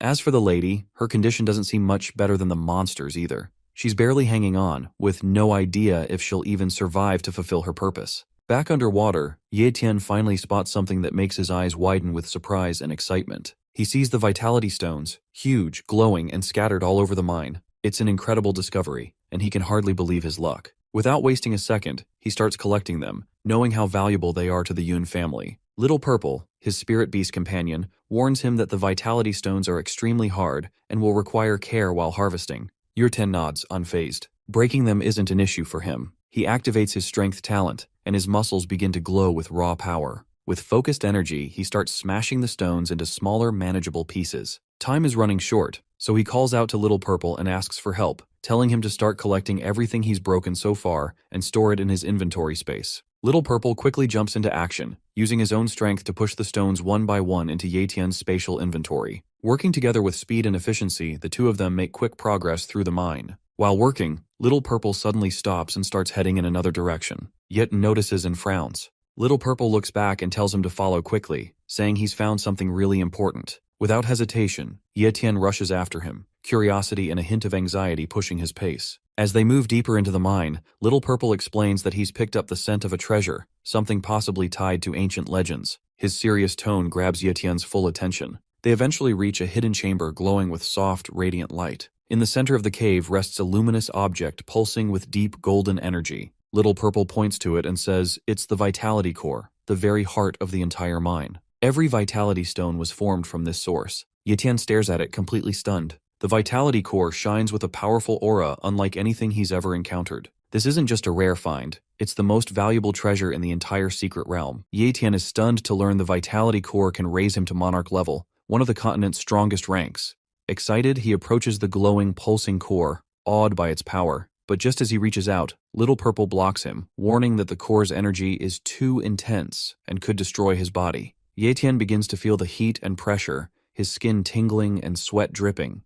But he's not afraid. He remembers the powerful talents he copied back at the Demon Sea base, especially the endurance and defense ones. Those abilities help him stay calm and hold his ground even in the face of danger. He activates them instantly, and a glowing shield of energy wraps around his body, easing the heat and pressure. Little Purple is stunned again. He never realized Tien had copied so many high-tier talents. His respect for Tien grows even deeper. With steady hands, Tien reaches out once more and touches the vitality core. The moment his skin connects with it, a surge of energy blasts through his arm like a bolt of lightning. The power is overwhelming, shaking his entire body. Even his strongest defensive talents begin to falter. His skin starts to crack, and a wave of intense pain shoots through him, threatening to knock him out. But Tien doesn't let go. He knows this is a once-in-a-lifetime chance, and no matter how painful it gets, he has to push through. He activates his recovery talent, quickly healing the cracks and burns forming across his body. The power of Vitality Core gets so overwhelming that our boy had no choice but to activate one of his spatial talents,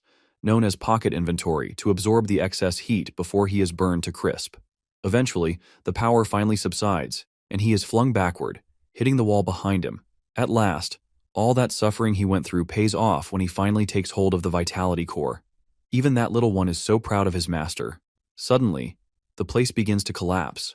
The core's energy was keeping the structure stable, and now with it removed, the cave starts to collapse. Rocks crash down from above, and deep cracks race across the walls. Without hesitation, Tien scoops up Little Purple and makes a run for it. Using his spatial teleportation talent, he dodges the falling debris and slips through the crumbling tunnels. After a tense and chaotic dash, they finally make it out into the open, just as the entrance caves in behind them. Far away, Yunfeng feels the ground tremble beneath her feet. She glances around, startled by the sudden shift. The mine is collapsing, and she starts to wonder if someone has taken the vitality core. She didn't realize anyone else had entered the cave, and now her curiosity is burning. She wants to know who it was. Meanwhile, Tien stands just outside the cave, looking back one last time. He notices a number of smaller vitality stones scattered across the ground. These stones may not be as powerful as the core, but they're still incredibly valuable. Not wanting to waste a single opportunity, he rushes back in despite the danger. Using his talents to move quickly and stay safe, he begins picking up each stone and placing it into his pocket inventory.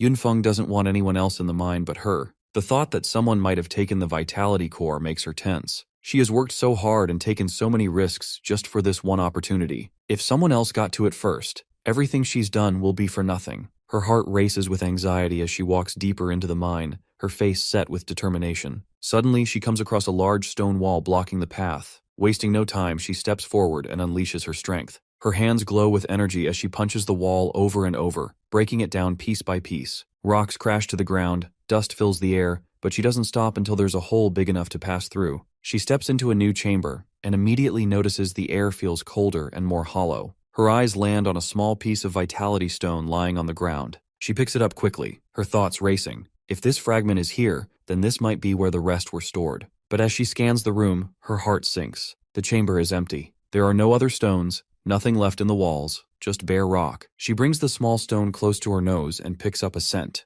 It smells like a human. That means someone was already here. Someone beat her to it and took all the vitality stones. Every single one. Sweat starts to drip from her forehead. Her hands begin to shake, and a sharp pain stabs through her chest. Her legs give out, and she falls to her knees, completely crushed by the realization that everything is gone. All the stones, even the core she risked her life for during her battle with the monster, have been taken. She knows going back empty-handed means punishment. The head of the Yun family had personally given her this mission. But then her expression shifts. The sorrow on her face hardens into rage. Her eyes narrow, her jaw tightens, and her fists clench with fury. She refuses to accept defeat like this. She swears she will find the person who stole from the Yun family, and when she does, she will show no mercy. That person will pay the price. Meanwhile, far away, Tien feels a wave of gratitude as he looks at Little Purple. Without him, finding the vitality core and gathering so many stones might not have been possible. He smiles and pats his little companion on the head, saying he's lucky to have him by his side. But Little Purple laughs in his playful way and says it wasn't just him. His master has incredible luck. Even he didn't expect such a massive treasure to be hidden there.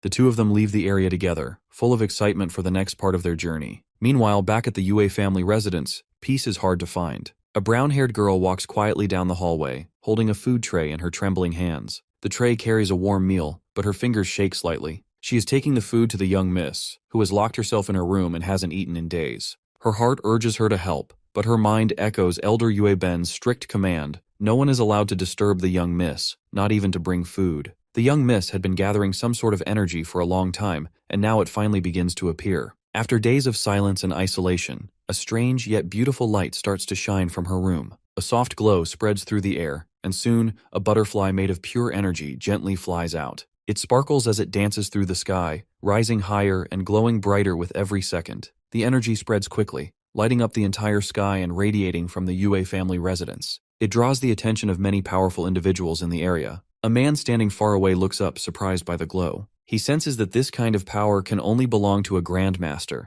and it seems that someone new has awakened. He thinks to himself that the Yue family is about to produce another famous figure, which amazes him. With such a strong legacy already, this new rise will only add to their fearsome reputation. Not far from there, an old bald man also watches the sky, his eyes narrowing as he studies the energy. He nods slowly, thinking that the young miss truly holds great talent and hidden potential. It may have been buried before, but now it is rising like a powerful wave. He is certain of one thing: she is no ordinary girl. Inside her room, the young miss remains calm as she slowly opens her eyes. She takes a deep breath, fully aware of the feeling of finally reaching the realm of a grandmaster. The power flowing through her is unlike anything she has ever experienced. Her body feels light yet incredibly strong, and her soul feels completely free. A faint smile appears on her face as she realizes there's no longer any need to sit and cultivate. Her body is now in perfect harmony with nature, effortlessly absorbing all the vital energy in the air. Her soul resonates naturally with the world itself, allowing her to sense everything around her with newfound clarity. Her senses have become sharper, more refined than ever before. Along with this, she now possesses all the physical abilities that come with the rank of a grandmaster. Her strength, speed, and awareness have reached an entirely new level. She knows that the next day is the last day before the entrance to the secret realm closes, and there's no time left to waste. She must leave soon. She has to find him before it's too late. At the entrance of the secret realm, people are already gathering again. The energy in the area hums with intensity, as many feel a powerful presence approaching. Everyone senses that someone is about to come out. Two jacked macho brothers finally drop down from the portal with style. The other believes that whoever just returned from the secret realm this time must have found great treasures, because only the strong and lucky ever make it back from a place like that. Among the crowd, the spiky-haired man stands with his brother, both wearing firm expressions. They had come to look around and now want to exchange the treasures they collected for a good price. As they walk toward a busy trading area filled with eager buyers searching for rare items, they spot a wealthy-looking trader who appears to be offering high prices. Thinking this might be their best shot, they approach him. The spiky-haired man pulls out a piece of spirit grass and presents it to the trader, asking for an estimate. The buyer examines it carefully, turning it over in his hands before speaking in a calm tone. He says that because the spirit grass is young and slightly damaged, he can only offer 10,000 gold coins. He clenches his fists and begins to raise his voice at the trader, unable to hold back his frustration. The buyer, however, remains calm and tells him that if he's unhappy with the offer, they can always negotiate. He explains that everything in the market is open for discussion, but the spiky-haired man doesn't want to talk anymore. His brother quickly steps in and stops him from saying anything more, reminding him that this isn't the place to start a fight. With so many powerful people around, causing trouble could bring serious consequences. They both decide it's best to walk away and look for another buyer, since there are still plenty of traders in the area who might offer a better price. At that same moment, Yayen suddenly appears. Using his spatial talent for teleportation, he quietly takes that same buyer away to another location without drawing attention. The buyer is shocked but doesn't resist, sensing that Yayen isn't someone to mess with. Once they're alone, Yayen turns to Little Purple and tells him to hide his presence completely and not to come out under any circumstance. He explains that his spatial talent allows him to sense the gaze of monarch-ranked experts, which means someone powerful could be watching from far away. If they're not careful, they could draw unwanted attention. One of the buyers makes an announcement, calling out in a loud voice for everyone to check out the latest items. He tries to catch people's attention by saying they can get rare items at a fair and great price, instead of overpaying for treasures from the secret realm. Tien, meanwhile, thinks about watching the entrance of the secret realm to see who is coming out and what treasures they're bringing. But then he considers visiting the Yue family instead. With that thought, he makes up his mind and teleports away without another second of delay. The people around him are left stunned. Just moments ago, a calm and powerful man had been standing there, and in the blink of an eye, he vanished into thin air. Some bystanders rubbed their eyes in disbelief, unsure if they saw it right. The spiky-haired man is thrilled, confident that he and his brother will get rich from the treasures they took from the secret realm. He's already dreaming of gold and fame, but his brother stays cautious, warning him to keep quiet. Boasting in a place like this could attract dangerous attention. Suddenly, the two macho brothers step onto a transportation circle and arrive in a shady, danger-filled place. The mastermind behind their teleportation is none other than King Yunhei, who brought them here to interrogate them about the treasure they've managed to obtain. They freeze on the spot and exchange a nervous glance, both silently wondering the same thing. Why is a monarch rank expert like King Yunhei interested in them? King Yunhei continues to stare at the two brothers, his sharp gaze filled with suspicion. He's trying to figure out what kind of treasure they could have possibly brought back from the secret realm that would be worth his attention. For a monarch to personally appear like this, something out of the ordinary must be going on. Meanwhile, far from the crowd, Tien is wandering through the massive demon sea base, trying to find the Yue family's location. He quickly realizes how difficult the task is. The base is huge, almost like a city within a city, filled with countless sects, clans, and merchant stalls. He regrets not asking for exact directions beforehand. Then, out of nowhere, something unexpected happens. Someone crashes into him with surprising force, and he stumbles, caught off guard by the sharp hit to his side. He grips his ribs, wincing slightly as he tries to understand what just happened. In his mind, he's confused. He hasn't offended anyone in the Demon Sea base, so why is he being attacked while simply walking? He turns his head quickly, ready to confront whoever hit him, and is stunned when he sees Yueling standing there in front of him. Yueling notices Ye Tian's surprised expression and feels a flicker of guilt. She quickly steps forward and apologizes, saying she didn't mean to hurt him. She explains that her sudden attack wasn't out of anger but because she needed to test his strength. Ye Tian listens in silence, trying to absorb her words. The shock of hearing that she has advanced to the Grandmaster level hits him hard. That's no small achievement. It marks a massive leap in power and ability. But Yueling doesn't act proud or arrogant about it. She simply says she was lucky to reach that stage, as if it were nothing extraordinary. That quiet humility leaves Ye Tian even more surprised. Ye Tian glanced at Yueling beside him, the rain now reduced to a light drizzle as the clouds began to clear. He admitted quietly, more to himself than to her, that he hadn't expected her to become a Grandmaster so soon. He was genuinely surprised, not out of envy but out of admiration. She explained that she had only managed to break through after using a considerable number of natural treasures provided by her family. It wasn't as easy as it seemed, she added. She told him not to feel discouraged or think he was falling behind. According to her, his pace was impressive, and he would surely catch up before long. Ye Tian smiled faintly but didn't say much. He quietly reflected on her words, thinking that her family must have incredible resources, but even with that kind of support, it wasn't just about the treasures. What truly mattered was her talent. Without her natural ability, all those resources would have gone to waste. She had both the foundation and the backing, and now she had the cultivation rank to prove it. Just then, a small movement near his chest caught Ye Tian's attention. Purple popped his head out from Ye Tian's robe pocket, blinking a few times before speaking up and saying he was hungry and wanted barbecue meat. Ye Tian's eyes widened slightly as he quickly pushed the little mouse back into his pocket, whispering for him to stay hidden, but it was already too late. Yueling had caught a clear glimpse of the creature. Her expression shifted immediately, her eyes narrowing in recognition as she took a step forward. Ye Tian hesitated and asked how she recognized it. He wondered aloud if Purple was some kind of famous spirit beast. Treasure-hunting mice were known across the continent for their unmatched ability to locate precious items, and their value in secret realms was immeasurable. She said she would be willing to buy it at any price,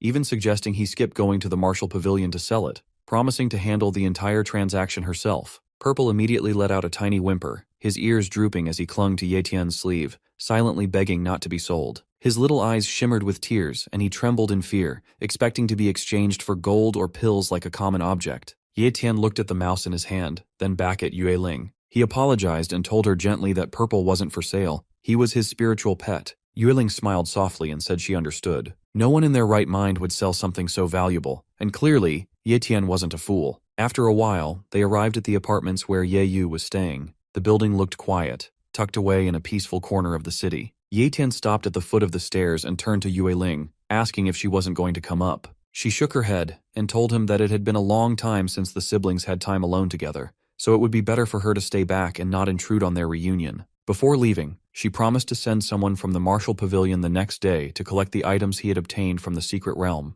He stepped forward and knocked on the apartment door, calling out to Ye Yu and asking her to open it for her brother. A few moments later, the door creaked open, revealing Ye Yu's annoyed face. She gave him a cold stare before slamming the door shut again, completely shocking Ye Tian. He blinked, then knocked again, reminding her that he was her older brother and asking what she was doing. From behind the door, Ye Yu's voice rose in frustration as she yelled that he had no right to act like a brother now. Since they had arrived in the city, he had disappeared to the secret realm without a word, leaving her alone to fend for herself in a completely unfamiliar place. Ye Tian sighed and apologized through the door, admitting that he realized it was his fault. But Ye Yu didn't respond positively. She told him to stay outside and never come back. Her voice trembled not from anger but from hurt. Ye Tian paused for a moment, considering her words, then thought of something. Without saying anything more, he activated his spatial teleportation ability and disappeared in a flicker of light, only to reappear inside the apartment a moment later. Ye Yu let out a loud shriek at the sudden intrusion. He calmly explained the ability to her, trying to ease the tension. Then, with a smile, he pulled Purple from his pocket and handed him to her as a gift. Ye Yu took the mouse, her expression softening as she held it in her palms. She smiled quietly and remarked that it was indeed unique. Ye Tian nodded and said that the mouse was now hers to take care of.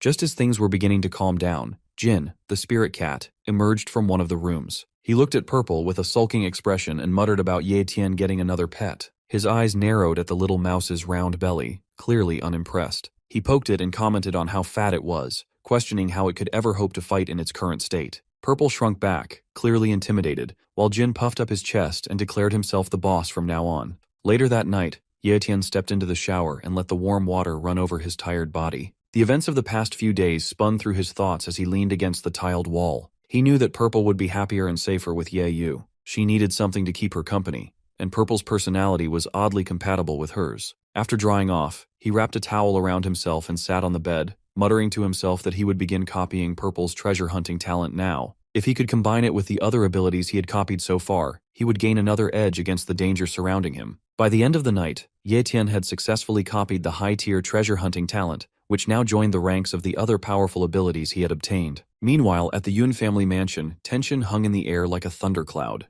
The silver-haired girl flinched, trembling where she knelt on the floor. He shouted at her, calling her useless and trash, his voice booming as he demanded to know how such a simple mission could end in failure. Her voice shook as she tried to explain that she had been tricked. She told him someone had taken advantage of her while she was distracted during the battle with the Calamity Beast. In that moment, an unknown individual had managed to steal not just the Vitality Core, but all the surrounding Vitality Stones as well. The ancestor's eyes narrowed as he asked if she had at least seen the person. She lowered her head even more and admitted that the man's speed was unbelievable. She hadn't even been able to confront him directly, and by the time she realized what had happened, he was already gone. Enraged, the ancestor screamed again, accusing her of being blind and incompetent. He roared that she hadn't even been able to confirm the thief's gender. Stepping forward with his face twisted in anger, he grabbed her by the hair and yanked her head up, snarling as he asked how she could still call herself the Demon Sea Base's #1 genius among the younger generation after delivering such disgraceful results. He asked her if she truly believed she still deserved to be alive or remain at his side. The girl gasped, fear flooding her eyes,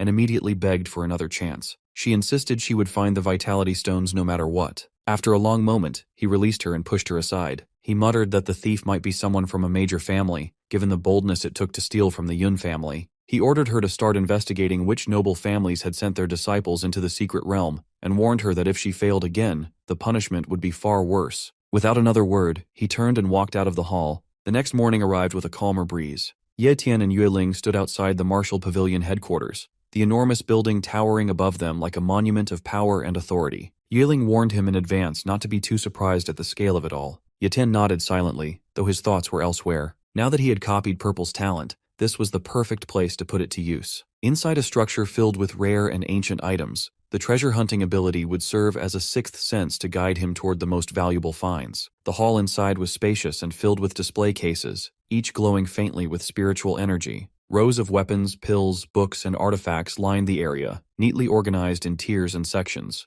Yueling mentioned casually that he could even try out the items if he wished.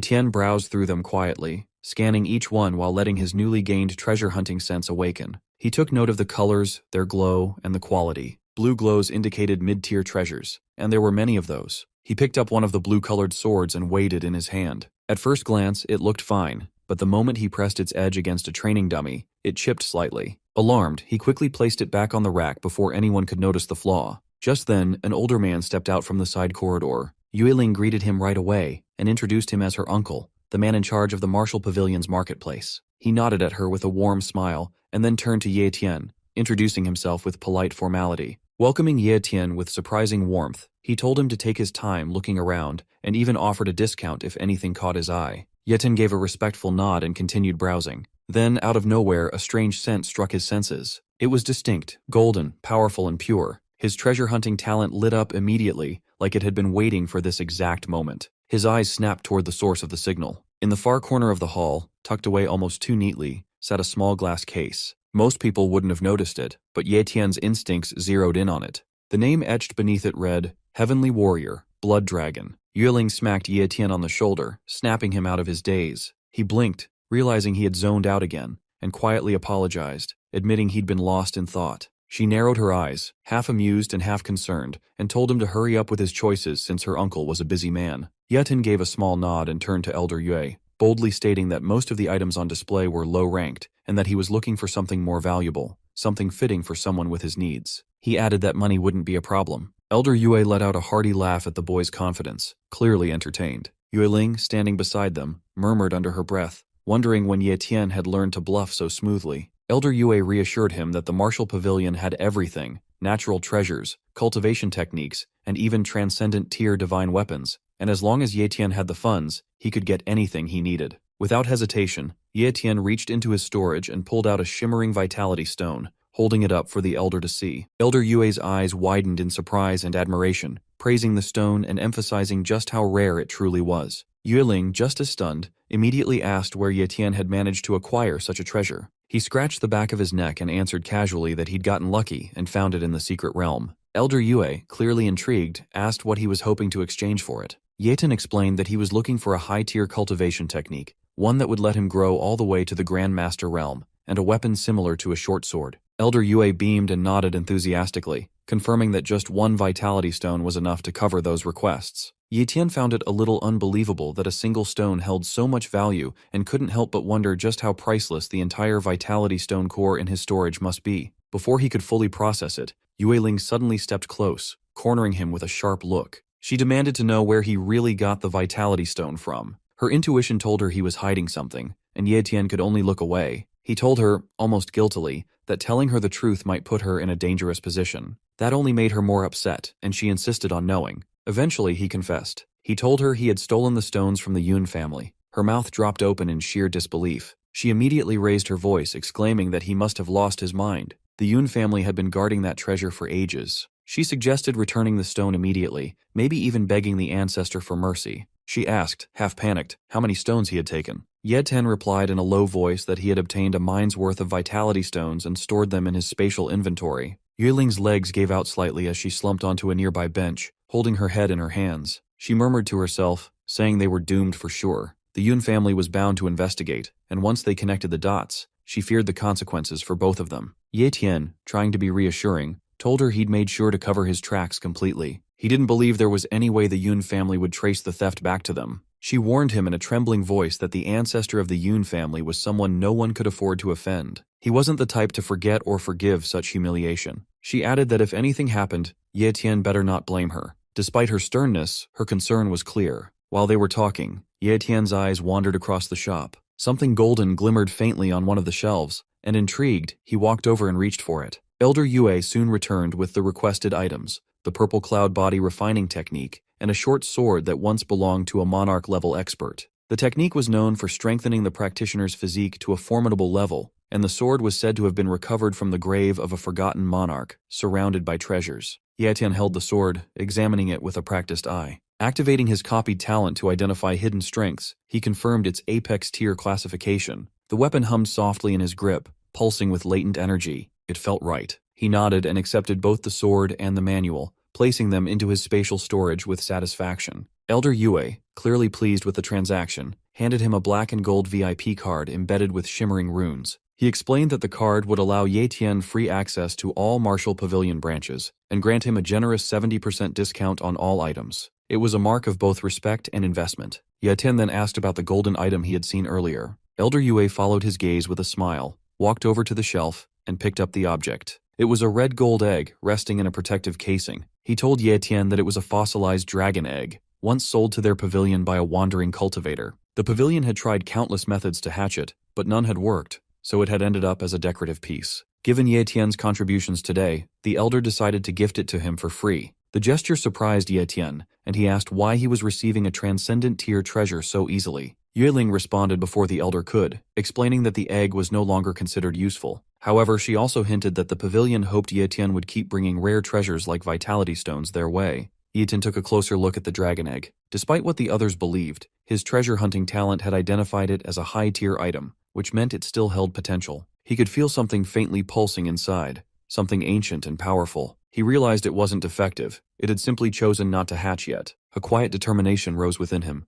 Ye Tian, calm as ever, gestures toward the modest path leading up to his home. With the subtlety of someone who rarely asks for company, he offers her a chance to join him for a meal, mentioning that Ye Yu, his sister, is an excellent cook. Yue Chao, standing at the gate like a sentinel of misplaced pride, had intercepted them with venom in his words. He had accused Ye Tian of scavenging and collecting pitiful remnants by slaying weak beasts. His insults were sharp, but his intent was sharper. Without waiting for a response, Yue Chao had launched into an attack. All of his energy had been poured into a single strike, aimed to overpower and humiliate Ye Tian. Yet, what followed was not the display of dominance Yue Chao had expected. Ye Tian, with a calm steadiness that bordered on eerie, raised a single hand, one hand against all of Yue Chao's might. The clash ended before it truly began. Yue Chao's full force, driven by pride and fury, could not push Ye Tian back even a step. It was like trying to move a mountain with a breath of wind. Shock had painted itself across Yue Chao's face, disbelief draining the color from his cheeks. For a moment, he saw not Tien the disgrace, but something far more formidable, something terrifying.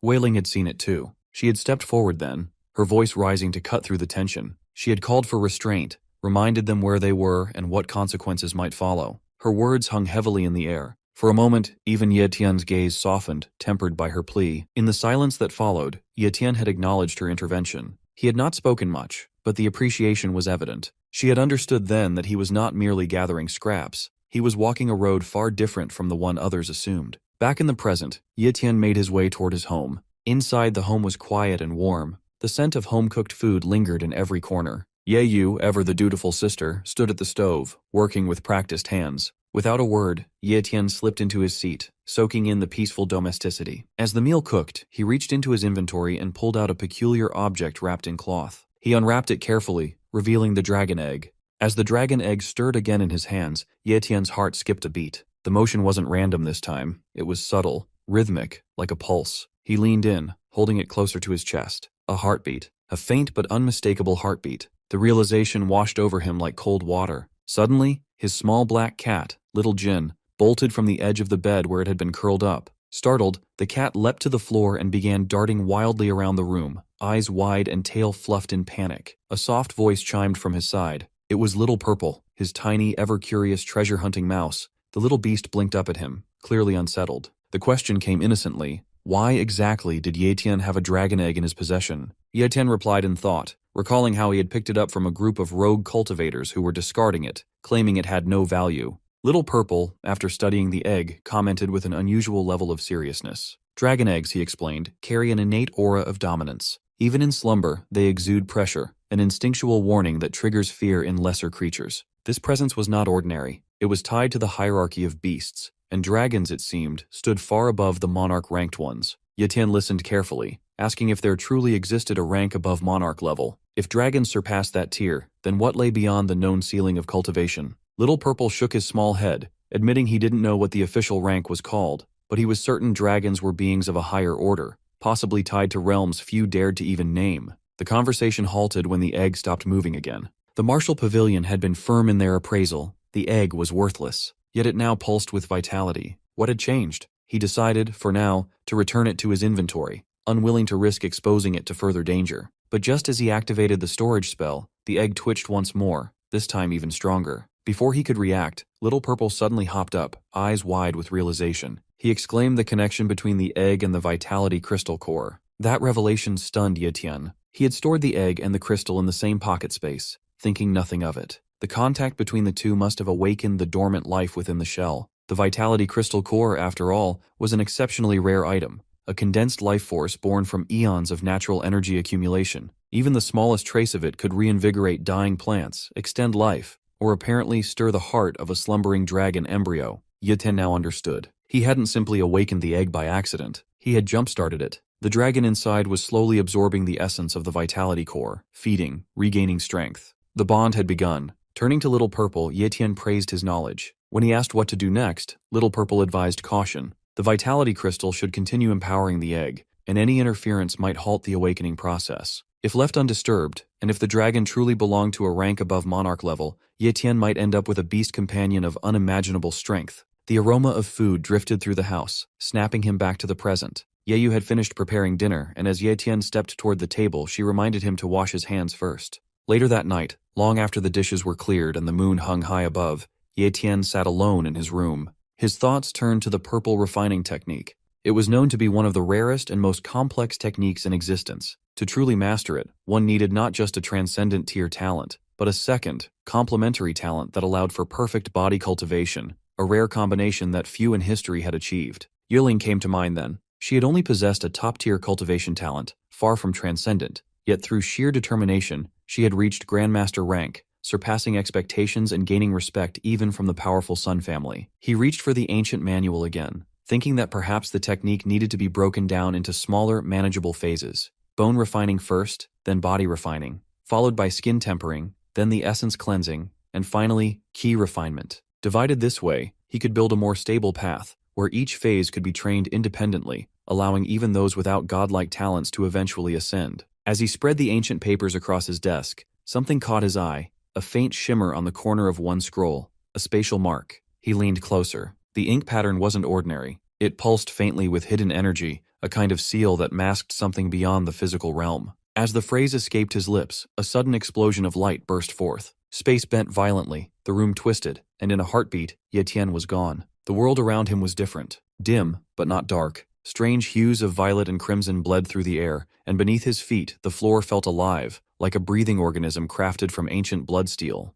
He was inside the purple blood refining realm, a secret place sealed away by one of the technique's original creators. Finally, up ahead, he saw movement. As Tien sees that long purple-haired guy, he freezes. Upon the arrival of his successor, Tien, that purple head smirks and introduces himself as the divine immortal of the striking thunder. Meanwhile, a man riding the horse through the dark forest rushes towards a temple where a silver-haired lady is sitting. He informs her that they finally find that person who she asks for. He is someone from the Yue family. They had an outsider enter when the secret realm was opened, and his name is Tien. She asks with concern about who this guy is who manages to get connected with the Yue family. The man explains that he doesn't know about their connection, but Yue Ling brought back this guy from the Yue family from the Linhai Base 15th Academy. He also discovered that Yue Ling achieved the rank of Grandmaster yesterday. She is shocked and asks if he is sure about that news, to which he confirms it, as everyone in the Demon Sea Base knows about it already, and according to them, she is the current #1 genius in the Demon Sea Base. The lady asks him if he is also happy hearing that news. He hesitates and refuses immediately. She kicks him hard, claiming herself as the #1 genius among the younger generation, and commands him not to further investigate this matter. Helplessly, the man acknowledges it as he is lying down on the ground. She also adds that she will go meet Tien herself,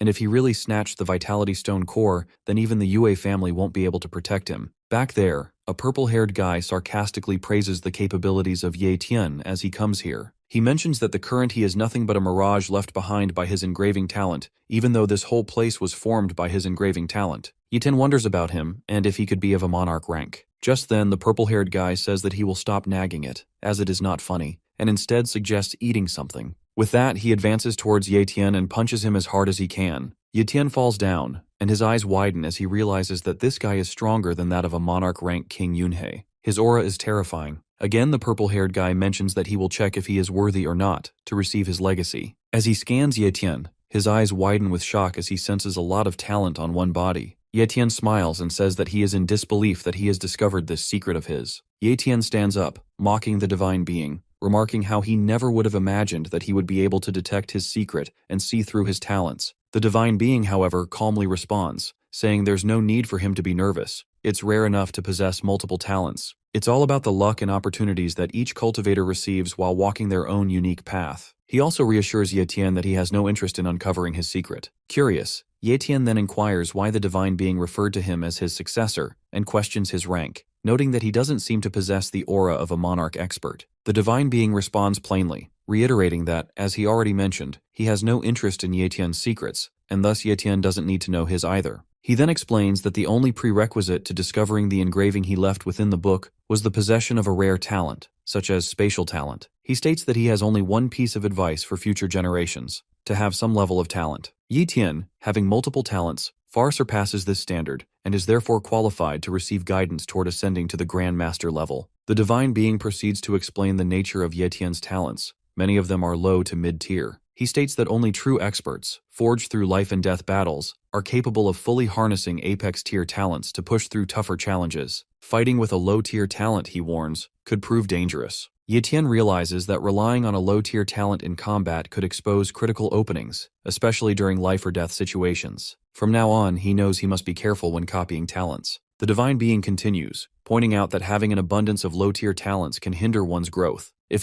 Tien wishes to advance further, he must take a new route, by leveling up all his talents to the apex tier. When Tien questions whether this is even possible, the divine being affirms it, explaining that with sufficient combat experience, even low-tier talents can evolve to the apex level. Raising his hand, he says he'll help him just this once, and with a snap of his fingers, everything changes. The scenery shifts into the engraved spatial room, a space where the flow of time is reversed. Tien expresses his shock at seeing yet another spatial room. The divine being explains the difference. 1 hour in the outside world equates to an entire month in this room. Tien is stunned by the immense time disparity. He then tells Tien that this room can only be used once. If he chooses to leave, he will never be able to re-enter. Tien contemplates the situation and concludes that the most critical goal right now is to reach the Grand Master level. If the Yun family discovers the Vitality Stone, only by attaining that level can he protect Yu. Resolute, he agrees to remain in the engraving room to train and level up his talents. In his mind, the divine being praises Tien's determination.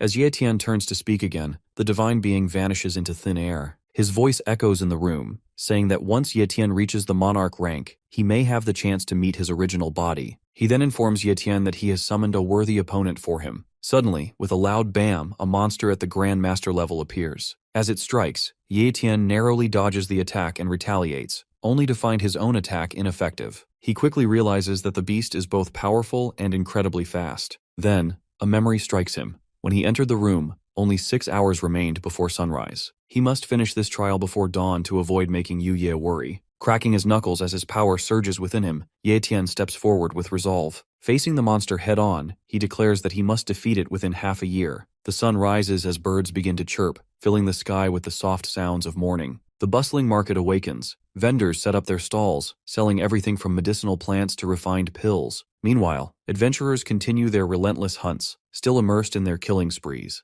Amidst the noise and motion, Yu whimpers softly, calling out for Tien. Elsewhere, Tien remains locked in a fierce battle with the Grand Master-ranked beast. As time dwindles, he charges toward the monster, shouting that he's reached the brink of madness. With a burst of power, he fully activates his apex-tier strength talent, his fist tearing through the monster's defense and sending it hurtling across the room. As he strides forward to deliver the final blow, his long, unkempt hair flows behind him, a silent testament to the months he has endured in the room. The monster, refusing to fall easily, makes a desperate final move and hurls a large rock at him. Without hesitation, Tien activates his sword control ability, slicing the incoming rocks in a single elegant motion. He then raises his hand and strikes with shadow assassination, piercing through the beast's core. As he gazes at the monster's motionless body, a faint smile appears on his lips. He finally won, he whispers in triumph. Outside, the sun now hangs fully in the sky, its radiant glow announcing that morning has truly arrived. Tien jolts awake in his room, momentarily disoriented, thinking he has returned to reality straight from that engraved spatial room. As he tries to gather his thoughts, the door opens and Yu walks in,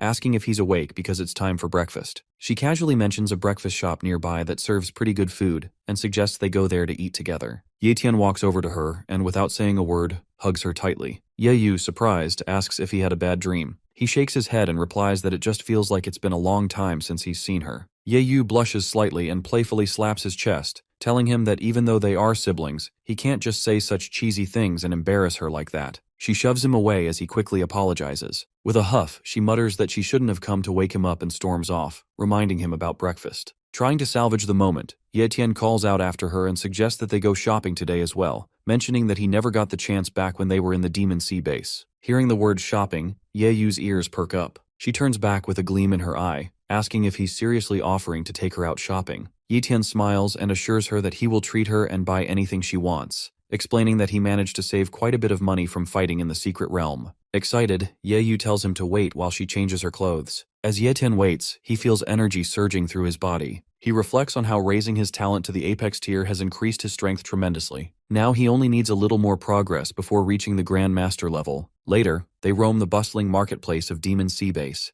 The streets are alive with people and activity. Yu suggests he call out Yueling and Xiaoyu, offering to prepare a feast at their house as a gesture of thanks. Tien agrees, and adds that he wants her to get to know them better, since they'll all be living together in the Demon Sea Base. Meanwhile, Jin and Purple peek out curiously from Yu's bag as the two shop for fruits and clothes. Tien watches from behind as Yu haggles expertly with the vendors, her eyes sparkling with determination. As they continue to explore, Yu notices a fountain and pauses, her eyes filled with childlike wonder. She turns to Tien and tells him this is her first time seeing one in real life. They eventually settle into a cozy inn for breakfast. As they eat, Tien takes a sip of alcohol and remarks that it's been a long time since he's had the chance to drink properly. He advises Yu not to follow his example, reminding her that she's still underage. Yu rolls her eyes and warns him not to get drunk, stating flatly that she has no intention of carrying him home if he does. She then adds with a smile that it really has been a long time since they've had the chance to relax like this. Tien agrees, a warm smile on his face, saying that today feels like a truly blissful and happy day for the siblings. Meanwhile, far from the lively market, a silver-haired woman silently invades Tien's house. She searches the rooms clearly looking for him,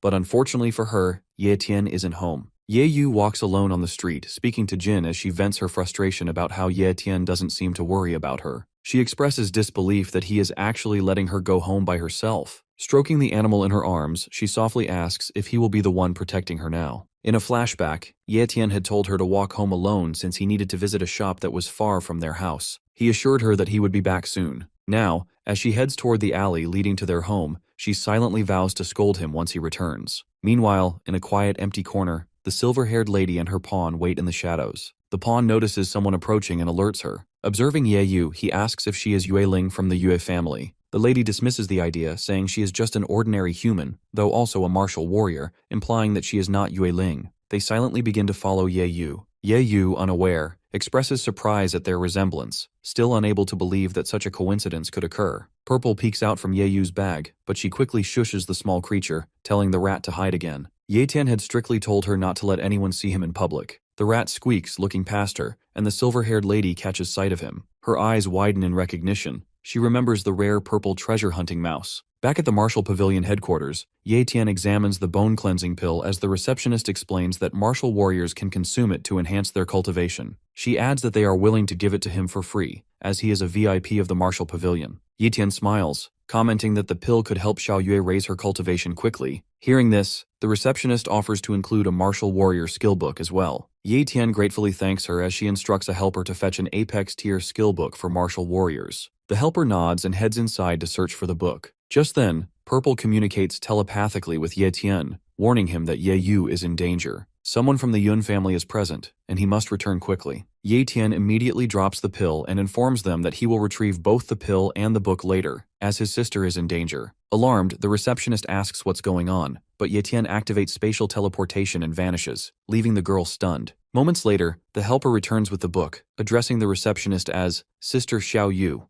She tells her that she has found the book and then asks where Ye Tian went. Xiao Yu instructs her to inform the clan that Ye Tian's younger sister is in danger and that they should send someone to assist immediately. Ye Tian appears in the alley, his expression fierce as he declares that if anyone from the Yun family dares to harm even a single hair on Ye Yu's head, he will kill them all. Jin transforms into his true form and stands guard over Ye Yu. Ye Yu, confused but determined, asks the silver-haired lady who she is. The lady smiles slightly and suggests she ask her brother instead. He would be better suited to give that answer. Ye Yu then asks if they are looking for Ye Tian, but the lady replies that she is actually after the little mouse, the one that stole something from her. Heavy rain pours down as Ye Tian makes his way toward the signal, rushing through the storm with urgency, determined to reach the location as quickly as possible. He finally arrives at the last place where he detected the soul contract, but to his dismay, Ye Yu is nowhere to be found. Only Jin lies on the ground. Ye Tian picks up the small animal in his hands and asks if he's all right. Jin apologizes to his master, his voice weak and filled with guilt, saying that he failed to protect Ye Yu and is useless in his duties. Just then,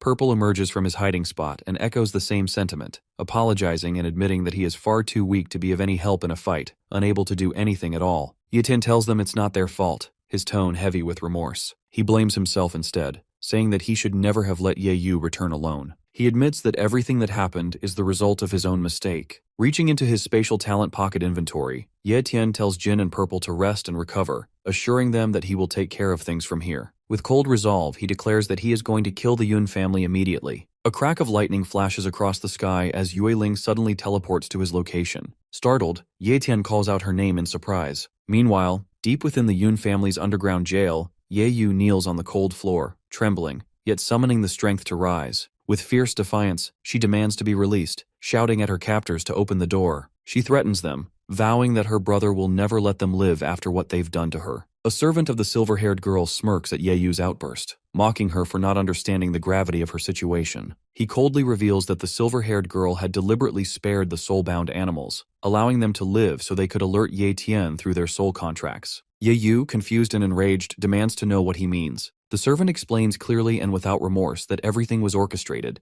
that this entire situation is nothing but a trap. He adds grimly that if her brother dares to come here, he will only be walking into his own death. Back outside, Ye Tian lies unconscious on the ground as Yue Ling stands above him, looking down in silence. Ye Tian dreams about his younger sister Ye Yu, crying out for him, covered in wounds. He hesitantly wakes up sweating. He is in a room he doesn't recognize. While trying to understand where he is, he remembers Yue Ling. A memory flashes through him where he meets Yu Ling in front of the Yun mansion, and she informs him about everything. which makes him understand that the Yun family abducted Ye Yu because they found out that he was the one who took away their vitality stone mine. He blames himself. Yayen tries to calm him down by mentioning that since the Yun family goal is to take back that stone mine from him, it makes sure that Ye Yu is safe for now. But Ye Tian steps forward with rage and anger burning inside him. Yuling tries to stop him, making him understand that it is all a trap and they are waiting for him. He will end up dead if he rushes towards the Yun family. But he refuses to stay behind, shouting that Ye Yu is his only family and that he must save her. He also adds that if she really wanted to help,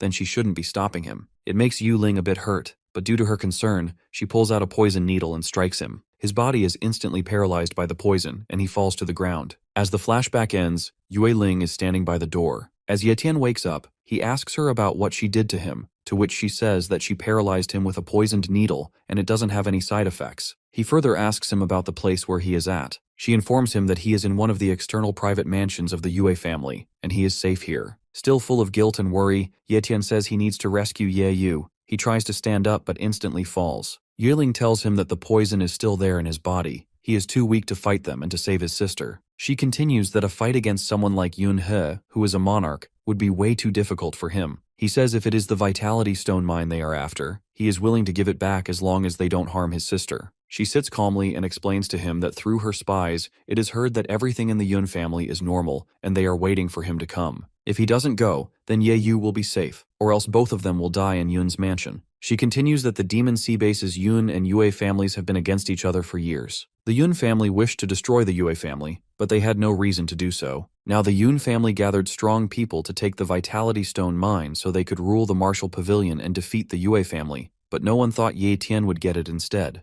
They must have investigated and found out that Ye Tian managed to enter the secret realm through the Yue family's connections, so they ended up believing that he is a part of the Yue family. She adds that kidnapping Ye Yu isn't just to harm Ye Tian. Their true goal is to force a war with the Yue family, a monarch's war. Feeling powerless, Ye Tian grieves that Ye Yu was nothing against them, but needlessly gets involved in this. Yuling says as she opens the window that there are things that they don't want to do, as they are born in a world where the strong rule and the weak suffer, but life continues to force them in order to keep going. As the rain falls outside, a father is carrying his daughter. The girl says she's hungry, and the father tells her they are almost home. Back in the room, Ye Tian says he is ready to follow her lead and asks her what he should do next. Yiling turns around and tells him he should have done this from the beginning. She explains what he needs to do and suggests not being rash. Ye Tian acknowledges all the instructions. At that moment, a servant comes in and says someone has come to visit Yue Ling. As she takes her leave, she tells Ye Tian that tomorrow they need to go somewhere together. He asks where, but she doesn't tell him.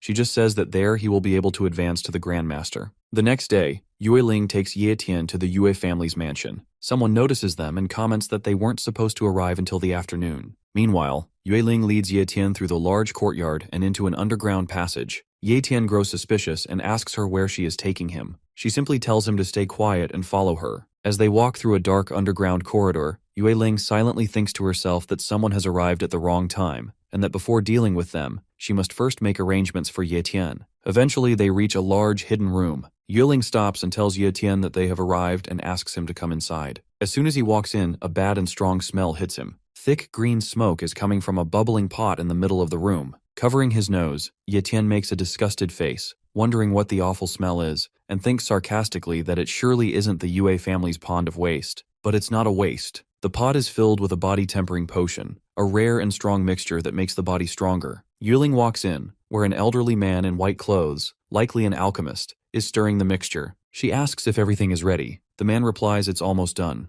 Just one last jar needs to be filled and adds that the potion turned out very well this time. Ye Tian follows behind her. Yiling agrees, saying that it looks like everything is going smoothly. The man laughs proudly and tells her that she can trust his skills. As the process is almost finished, Yue Ling suddenly tells Ye Tian to take his clothes off. Ye Tian hesitates and looks at her, asking if she is serious. She says it again, telling him to hurry up. When he doesn't move, she tries to force him. Feeling embarrassed, Ye Tian quickly says she doesn't need to do it and that he can undress himself. After undressing, Ye Tian asks what he should do next. Yuling points to the bubbling pot and tells him to sit inside it. Ye Tian is surprised and asks if he can really become a grandmaster just by sitting in that thing. Yuling explains that the potion is extremely valuable and shouldn't be underestimated. It's made from lots of mystical elixir, all mixed using the Yue family's secret recipe. She tells him that if he can absorb all the medicine from the 4 jars within the next 2 days, he will definitely reach the level of a grandmaster. Ye Tian steps into the hot green liquid. As soon as he sits down, he feels a sharp pain all over his body. Yayen asks him how he feels, to which he replies that it hurts a lot and it feels like 1,000 needles are stabbing his blood vessels. Yayen explains that the potion is opening his meridians, the energy paths in his body, and that he must go through the pain. She warns him that if he gets out now, all the medicine will be wasted.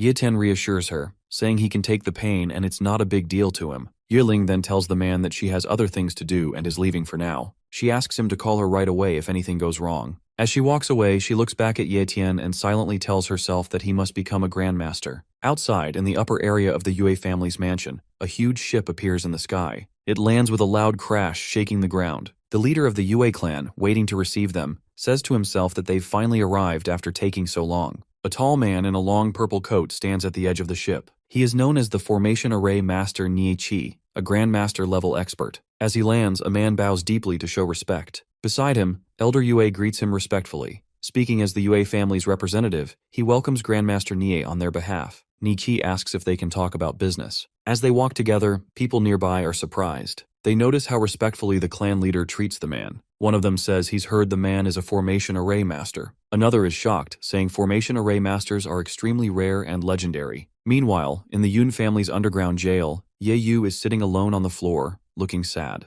She softly calls out for her brother, her voice is low. Back in the Yue family's underground, Ye Tien sits with closed eyes in the boiling liquid, enduring the sharp pain while the man who sits nearby falls asleep. Suddenly, Ye Tien sees something unexpected in his mind. A red egg appears in his vision. He realizes it's the dragon egg. At that moment, a crack appears on the egg's surface, and the shell begins to split. Back at the Yue family meeting hall, Elder Yue shows his gratitude towards Grandmaster Ne for visiting their humble mansion. He also says that it's a great help for the Yue family in their time of need, so he asks Grandmaster Ne for help. Ne Chi bluntly tells him how he is usually very busy and has no interest in solving family conflicts. A man standing beside him realizes how arrogant he is. Just then, Elder Yue claps and asks his servant to bring something inside. As the girl servant walks inside with that thing, Yue stops her and takes it, saying she will be taking it inside. It's a small wooden box with something valuable inside. Yue walks inside, and as she opens the box in front of Grandmaster Ne, his eyes widen with shock, realizing that it's the Vitality Gathering pill. He finds Yue's family resources truly ample, as they take out a medicine that can help someone achieve the monarch rank easily like this. Yue is sure that even an array master like him won't be able to reject a gift like this. Elder Yue asks him if he is satisfied with their gift,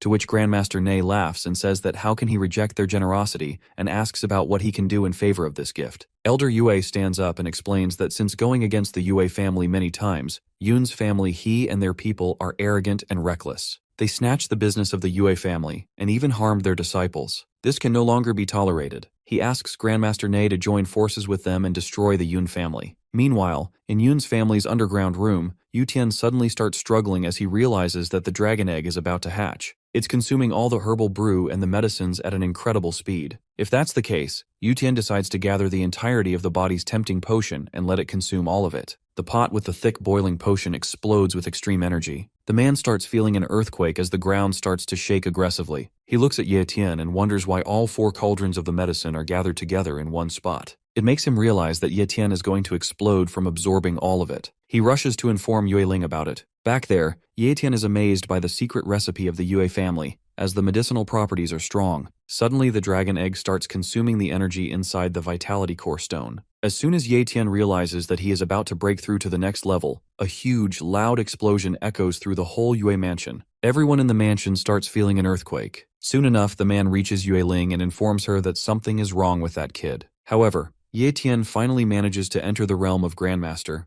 but he never thought that he would end up getting the benefit of something else on top of it. His status window shows that his blood contract has been successfully completed, and his level is increased. Ye Tien looks at the newly hatched baby dragon, and while rubbing its nose with his knuckle, he expresses his surprise over being able to hatch the dragon egg. The red baby dragon flies in the air in front of him, growling as if asking for food. Seeing the baby dragon open its mouth wide, Ye Tien wonders what to feed it, and considers the options of elixirs and monster flesh. Analyzing the hatching process of the baby dragon, he remembers that it hatched after consuming the Vitality Core Stone's energy. Thus, he feeds it a Vitality Stone and gets impressed by the baby dragon's toughness for easily biting down something as strong as a Vitality Stone. After Ye Tien's done feeding it several Vitality Stones, he holds the dragon in his hand while trying to figure out its level based on human power levels and terms. All of a sudden, Ye Tien hears Yue calling him out in panic. Before she arrives there, Tien quickly hides the baby dragon in his inventory to protect it. As soon as he does that, Ling enters the hall, yelling out to Tien that it's harmful for him to absorb too much elixir in one go. However, once she looks at him in one piece, her eyes widen in surprise. Ling has a hard time believing that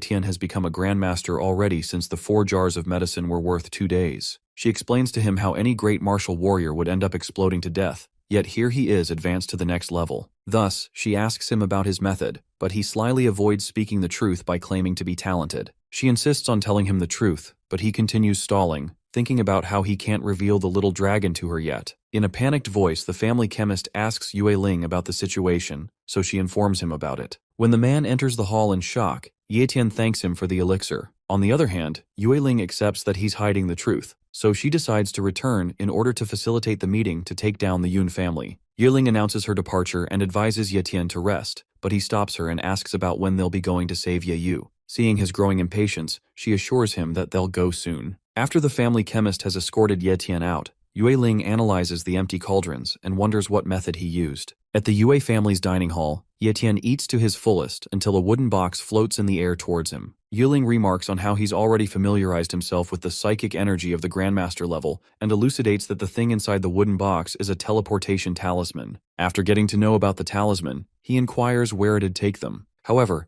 Ling informs him about having a great plan, just like how they made an easy trap for Tien. In the compound of the Yun family, a guard comes to another for the shift change. Upon meeting each other, the second one tells the first one about the rumors of the Yun family being under the danger of an attack. The sudden crackle of purple lightning goes unnoticed by the guards when the first one expresses his disbelief over the rumor. He calls it impossible since King Yun he's a monarch, which means anyone who dares to stir up trouble would end up dead. The second person laughs and agrees before saying that the opponent too needs to be a monarch ranked to be that courageous. Oblivious of Tien's arrival, the guards peacefully plan for an outing for the next day. Tien jumps up to the main building of the Yun family and uses Spatial Talent's spatial sensing technique to analyze the area. He finally spots the building where they've kept Yu, so he bolts towards there. On his way, Tien acknowledges the power of the Grandmaster realm for enabling him to sense more than 10 times what he could previously do. Hearing the loud thuds of Tien's feet over the roof of his room, the King Yun he remarks to himself about the mouse walking into the trap. Tien continues his run towards Yu and enters the building's basement using his teleportation skills. However, as soon as he steps into the basement, his face narrowly dodges a strong punch from the silver-haired woman's pawn. He notices how he couldn't sense this man with his spatial sensing and wonders if he used some mystic technique to hide his presence. Nevertheless, without wasting a second, Tien swings his arm and punches the man right through his face before casting the bind spell. This psychic energy results in breaking the mask of the man, since it's at the level of a grandmaster, and the man isn't even an advanced martial warrior. When the man thuds down into the ground, Tien wonders why the Yun family only had an advanced martial warrior looking over Yu. Nonetheless, Yu spots her brother from behind the cage and calls out to him. Thus, he strides towards her and opens the cage to enter inside. She immediately hugs him and starts crying, but he tries his best to comfort her and takes all the blame on himself for not taking care of her. He then immediately grabs her hand and puts her on his back before running away. While Yu notices Tien's immensely increased strength and thinks about how much he would have suffered to achieve this rank, a blade flies towards them and lands right in front of them. Tien jolts back in surprise and looks up towards the direction it came from. The silver-haired woman calls back her weapon with a signal of her finger. Once she has made sure that she's gotten Tien's attention, she remarks how it's their first meeting and demands that he hand over the Vitality Stone core. Yu looks up at the silver-haired woman, Yunfeng, and informs Tien that she's the same woman who kidnapped her and hurt Xiaojin. Claiming to be aware of that, Tien commands Yu to go hide somewhere since Yunfeng is more troublesome than he thought. Once Yu has rushed away, Yunfeng gets down towards Tien while pointing her weapon at Tien, which he narrowly blocks. While he acknowledges her fast speed, she remarks at how he's risen to the Grand Master realm and mocks him by asking if he's gotten a lot of benefits from the Yui family. However, he pushes her away and makes her weapon get out of her grip as he calls her out for talking too much. Soon after regaining her balance, Yunfeng swings her weapon towards Tien, and their fight starts in the air, while Yu cheers for her brother from the ground. Suddenly, she feels an uncanny appearance towering over her from behind, and her eyeballs dilate out of fear. With a swift strike, King Yun he brings her onto her knees. Tien notices what is happening on the ground, and he cannot help but get distracted out of concern for his sister. This distraction results in him getting scratched by Yunfeng's weapon, and he tells him to stay focused. Out of anger, Tien uses strength talent, and his muscles start to swell bigger. Thus, when Yunfeng gets near him, he quickly defends himself with his dagger and cuts off the blade's ends from its rod. Leaving Yunfeng wondering about what just happened and how Tien's strength suddenly increased so much, Tien immediately turns towards the ground to protect his sister, Yu. On the other hand, Yu falls onto the ground and balances herself on all fours. Out of pain, when she calls out for Tien, he angrily yells at King Yun-hee to immediately stop torturing Yu. With the use of spatial talent teleportation, he quickly gets to Yu and picks her up in his arms. King Yun-hee seethes in anger when Tien takes Yu away. Tien tells her to hold up and opens up the bottle of blood of the calamity beasts. However, she starts coughing up toxins, which makes Tien realize that her internal organs are crushed. Moreover, he did not even bring along any healing item, nor can he give her his regeneration talent. Seeing this painful condition of his sister, Tien curses at King Yun-hee for using his psychic energy on a regular human while being a monarch rank himself. Even so, instead of replying to him, he questions Tien about how he managed to obtain so many talents within his body, like strength, speed, and also spatial talent. King Yun-hee's arrogance makes Tien even angrier, and the two of them glare at each other. Taking out the teleportation talisman, Tien looks into King Yun-hee's eyes and claims that he's not going to forget what he did to Yu. Once the teleportation talisman starts working, he picks up Yu and calls out to escape. Seeing them planning to teleport, King Yun-hee fumes with anger and lunges towards them. He tries to stop them and yells at Tien to stop right away. However, it's too late by now, and they get teleported away after Tien seethes at him, claiming that King Yun-hee would eventually die by his hand. Yunfeng can hardly believe how Tien managed to escape with the help of the unparalleled speed of the talisman. She gets down on the ground and advises King Yun-hee to not let Tien go away, because with the help of the Vitality Core Stone, his growth will only spell disaster for the Yun family. Out of anger, King Yun-hee doesn't say a word and just presses his finger against the void. When the void starts to crack, Yunfeng realizes the extent of his anger, and the two of them enter inside the opening after the void breaks down. After escaping from Yun territory, Tien and Yu teleport to an abandoned train station at a distance of 300 kilometers. He picks her up and starts walking when Xiaoyu gets there. Looking at the condition of Yu, Xiaoyu gets worried about her injuries. Tien requests her to take Yu to the Yue family so she can be healed. Thus she agrees and holds Yu. He suddenly gets reminded about Xiaoyu's slow speed. Thus he takes out Xiaojin and entrusts the two of them to Xiaojin. Once the three of them leave, Tien goes to a location where he again meets with King Yun-hee and Yunfeng. Right after stepping out of the void, King Yun-hee expresses his surprise over Tien's possession of the teleportation talisman and mocks him for choosing that place to be buried. When Tien counters him with the same dialogue, he challenges Tien to see how many tricks Tien has rolled up in his sleeves. The King Killer formation array is initiated, and King Yun-hee and Yunfeng get surrounded by the endless, extremely ice prison. He quickly understands that this is a formation array placed beforehand by Tien. As soon as he grabs Yunfeng's arm, they both get struck by ice and get frozen within.